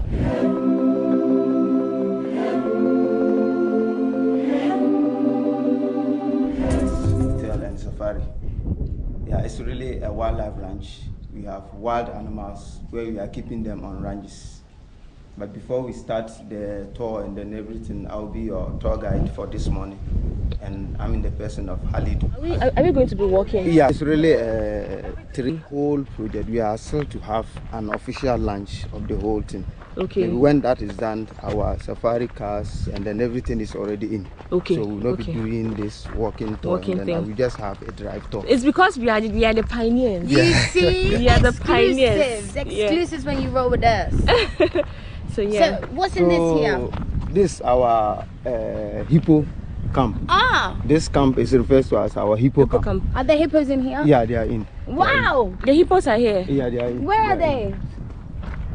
Are they big? They are big, but they are really young ones. Oh, okay. How old are they? They are just 20 months old. Oh, okay. This camp is electrocuted. It's electrocuted because of the hippopotamus. Yeah, we are trying to maybe scare them away from getting closer to the fence. Aside that, we don't want them to be moving around. So the electrocution scares them away back into the water. Oh, okay. But yeah, I hope it doesn't kill them. No, it doesn't kill because. What do they eat? They feed on grass. They are looking for supplement. Usually we go around the banks of the dams in the morning to also search for fresh grass to just add to their feed. Okay. They are really managing our dry grasses, but we also give them a supplement. Okay. So usually every morning we try to get them fresh grass that they will feed on. How deep is this water? It's about 6 feet deep. 6 feet? 6 feet. But that covers all their body. Yeah, it covers, even 3 feet can cover their body. So what happens is, because here we have a different seasons, the dry and then the wet season. But we've monitored this water for the past 3 years to also know that the drainage system doesn't pass that 3 feet level, so which holds the hippos. Yeah, you can see their body. I saw one here earlier, but it's gone inside. Yeah. It's gone in. Hey. Looks like the hippos here at this safari, they don't like us. They don't like you. No, they don't like us. Not that they don't like you. They like you. Basically in the morning, because they're fed during the night, they like to stay under for some time. Yeah. They stay under for some time. So on this water will be getting more dirty. Okay. So it's just our way of trying to make this water clean. Oh, that's the pumping machine. Yeah, that's the pumping machine. So, and there's a filter over there. Okay. So we pump the water into the filter, recycle it, then pump it back. Wow, this is so interesting. Inside that, we also have different species, inclusive to the hippo.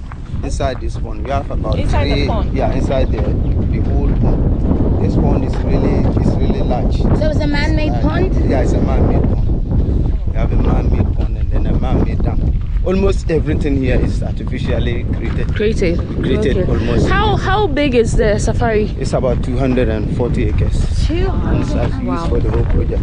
That's really With the exception huge. of the hospitality, which also holds about 60 acres. Okay. So the whole project holds like 320 acres. Wow. These things, the hippos, they are really dangerous animals. Yes, they're wild. They are wild. They are wild and then very, very dangerous animals. They'll attack us. Yeah. But they don't just attack unless you try to temper in their home. Their space. Yeah. Because now they know they are living in their home. This is their home. Their water is We their don't home. want to trespass on their territory. Yes, we don't need to trespass in their territory. Hey, so if we go to Waitrose, then what? If they see the So boat? usually, I know for sure, like per the videos I watch, when you go to Waitrose, you have to be extremely quiet. So they'll tell you to be quiet just to watch them. Then after that, you just go. Yes. So if it's like flying a drone or something, you don't fly it when you're there. Yeah. You can fly it when you're outside. That's it. Yeah. Okay. But currently what we do is we have guys around who move to also check on our animals. So in case we even have visitors or tourists who want to see animals, we can contact them. Like any moment from now, I have to like try to read them whether our animals are closer or they are far away. Oh, okay. Yes, that And the then whole you... safari is really fenced, so no animal moves out of this territory. Okay. You all come and check it out. Remember who showed you first? We, Stella Chanelli, Miss Drew, Laurie Lawson, you know the vibe, you know the vibe. The elephants? No, the lions, yeah. Oh, the lions are fed all the time. Yes. I feed them thrice a week. Oh, okay. I feed them on Mondays, Wednesdays, and Fridays. Hey. And Okay. the feed is a full donka. Usually they are usually spread by ants. So that's why we have plenty of them around. The one with the tree? Yeah, this tree. Here we call it the sira. Sira in our local language. Does it But produce the fruits? No.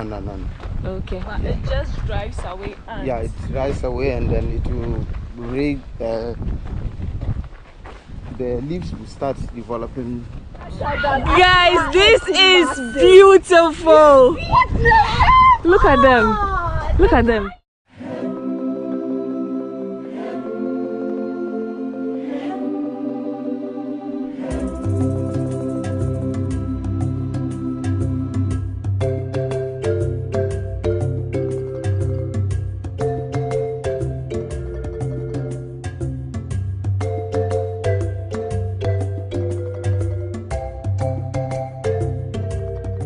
They only lose their fear in the night. And this is how they stay when they are well fed and then they don't see any other thing worrying them. They are always, they know they are in their home. So they don't have anything to bother about. Wow. So as they see us around, you see it will get to a time, then they will start looking scary in a way because they don't know our mission. Unless they stay for some time and then they get to know that these people, they are harmless. What happens is during the hunting stage, these ones, you see how they are staying. This is how they stay to observe animals, just to identify the weak one. So they stay in the bush, like they are even staying inside the bush to hunt. They can stay for almost 2 to 3 days to identify a weak one among the flock. So the moment they put the chase, they are targeting you. Yeah. Now let's assume we are standing like this. They are able to identify a weak one among us. Yeah. So the moment they jump out of this fence and they are putting the chase, they can run past you, run past my sister here. Then they are targeting me because they think I'm they've observed that I'm the weak one. And any speed I have, but I can't run past that 800 meters, they will be targeting before they can catch me. And usually that's how they do their hunting. And normally it's the females that hunt. So the females are the wild ones. Oh, right. They are really wild. The females are the wild ones. And they are like cats. You can hear her. Come on. Yes, girl. Yes. Ready. See how I called her? We are harmless, Come on. don't worry. Come on. Hey! My goodness. Oh my goodness. You should have seen me. I was just talking about this fence. So this one runs from where we started the tour, the entrance of into the dam. And the reason is we try to stop certain species, almost all the antelopes from getting to this side, because that's where the lions are. The dam is so a natural dam, right? No, it's an artificial dam. It's a man-made, yeah. Oh, okay. So we don't want some of the species to be getting closer to the lions. Even though they're in the cage? Yeah. But they may see certain species like the zebras, for instance. That's their favorite meal. So they may want to jump out and then feed on it. So we have to prevent that. Okay. We need to let that thing out of their mind, to have the feeling that they may go out and then put a chase on any animal. Yeah. So we try to stop all animals from getting to the lion's cage. But then, do you still come around and see some animals? What animals have you seen here? Inside this cage? Yeah. Oh, we have different species. The different species of the antelopes. Okay. You have the fallow deers, the bushbacks, the elands, zebras, and then blackback. You have all of them inside this camp. Walking free? Yeah, walking free. Nice. The first thing we saw right here is the shea tree. If you haven't seen a shea butter tree, this is how it looks like. The skin of the tree feels funny. Yeah, look at it. It's so rough. So, at which month does it fruit? Yeah, April, May. April, May. Start fruiting, yeah, April, May. Okay, by that time the vegetation is green. It's green. This bark, you see that the bark is hard. It's like the bark of the crocodile. Yeah. It prevents it from fire outbreak. Oh, so the bark is really strong. And this same tree is where we get our charcoal from. Though it's advisable we don't practice deforestation, but if you want the best charcoal, it's from the shea tree. But even hey, don't go do that. the fruit itself is edible. Yeah. It's really tasty. Yes. So after I hear eating it the tastes fruit like itself- pear. Yeah. Shea butter. Yeah, I'm yet to taste the We real would fruit. taste It's still processed into shea butter. Yes. And you can use it Then for even- eating, yeah. skin, everything. And even after processing it into shea butter, the chaff that is left is not even thrown away. They mix it with sand, and then when you go to some of our local communities, They it is build used, houses. yeah, to plaster houses. Oh. You go to some of these local communities, you see house plastered without cement. Usually, you mix the chaff with water. And then sand. This You is use it. local cement. So this is how Green, yeah, when it's the ripe. fruit looks like. And this is how it looks like. This is fresh. It's now fruiting. But then when it becomes big, then they dry it before they can start using it for shea butter. So yeah, this is how it looks like. And it's really beautiful out here. I like the fact that the weather is hot, but you don't sweat. It's dry. And it makes me feel pretty, like sun, the glow, the extra shea butter. And my mom is like, are you sure you don't add anything? And I'm like, nope, just shea butter. So since we are seeing the poop of zebras here, this is how it looks like. He says he's very sure the zebras are around. This area is not fenced, it's the free range. So we are walking in search of zebras. Hopefully, fingers crossed, we are hoping to see zebras. Yeah. And so how often do you see them? Usually every day. Every day? Every day. Okay. So we are very hopeful we'll find zebras. I'm super excited because the only time I've seen a zebra was at Shy Hills, which is caged. So this living free range, I can see their poop all over. What's the name of their poop? Or is still poop? It's poop. It's poop. Okay, poop is poop. So yeah. Are you enjoying the tour so far? Let me know in the comment section. You enjoy yourself, Stella? So we are in search of the Zebras. and we are following their poop. Yes. But we are up the hill. We are still going high. We are not seeing anything. So let's go. Let's hope we find them.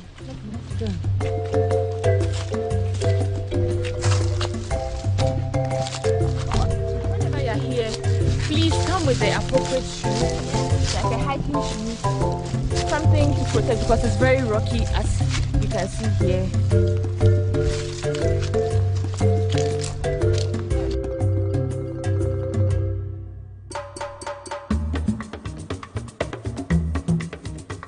So we've been walking past 20 minutes. We haven't had any sign of the zebras yet.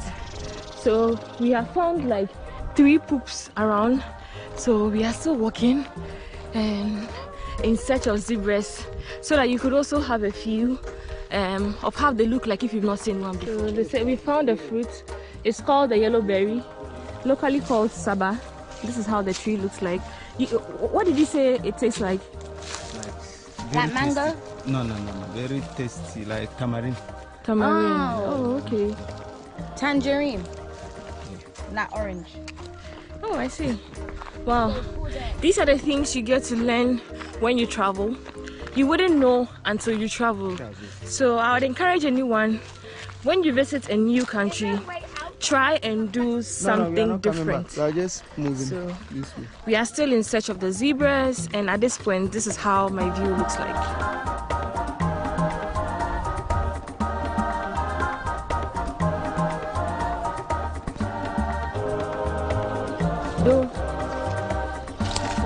For the antelope, I got them close.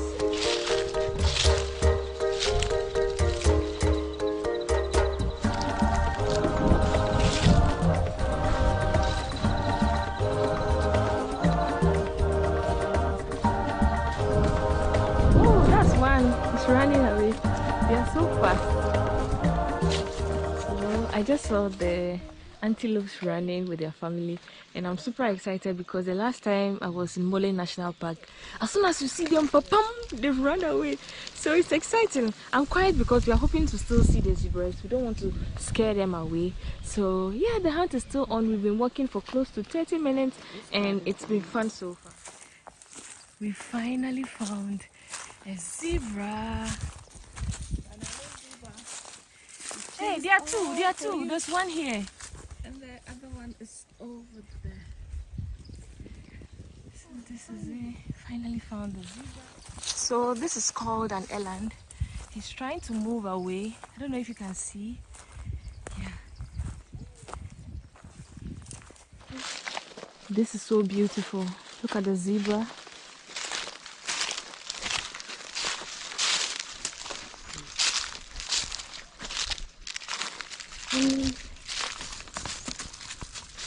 And that's another one there. The good part is they are so friendly, even though they are in the wild. This is another one. Oh my god, he's peeing. He's peeing. And this one is right here.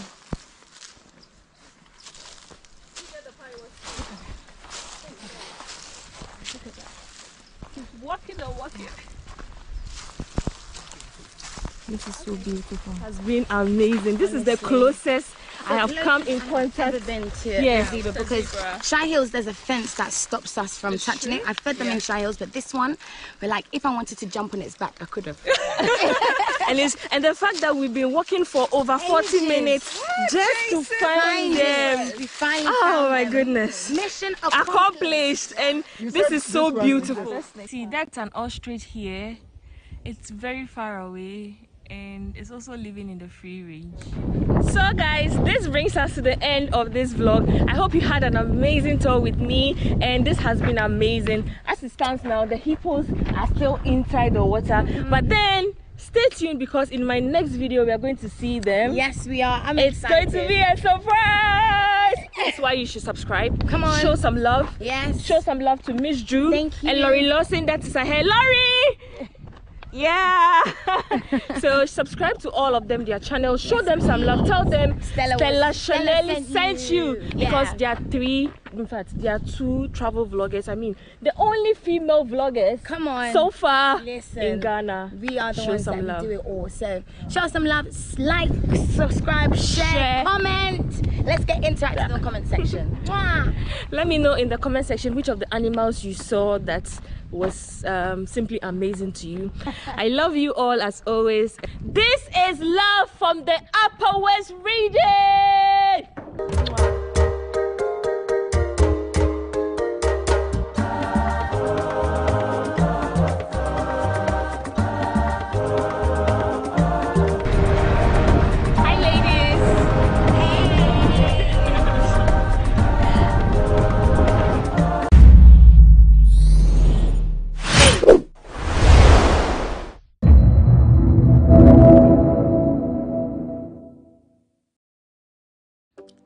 Some few days ago, Mish Drew, a travel YouTuber, and Laurie Lawson, also a travel YouTuber, and I decided to embark on a trip to the north, specifically the Upper West region of Ghana.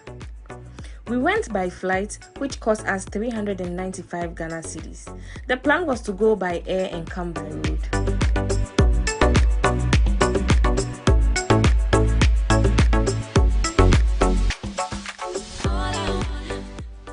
We were welcomed by Wiyala, which was organized by Miss Drew. Shout out to Miss Drew.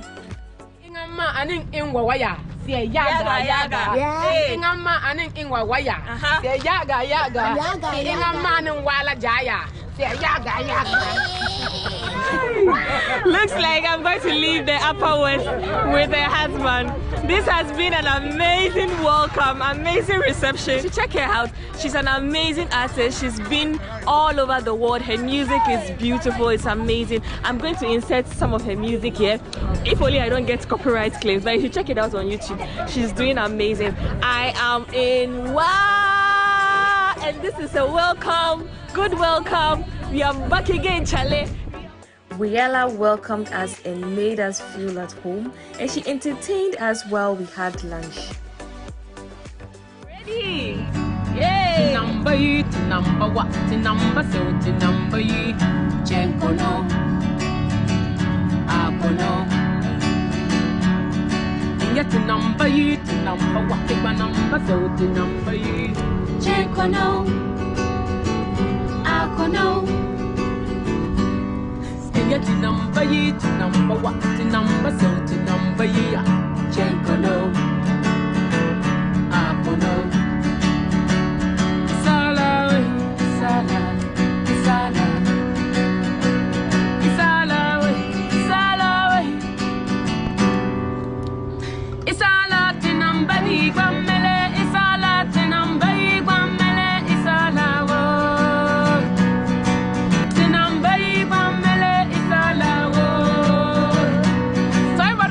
After me, say.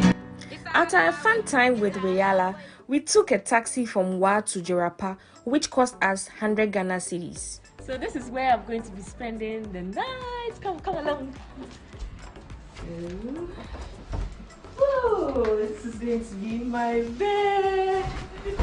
We then spent the night at the Royal Kuzi Hotel. The experience was amazing.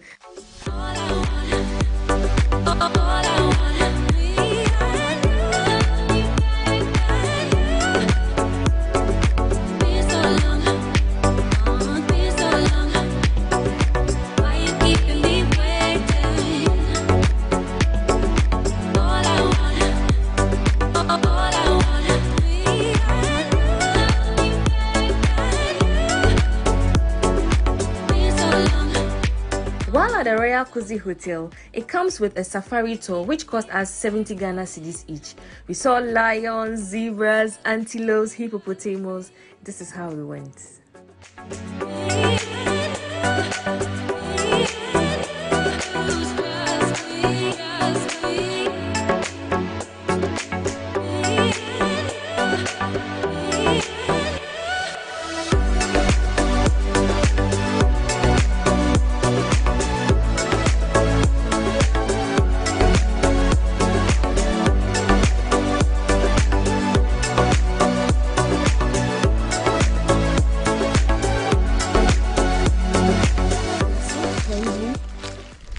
They are in the wild.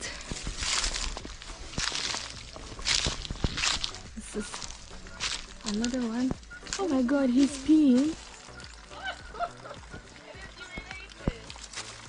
He's peeing. And this one is right here. The safari was so insightful and I highly recommend. Anytime you find yourself in the Upper West region, please visit the Royal Kuzi Hotel and opt for their safari tour. We left the Royal Hills Hotel to try street food, so we picked a loading taxi from the Jorapa station, which cost us 20 Ghana cedi each to Wa. While at the Wa market, we tried new snacks such as ice kinky with lemon, which was very different from the usual ice kinky we would usually have in Accra. We also tried tamarind juice, which was really nice. So this is how the suya looks like, and I'm going to be trying it. Give me one more. This is good. It tastes like just like suya. Suya is suya. There's no other taste apart from suya. So this is good. So far, everything here is very, very cheap. All their snacks are like 50 pesos, which is less than 1 cedi. And then the highest you can get a snack is 1 Ghana cedi. Everything is very, very cheap here. I've been here and I've spent less than I thought I was going to spend. We ended the day by heading back to Wichwa, which is a town in the Upper West region. It's about an hour drive from Wa, so we picked a bus from Wa station.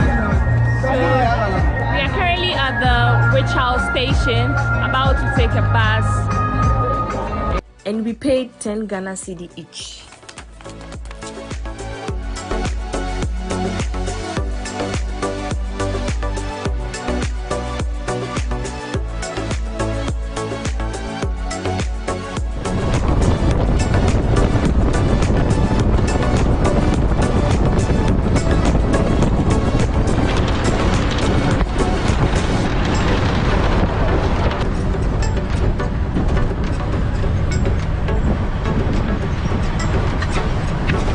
This is where we spent the night, which was the only option from the ritual sanctuary.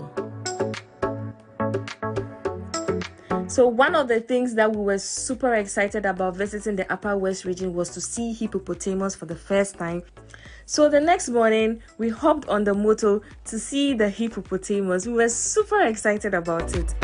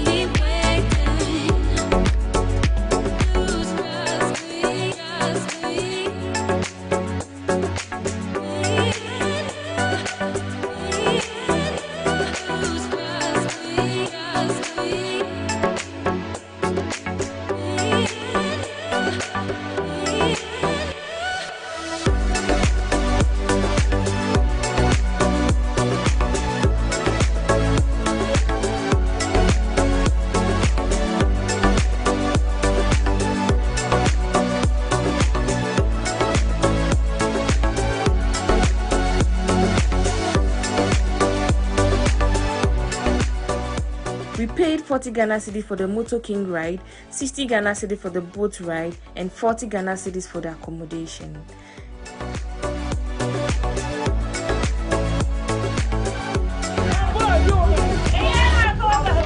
It's okay. Macaroni.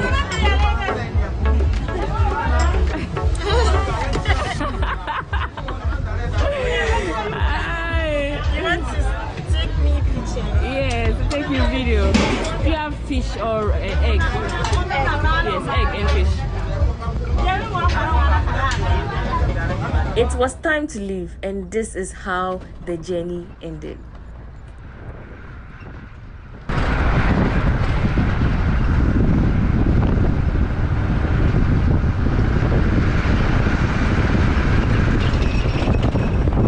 So guys, this is the update now.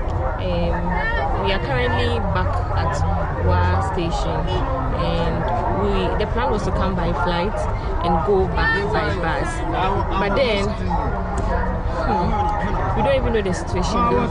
Here we are here in Wa, and the car that moves from here to Kumasi or to Accra lives at 6 p.m. No, from Wa to Kumasi lives at 6 p.m. and that's about 5 to 6 hours journey. And it's currently 2:35 now, and the shortest route is to leave here to Techiman. So we are currently in the Techiman car, which we paid 55 Ghana cedi. Drew and her other colleague left to Tamale because they still want to film some videos from Tamale, and we want to go back to Accra because we have work tomorrow. Today is Sunday. We are going to Techiman now, and you guys are coming along. This is going to be a long ass trip, but then you guys are coming along, so I hope you.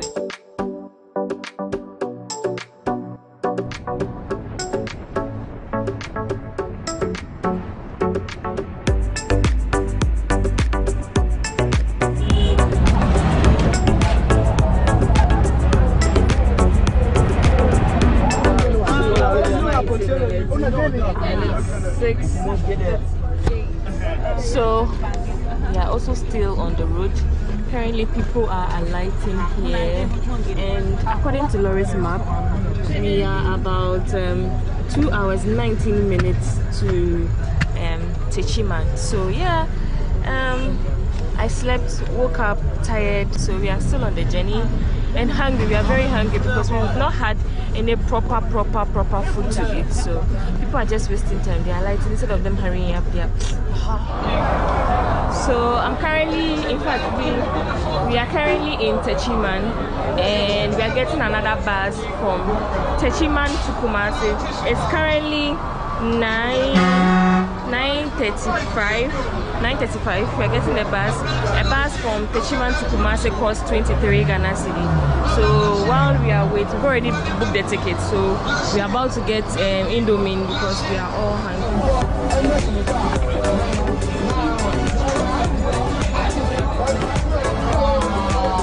We are all invited.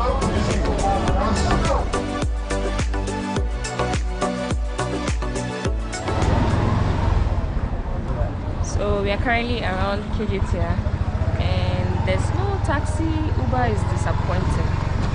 So yeah, we are going to our hostel where we booked. Loretta and I have spent a night there before, so we cannot know there.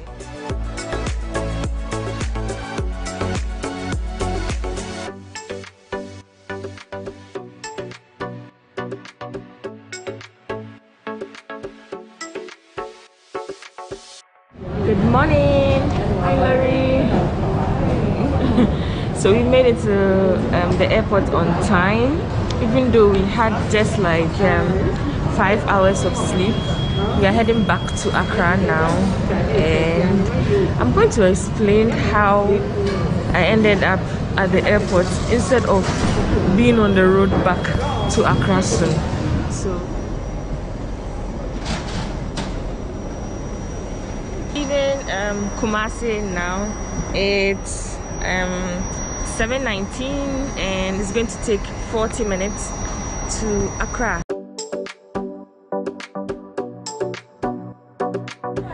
Yeah, so we are finally in Accra, and guys, I have to give you a proper story time of how we ended up coming by flight, because no, you have to hear this. So we just arrived, and so far so guys, this brings us to the end of this video, but let me rewind to talk about how the entire journey was. So the plan was to go by air, that's from Accra to Wa. From Accra to Wa, they usually they just started recently, so you can get a flight straight from Accra to Wa, then come by road, that's from Wa or wherever we will be back to Accra. But then when we finished everything, when we finished the range, our time was already on our side. So Drew and her camera guy went straight to Tamale. Then we decided to come to Kumasi and then come by road. But then when we got to the station, there was no car to Kumasi. The car that was only available was going to leave at 6 p.m. And mind you, we had reached there around 2 p.m. So we're like, no, we can't be at the station waiting till 6 p.m. before we go to Kumasi. So we decided another alternative, that is taking a bus from Wa to Techiman. It's a town close to Kumasi. Then when we get to Kumasi, we would go from Techiman to Kumasi. So we picked the bus from Wa to Techiman. When we got to, so there's this dangerous road in Ghana, which is after Bole. towards Techiman, towards Kumasi. So when we got there, the policeman stopped us, and then he was like, we should hold on. So he piled a lot of cars, and then it was more of like a convoy, just to be on the safe side. So even though we were in the bus, we felt more safe. Then we got to Techiman very late. Then we picked another bus. The bus was not full though. That's when we had Indomie before the trip. Then we finally got to Kumasi. We settled at Tumi Hostel around 1 p.m. Slept for 4 hours for the next day, for the next flight. So yeah, in fact, not the next day, the same day, because it was the same dawn. But then I thank God that everything was successful. The plan was not to come by flight, but we were too tired. The journey from Wa to Accra by bus, my dear, if you have money, just buy your ticket. I wanted to experience it for the experience, for the culture, for YouTube, but I was like, no, I was too tired. The bus was not comfortable, the road was terrible, and I couldn't afford to also sit in a bus for extra 4 hours again, knowing very well that I have to be at work Monday morning. So Loretta and I both opted for the flight on our way back. I called my friend Hima, cheers to you. So she quickly booked the ticket for us because we have been on the road. The network keeps fluctuating. I hope you enjoyed raw footage from Wa to Accra. Thank you so much for always sticking around watching my YouTube videos. I love you so much. It's a beautiful day. It's a beautiful day. It's a beautiful day. It's a beautiful day. Let me know in the comment section if you've been following from when I left Accra to Wa and all my experiences. Let me know my real subscribers. Let me know you. So yeah, until then, I want to say I love you all. I'm about to do some work. Back work. Wait, yeah, back door. I'm about to work here. I want to say I love you all. Let me blow you a kiss. Mwah.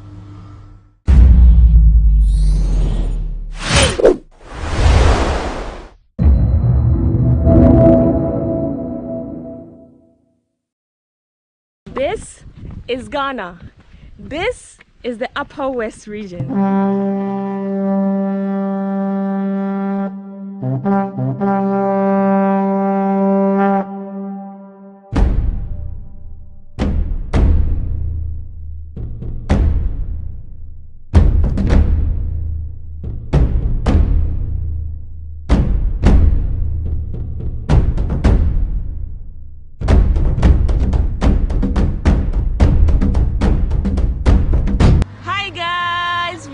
Back again, Charlie. I hope you are doing amazing. Guys, did you know that we have hippopotamus in Ghana?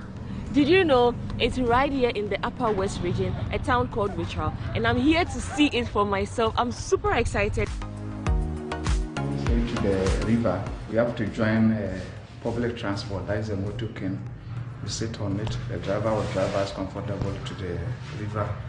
There we join a canoe with boats to go and see the hippopotamus. So we are about to leave. We paid 40 Ghana cedis to rent the motorcade.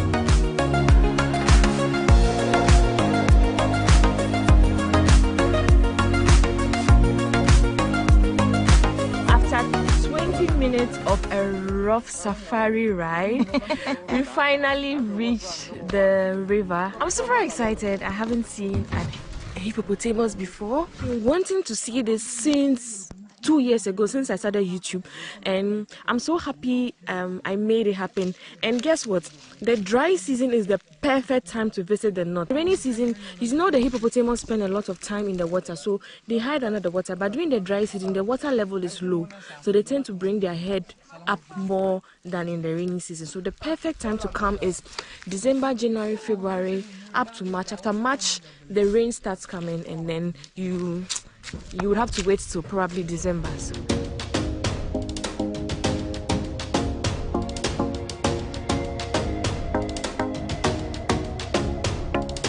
There are safety precautions that I want to put in place before we go. We are now on water, no more on land. Follow what I will say you should do. Where you are sitting, be on the middle of the seat. Don't turn anyhow. If there's anything, let me know. We have to be very quiet so we don't disturb the hippopotamus. So we have just started the trip, and I'm going to be visual. Wow, I've seen 2 so far. they keep coming out and going inside. The Wichao Community Hippo Sanctuary is a community-based conservation initiative established by the chiefs and opinion leaders. Our main aim is to conserve the fauna and the flora, that is the plants and the animals, market it to the rest of the world or other regions as an ecotourism site.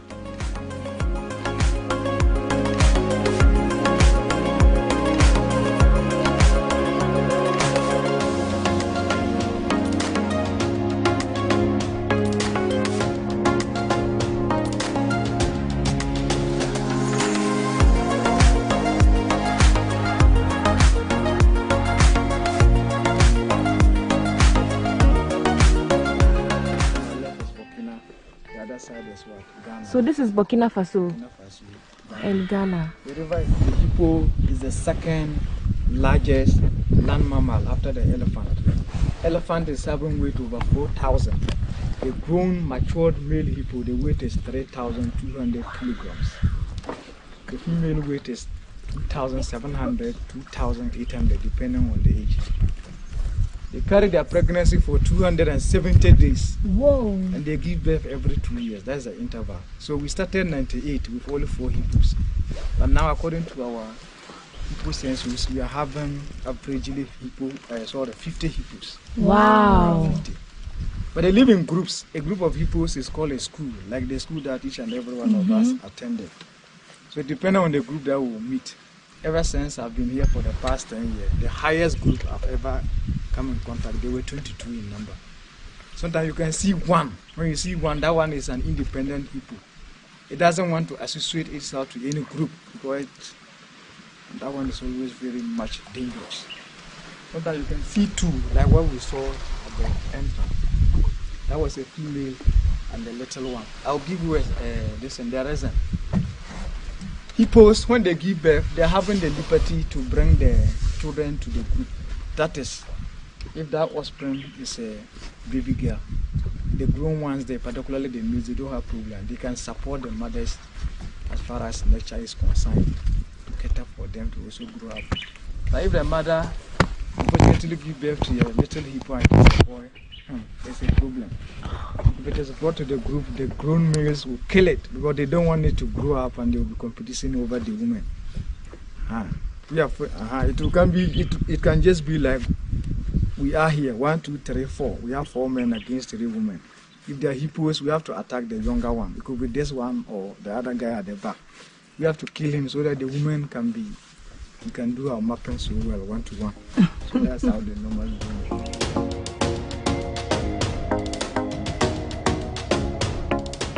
Each and every one of us is carrying hair on top of our head and even different components of the body. Hippo is not like that. The only small hair you can see is those in the nose and in the eyes. Apart from that, their body is so exposed or naked. So they don't want to get their skin burned. That's the prime reason why they stay in the water for the whole day. When it comes to night, around 7, 8 p.m., they leave the water there on the land. That time temperatures are so down. So that's how they live. And they equally feed during night. So when they leave daytime and they are underwater, they are grazing. They eat a lot. Averagely, they can chop grasses. The weight is around 40 kilograms per night. That's how they can eat. And per every bite, the magnitude of grasses or feed that they can consume is 50 centimeters. That's how it is done. Hippos, I can say, they don't have teenage pregnancy. At the age of 9, the females are ready to do conceive, give birth, and they also multiply.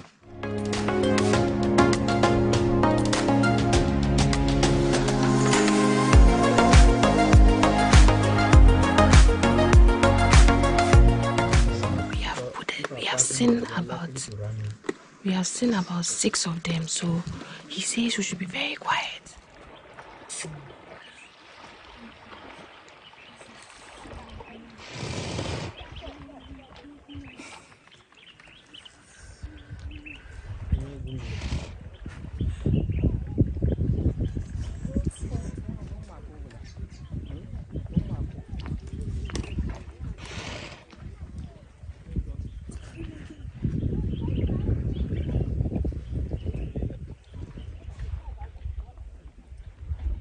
Sleeping.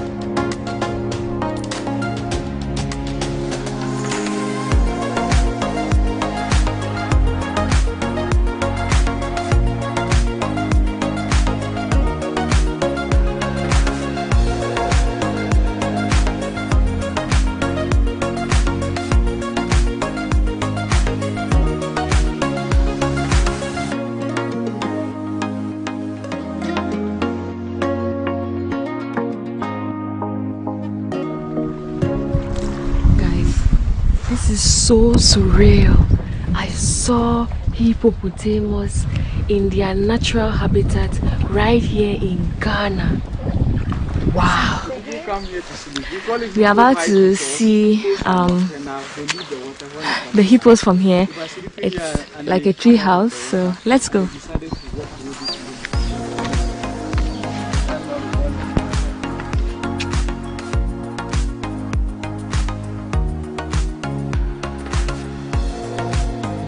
So guys, this is another option. This is the tree house where you get to see the hippos right from sleeping here. So you can actually come here, come with your tent. They bring you here by boat from where we lodged earlier. Then you can spend the night here. So this has been exciting, guys. I'm so happy because when I was flying the drone, as soon as they heard the sound of the drone, even though they left after they noticed there was something around, I was able to capture them. This is so fulfilling. I'm so humbled and I'm so grateful for. Bye bye. Yo, that's it.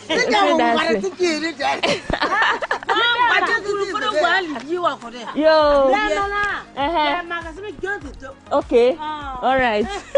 So if you understand what they said, I think we are very close to Burkina Faso and we are going to Burkina Faso for the first time, and this is so exciting. You get to very close to another country and you don't get to explore. But I mean, once I'm going to step foot there, I can say I'm also going to Burkina Faso. So keep watching, guys. I hope you're enjoying this video as much as I enjoy documenting my experience.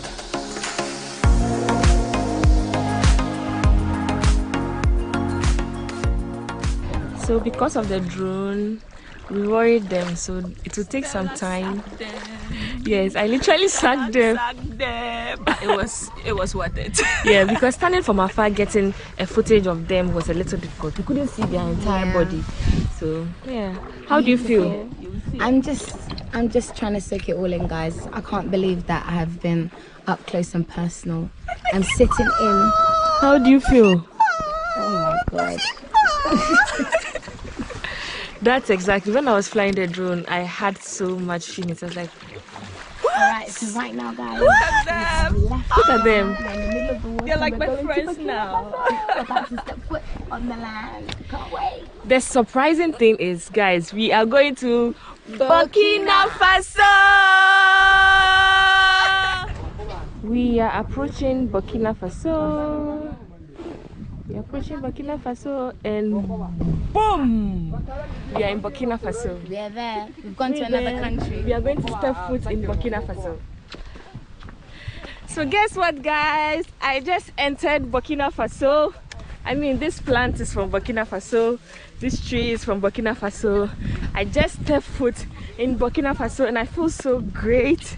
So when you're standing here across the river, the black water is Ghana, and I'm currently here.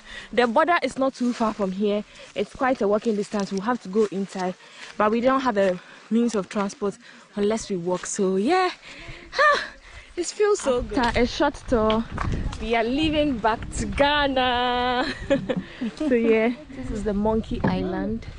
During the rainy season, we see a lot of monkeys here, but because we are in the dry season, they've moved away for a better living.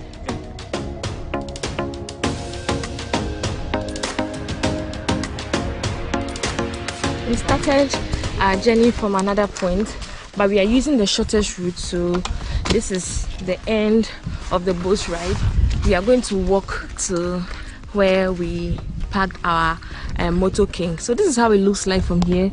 This place is really beautiful. First people to settle in Wichao town moved from the Gumba land. Obviously, long ago, there used to be disputes over women and land issues. So those in the Gomba land, or the people who migrated from that place and settled in Wichao, they decided to relocate. So when they were coming and they got to Wichao, the leader asked them to stop because he foresaw that that place was a nice place for living, but the place was very like a forest. very bushy and full of wild animals. In order to clear the place for a very peaceful or safe living, he just asked them to start clearing the place that they want to settle. So that's how they came by the name Wichow. The we is just like the English we all know, so many people.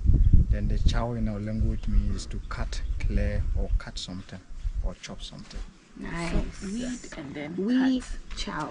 So we chow, we chop, we cut.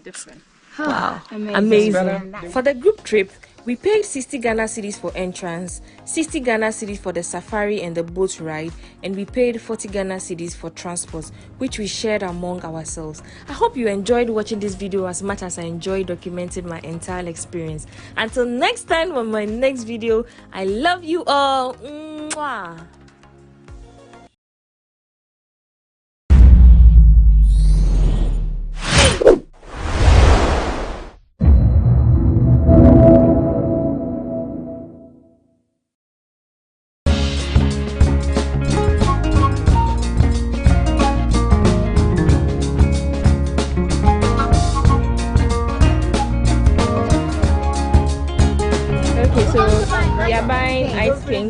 Locally made. This is local ice kinky. Yeah. And you put sugar?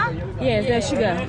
But let's drink. I mean, there's no way I'll come to the north and not try a local milk. So this is ice kinky, which is 50 pesos. I'm about to try. There's lemon in it. Hey, there's lemon in it. Oh wow.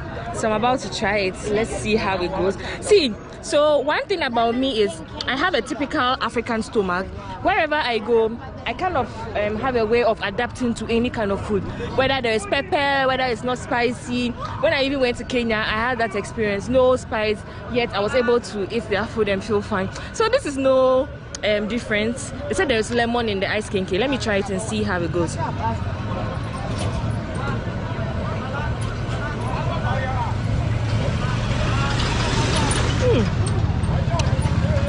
As you can tell, I just finished it.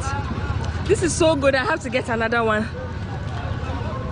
Do you all remember Nerissa and Nancy from my coming from Accra vlog? If you do, she's here with us and we are going to be trying street food in the Wa market. This is one of the popular markets in Wa. Is it the biggest? Yeah.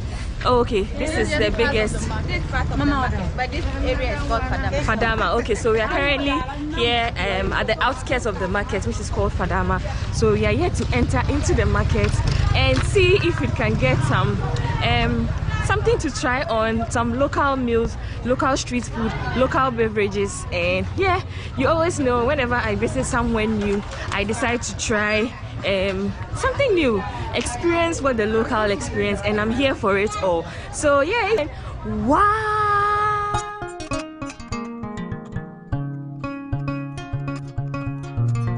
These ships, yeah, when someone gives birth to a newly born baby, they want to name the baby. Yeah, you can get one of these ships. Yes, especially the male ones.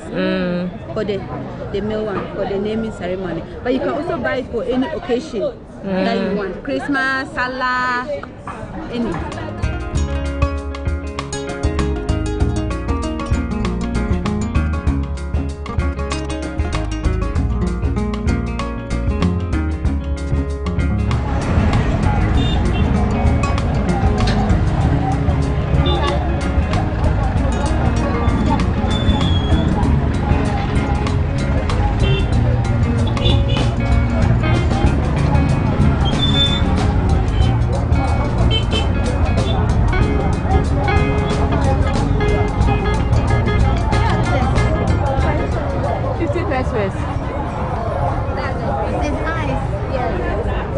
What's it made of? It's made out of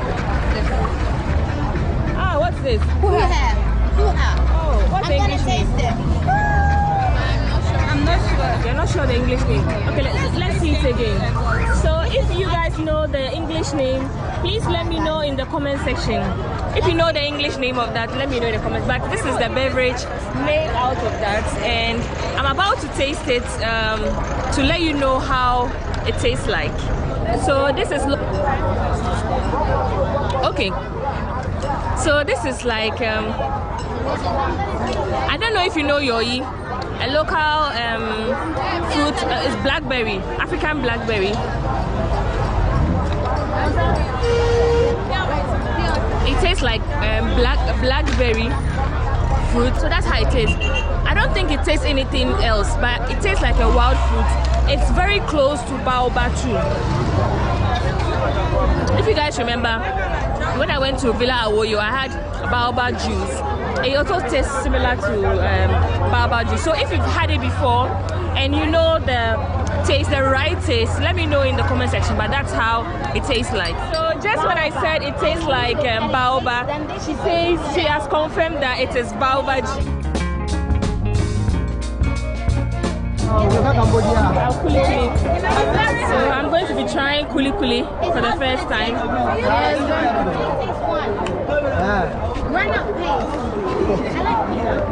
This is very hard. It's like granite paste. In fact, it is granite paste that has been added. Did they add flour to it? No. Only granite paste. Yes. It's so dry. This snack is good. It's like having kati cake, but kati cake is mixed with sugar. This is raw granite paste, and this is good. It's called kuli kuli here in Wa. So you can have it with gari, with sugar, gari soakings, which is a local beverage here in Ghana. So if you've not tried it before, you might as well as buy one and try it. So hard. So I'm going to be trying suya. How much is one? 20 pesos. 50 pesos. Give me some. How much? Give me. Okay. So this is how the suya looks like, and I'm going to be trying it. Give me one more. This is good. It tastes like just like suya. Suya is suya. There's no other taste apart from suya. So this is good. So far, everything here is very, very cheap.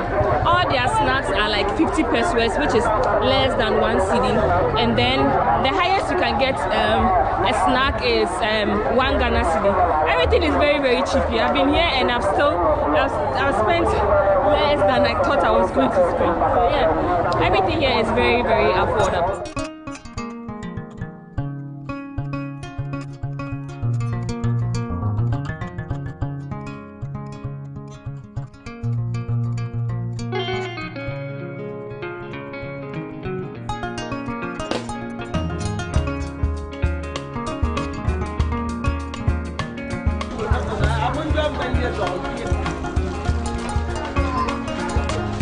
See if you want to come into our video.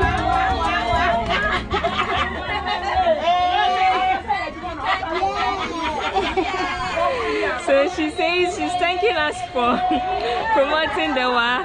So you see, it's not really difficult to film in the market, even though yes, it is difficult to film in the market. Some of the women are so friendly and they're like, oh, come, is it going to TV, is it going, where is it going to? And it makes them interested. Once they know they are going to see themselves on TV, or their colleagues are going to tell them, I saw you on TV, then they are very interested. So yeah, so far so good. We are currently in the clothes section. Let's go see if we can get more street food to try. And yeah, I want to try Chozafi and bitter soup. Where can I get some? That one we have to cook it. You have to cook it? Yeah, they don't sell some. We don't sell teaser like that because everybody prefers teaser. Yeah, that is it. It's just like in the Volta region. Everybody eats Banku or Aklen, so they don't sell it in town. Okay, so I would have loved to try it, but maybe the next time when I visit, we'll prepare it at home, and that's the usual thing here. So sorry. My friend recommended I try cheeses and bitter soup. Okay. Yeah, and then she also mentioned I tried tubani, which we had yesterday. If you guys remember watching my vlog previously. So yeah, if you haven't watched it, please go back, watch my videos, and come back to finish up this. So yeah, so far so good. Let's see what we can get. I'm currently in the market.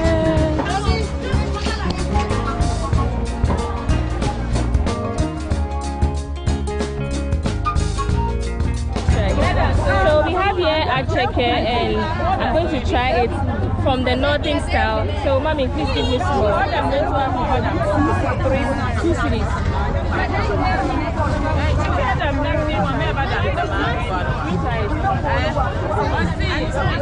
It's plenty, it's plenty. Yeah, small. Yeah, it's okay. They add a little salt. One series.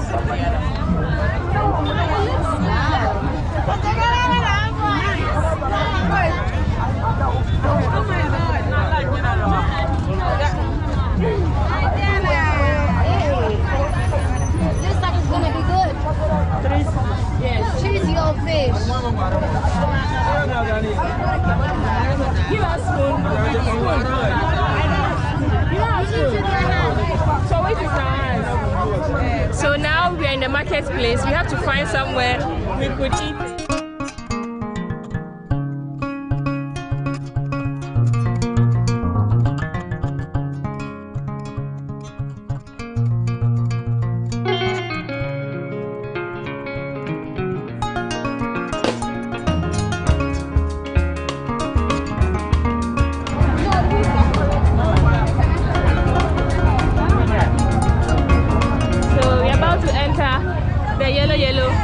To pick our stuff. So yeah, this and then head to our next location.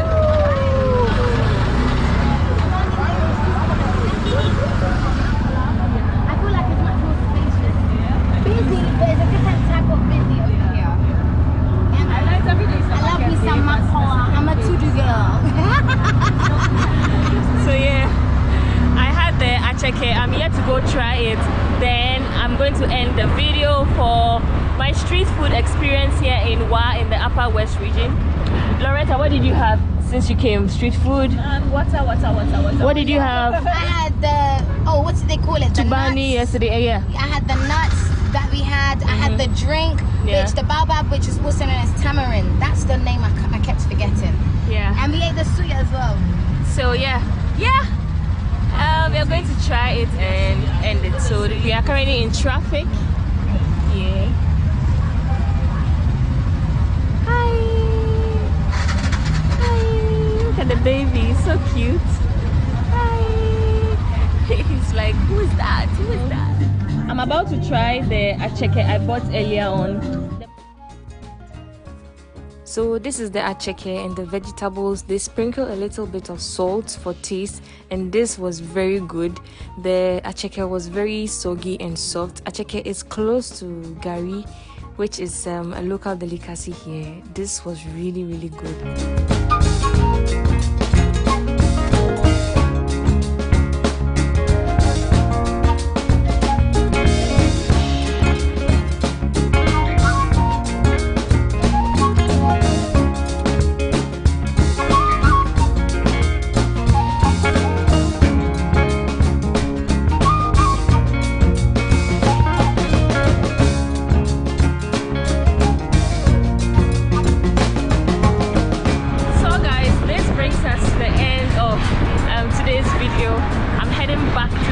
Destination, and I hope you enjoyed watching this video as much as I enjoyed documenting my entire street food experience here in the Upper West region, specifically wow.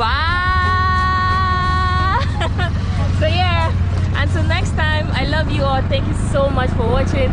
I am currently in the yellow, probably called tuk-tuk. How do you call it in your local dialect? Mahama Kambu. It's called Mahama Kambu. So if you haven't tried this here in the Upper West, in fact in the North, you should make it a point. It's very, very cheap. Short distances are about 1 city, long distances are about 3 cities. So yeah, it is worth the experience. Until next time, I want to say I love you all. Much love from the Upper West. Mwah.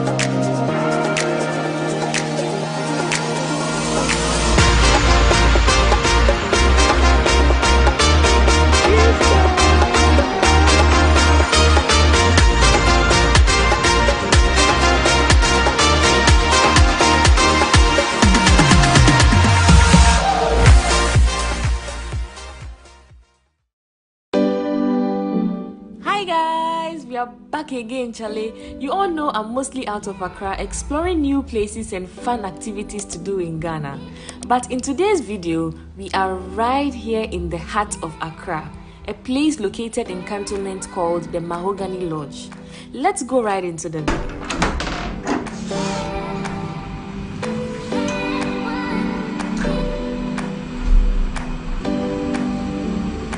It comes with a TV. That's the bedroom there. Let's see how the room looks like. I've already settled in. This is going to be my bed.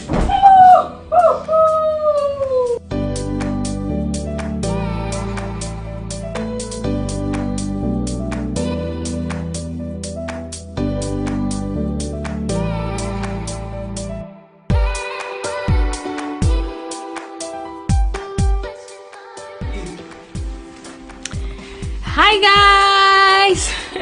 The bathroom looks like. So the bathroom has two exits, one from the bedroom and one that has a view of the balcony.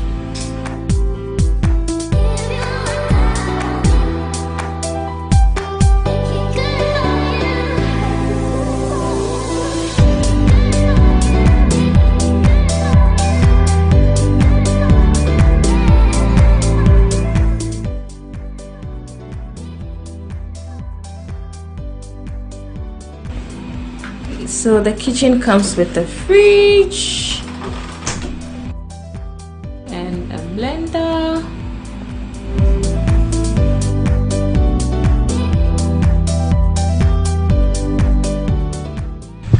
So the good part is you get to have a feel of both an apartment feel and then a hotel feel, because you get to have breakfast too. So right in front of my room, which is 113, is also another room. It's currently vacant. And this is how it looks.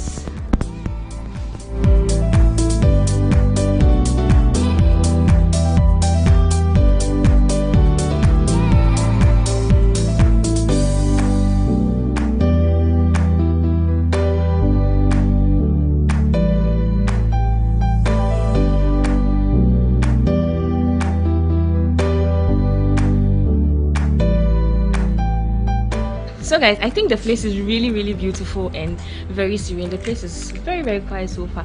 So let's speak to someone who works here. At least we get to understand the story and everything. Let's go. Oh, hello. Oh, you're the lady I met at the reception. Yes, please. Oh, good to see you. So I have been here for some time, just like few hours, and I want to know what's special about this place. Well, the most special thing about Mahogany is the African touch. Okay. Yes. When you look around, most of our things are done with mahogany woods, and the serene and quiet environment gives it that special touch. Because most people come here not because they just want to hide away from the noise and then the stress from work. Just come here, hide, and then some to come here just away from their kids to have a quiet time. And one of the things that I also like is the fact that it's in Accra. Yes. So it was very easy to get here. Most of the time you see places like this outside Accra. Yes, please. You barely see like places with a wooden touch and all that in Accra. Oh, nice. So how many rooms do you have here? We have in all 29 rooms. 29. Actually, this is the main building, and we have the annex, which is just opposite the main building. So there are 14 rooms in the main building, and there are 15 rooms in the annex building. Okay. Yes, please. Okay. And we have a mango room, restaurant, and then mango bar. Just as the name goes, it's also our local something, mango fruit. Mango fruit, yeah. Our restaurant and bar is named after the mango fruit. Was a mango plant planted around or something? No, really, to be precise. And then our conference rooms are named Dromo and then Behe conference room. Okay. So basically, it's just the African feel of the place. Yes, that makes it special from others. Okay. So what would you like to tell anyone watching this video? Well, what I want to say to anyone watching this video at this point in time is, you shouldn't miss the opportunity to experience the feeling at Mahogany Lodge. It's unique and exquisite. We look forward to welcoming you. Thank you. I'm here with Henrietta, and we hope to enjoy our stay here. You're welcome. Thank you so much, darling. Let me leave you so that your boss will not come and get you. So guys, wow. So you heard from her. Let's enjoy the place with you. You know, whenever I travel, I can't say I'm not coming along with you. You are coming with me on this. So let's go and enjoy.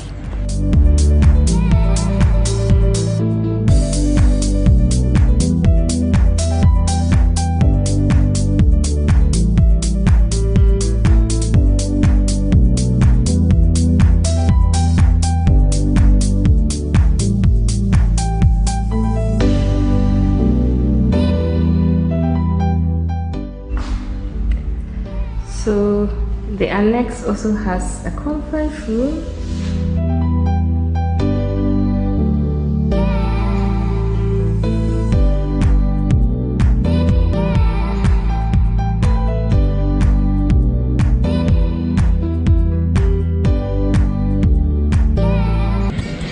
So we are going for dinner. Our dinner is ready. Hi Hetty.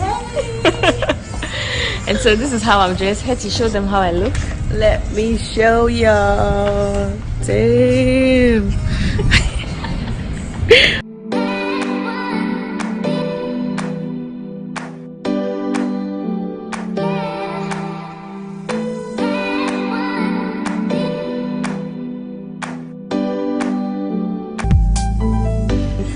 So I'm having chicken lice soup with white steamed rice. What are you having?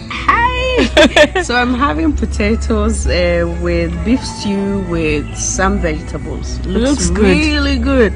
I can't wait to start it. So we are having dinner and a beautiful view.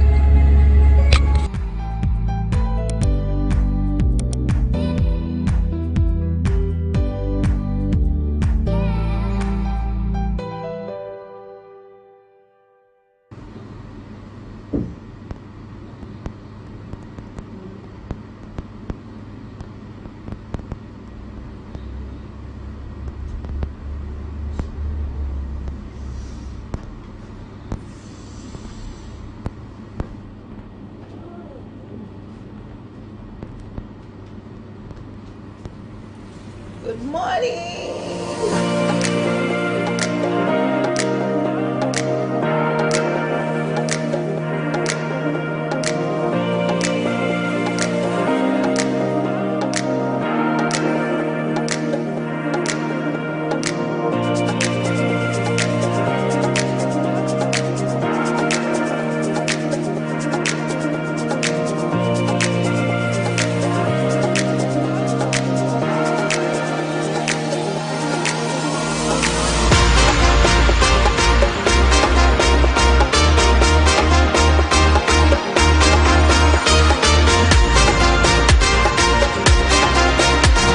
Hi darling. Hey, good morning. So it's time for breakfast and I'm having regular English breakfast which is on the house. Yeah. So it's complimentary breakfast. It's bed and breakfast. You are invited.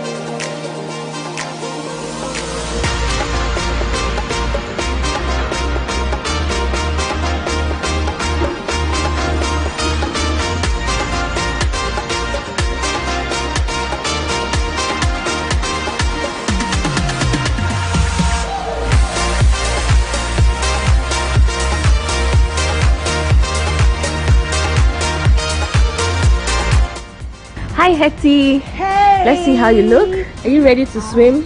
I'm so ready. Thank God for the sun today because we've been waiting for the sun forever. I can't wait to dip my skin into this pool. I know. The pool is calling. The pool is. So Wait, yeah, it's time to dip my skin into the pool, and this is how I look. Let me know in the comment section if I look sexy.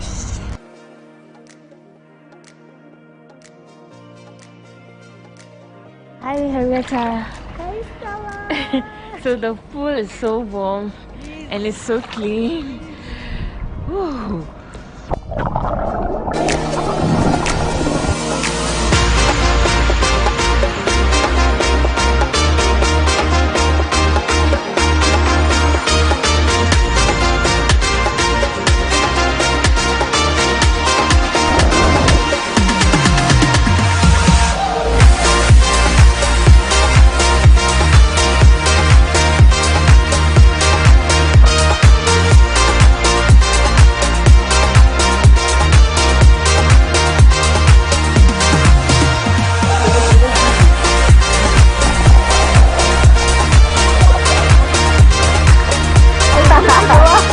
Well, congratulations. Congratulations on your first attempt.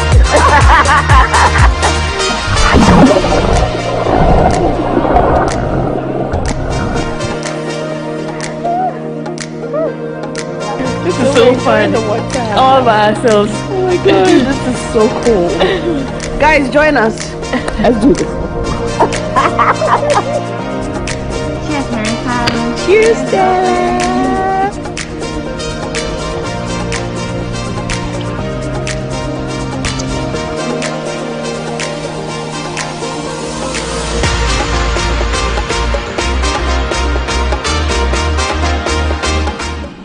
Comes with a TV, a dining table and chair, the bedroom, and let's see the balcony. Ooh.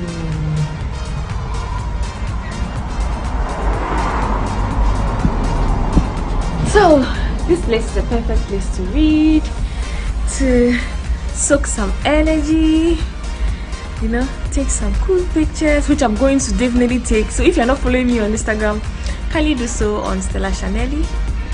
And this is the view from the balcony.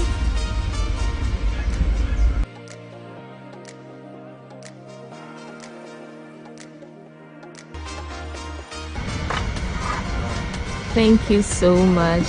My banku and tilapia is here.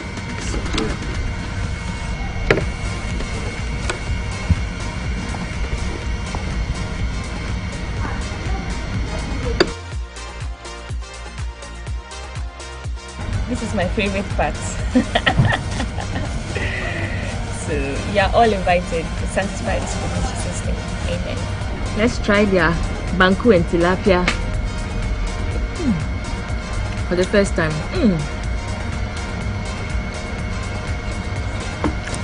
The tilapia is fresh. Just look at this. Look at how white it looks, and it tastes so good.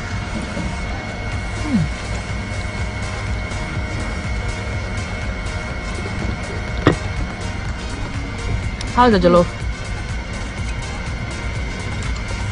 Nice.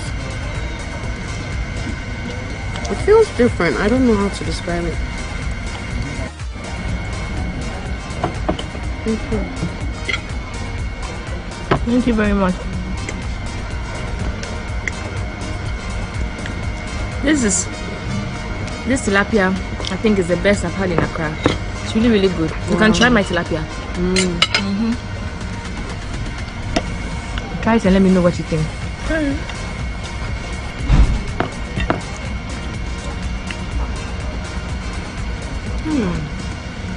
It's nice, right? Really nice. So guys, whenever you come here, I think if you're a tilapia person or a banku person, you can have tilapia with maybe rice or anything. Opt for tilapia because I think it's really worth it here. So guys, this brings us to the end of this video. I know, right? I hope you enjoyed watching this video as much as I enjoyed documenting our entire experience. So guys, we are here to talk about this place and our honest review of our stay here. So this place is beautiful. You barely see places like this in Accra, especially because of nature, because of the furniture used, and just as the name is called mahogany. So almost everything here, like this wood, is made from mahogany. The main gate is made from mahogany, and I think that gives it an African touch right here in the city, you know. I think the place is beautiful. It is. What do you think? And for me, like, if you know me, the greens, like the greenery, how they have taken their time to design it, and it's just beautiful. It's beautiful, yeah. And it's very serene. Very quiet. This part of town is like super quiet. So that's serene. This thing, you have that peace of mind to rest. And the food. Let's talk about the food. Man, they have it's a 10 over 10. Okay. Yesterday I came, I ordered rice.